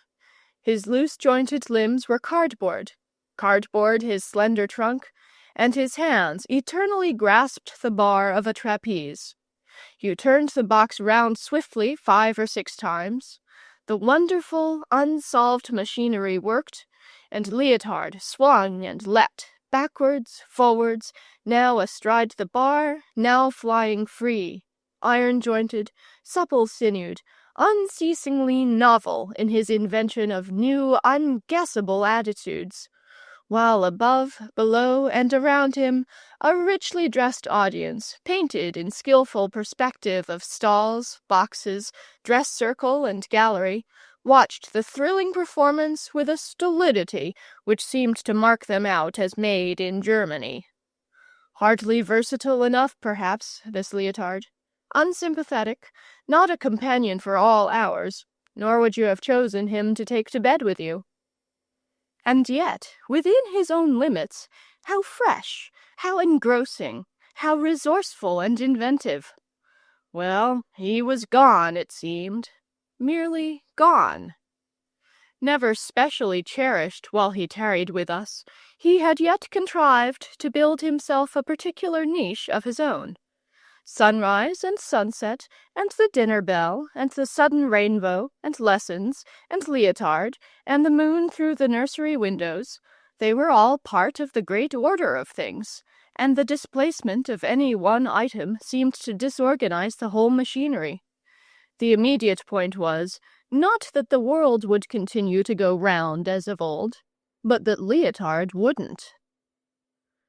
Yonder corner, now swept and garnished, had been the stall wherein the spotty horse, at the close of each laborious day, was accustomed to doze peacefully the long night through. In days of old, each of us in turn had been jerked thrillingly round the room on his precarious back, had dug our heels into his unyielding sides, and had scratched our hands on the tin tacks that secured his mane to his stiffly curving neck. Later, with increasing stature, we came to overlook his merits as a beast of burden, but how frankly, how good-naturedly he had recognized the new conditions and adapted himself to them without a murmur. When the military spirit was abroad, who so ready to be a squadron of cavalry, a horde of Cossacks, or artillery pounding into position? He had even served with honor as a gunboat during a period when naval strategy was the only theme, and no false equine pride ever hindered him from taking the part of a roaring locomotive, earth-shaking, clangorous, annihilating time and space. Really, it was no longer clear how life, with its manifold emergencies, was to be carried on at all without a fellow like the spotty horse, ready to step in at critical moments and take up just the part required of him. In moments of mental depression, nothing is quite so consoling as the honest smell of a painted animal, and mechanically I turned towards the shelf that had been so long the Ararat of our weather-beaten ark. The shelf was empty, the ark had cast off moorings and sailed away to Poplar, and had taken with it its haunting smell, as well as that pleasant sense of disorder that the best-conducted ark is always able to impart. The sliding roof had rarely been known to close entirely. There was always a pair of giraffe legs sticking out, or an elephant trunk taking from the stiffness of its outline, and reminding us that our motley crowd of friends inside were uncomfortably cramped for room, and only too ready to leap in a cascade on the floor, and browse and gallop, flutter and bellow and neigh, and be their natural selves again. I think that none of us ever really thought very much of Ham and Shem and Japhet.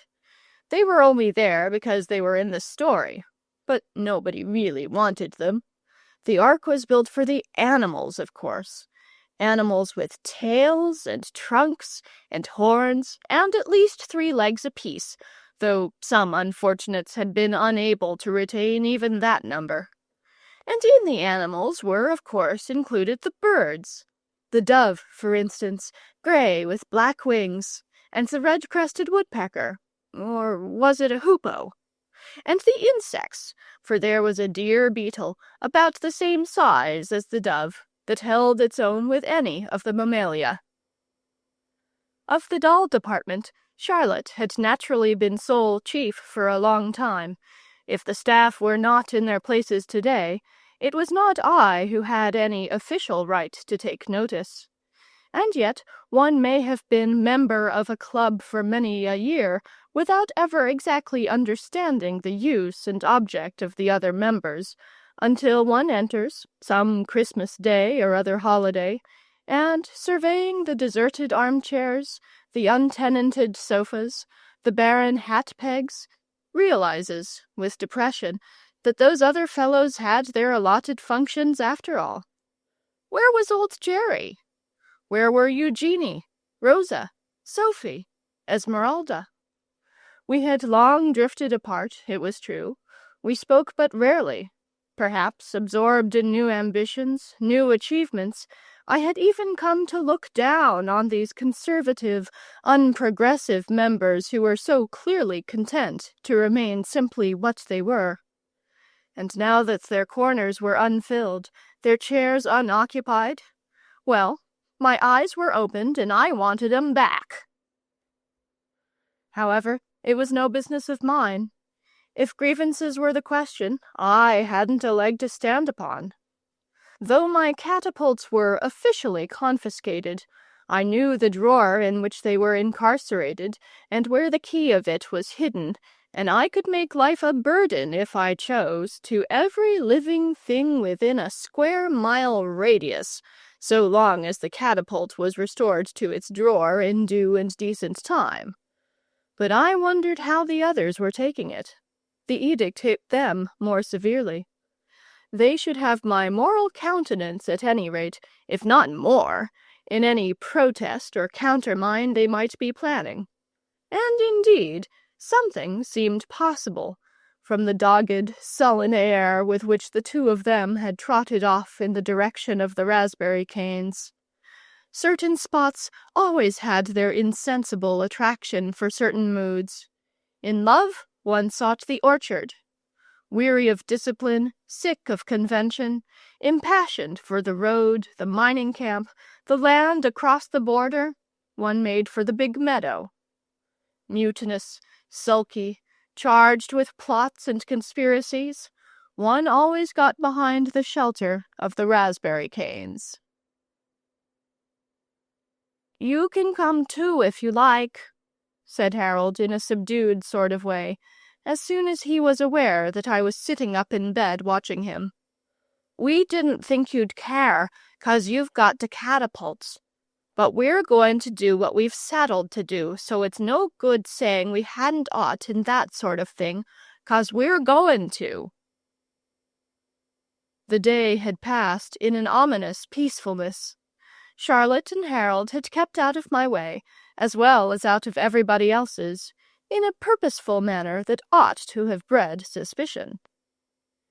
In the evening we had read books, or fitfully drawn ships and battles on fly-leaves, apart in separate corners, void of conversation or criticism, oppressed by the lowering tidiness of the universe, till bedtime came, and disrobement, and prayers even more mechanical than usual, and lastly bed itself, without so much as a giraffe under the pillow.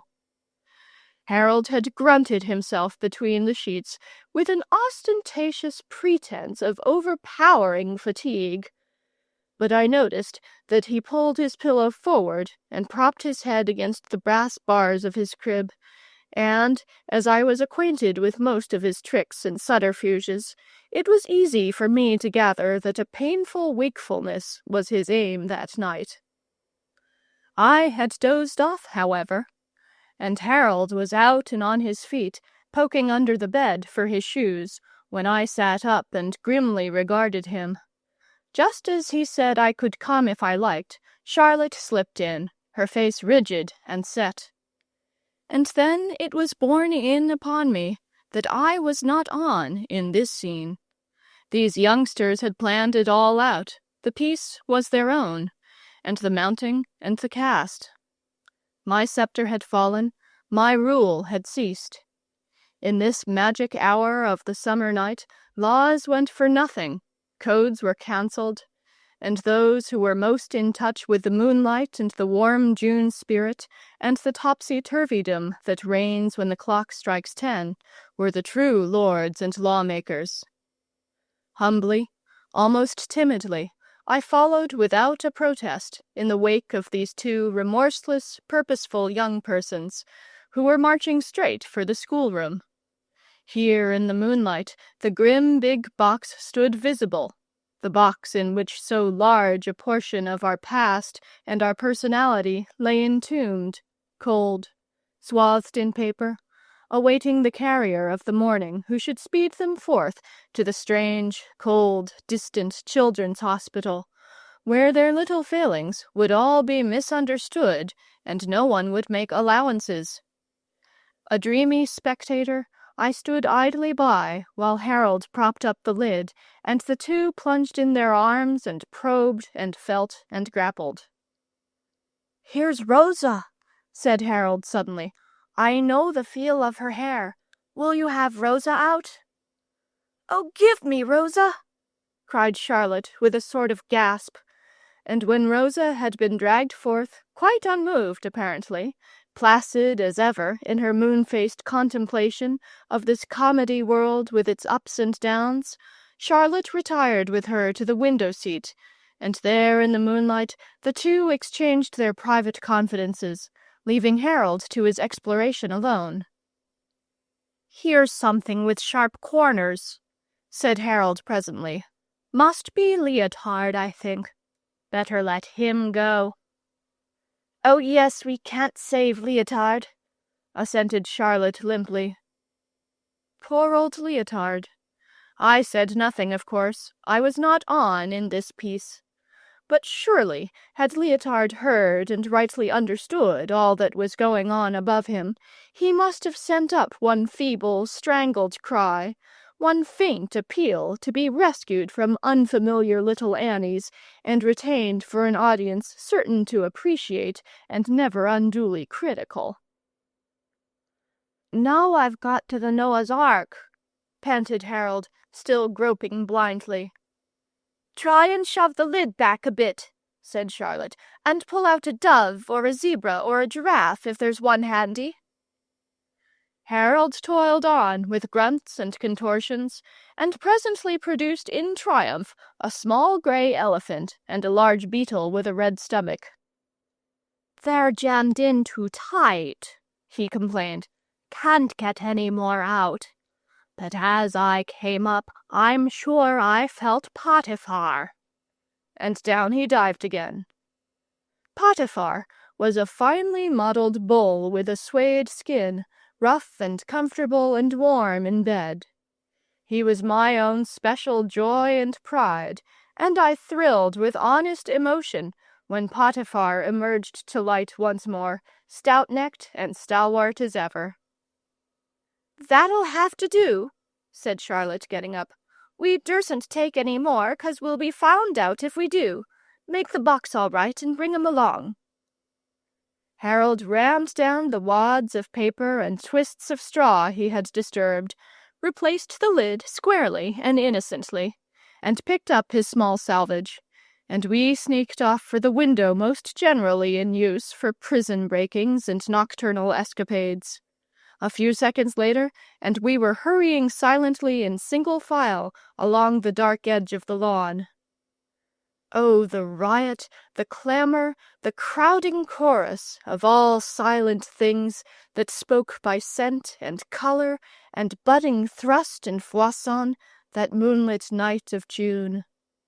Under the laurel shade, all was still ghostly enough, brigand-haunted, crackling, whispering of night and all its possibilities of terror.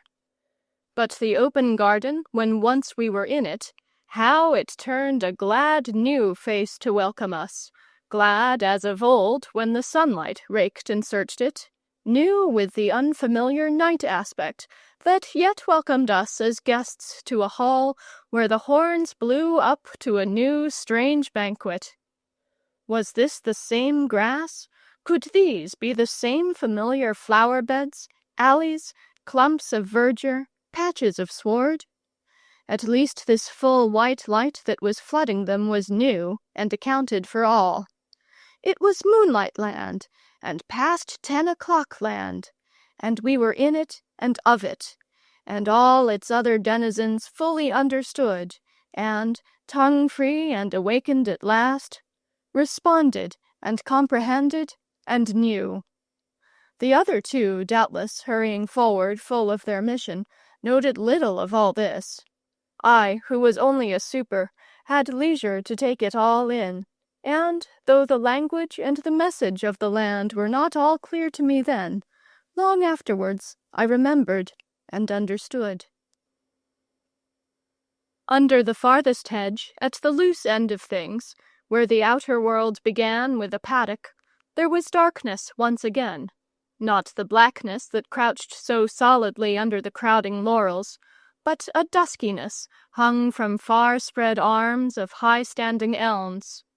There, where the small grave made a darker spot on the gray, I overtook them, only just in time to see Rosa laid stiffly out, her cherry cheeks pale in the moonlight, but her brave smile triumphant and undaunted as ever. It was a tiny grave, and a shallow one, to hold so very much. Rosa once in, Potiphar, who had hitherto stood erect, stout-necked, through so many days and such various weather, must needs bow his head and lie down meekly on his side.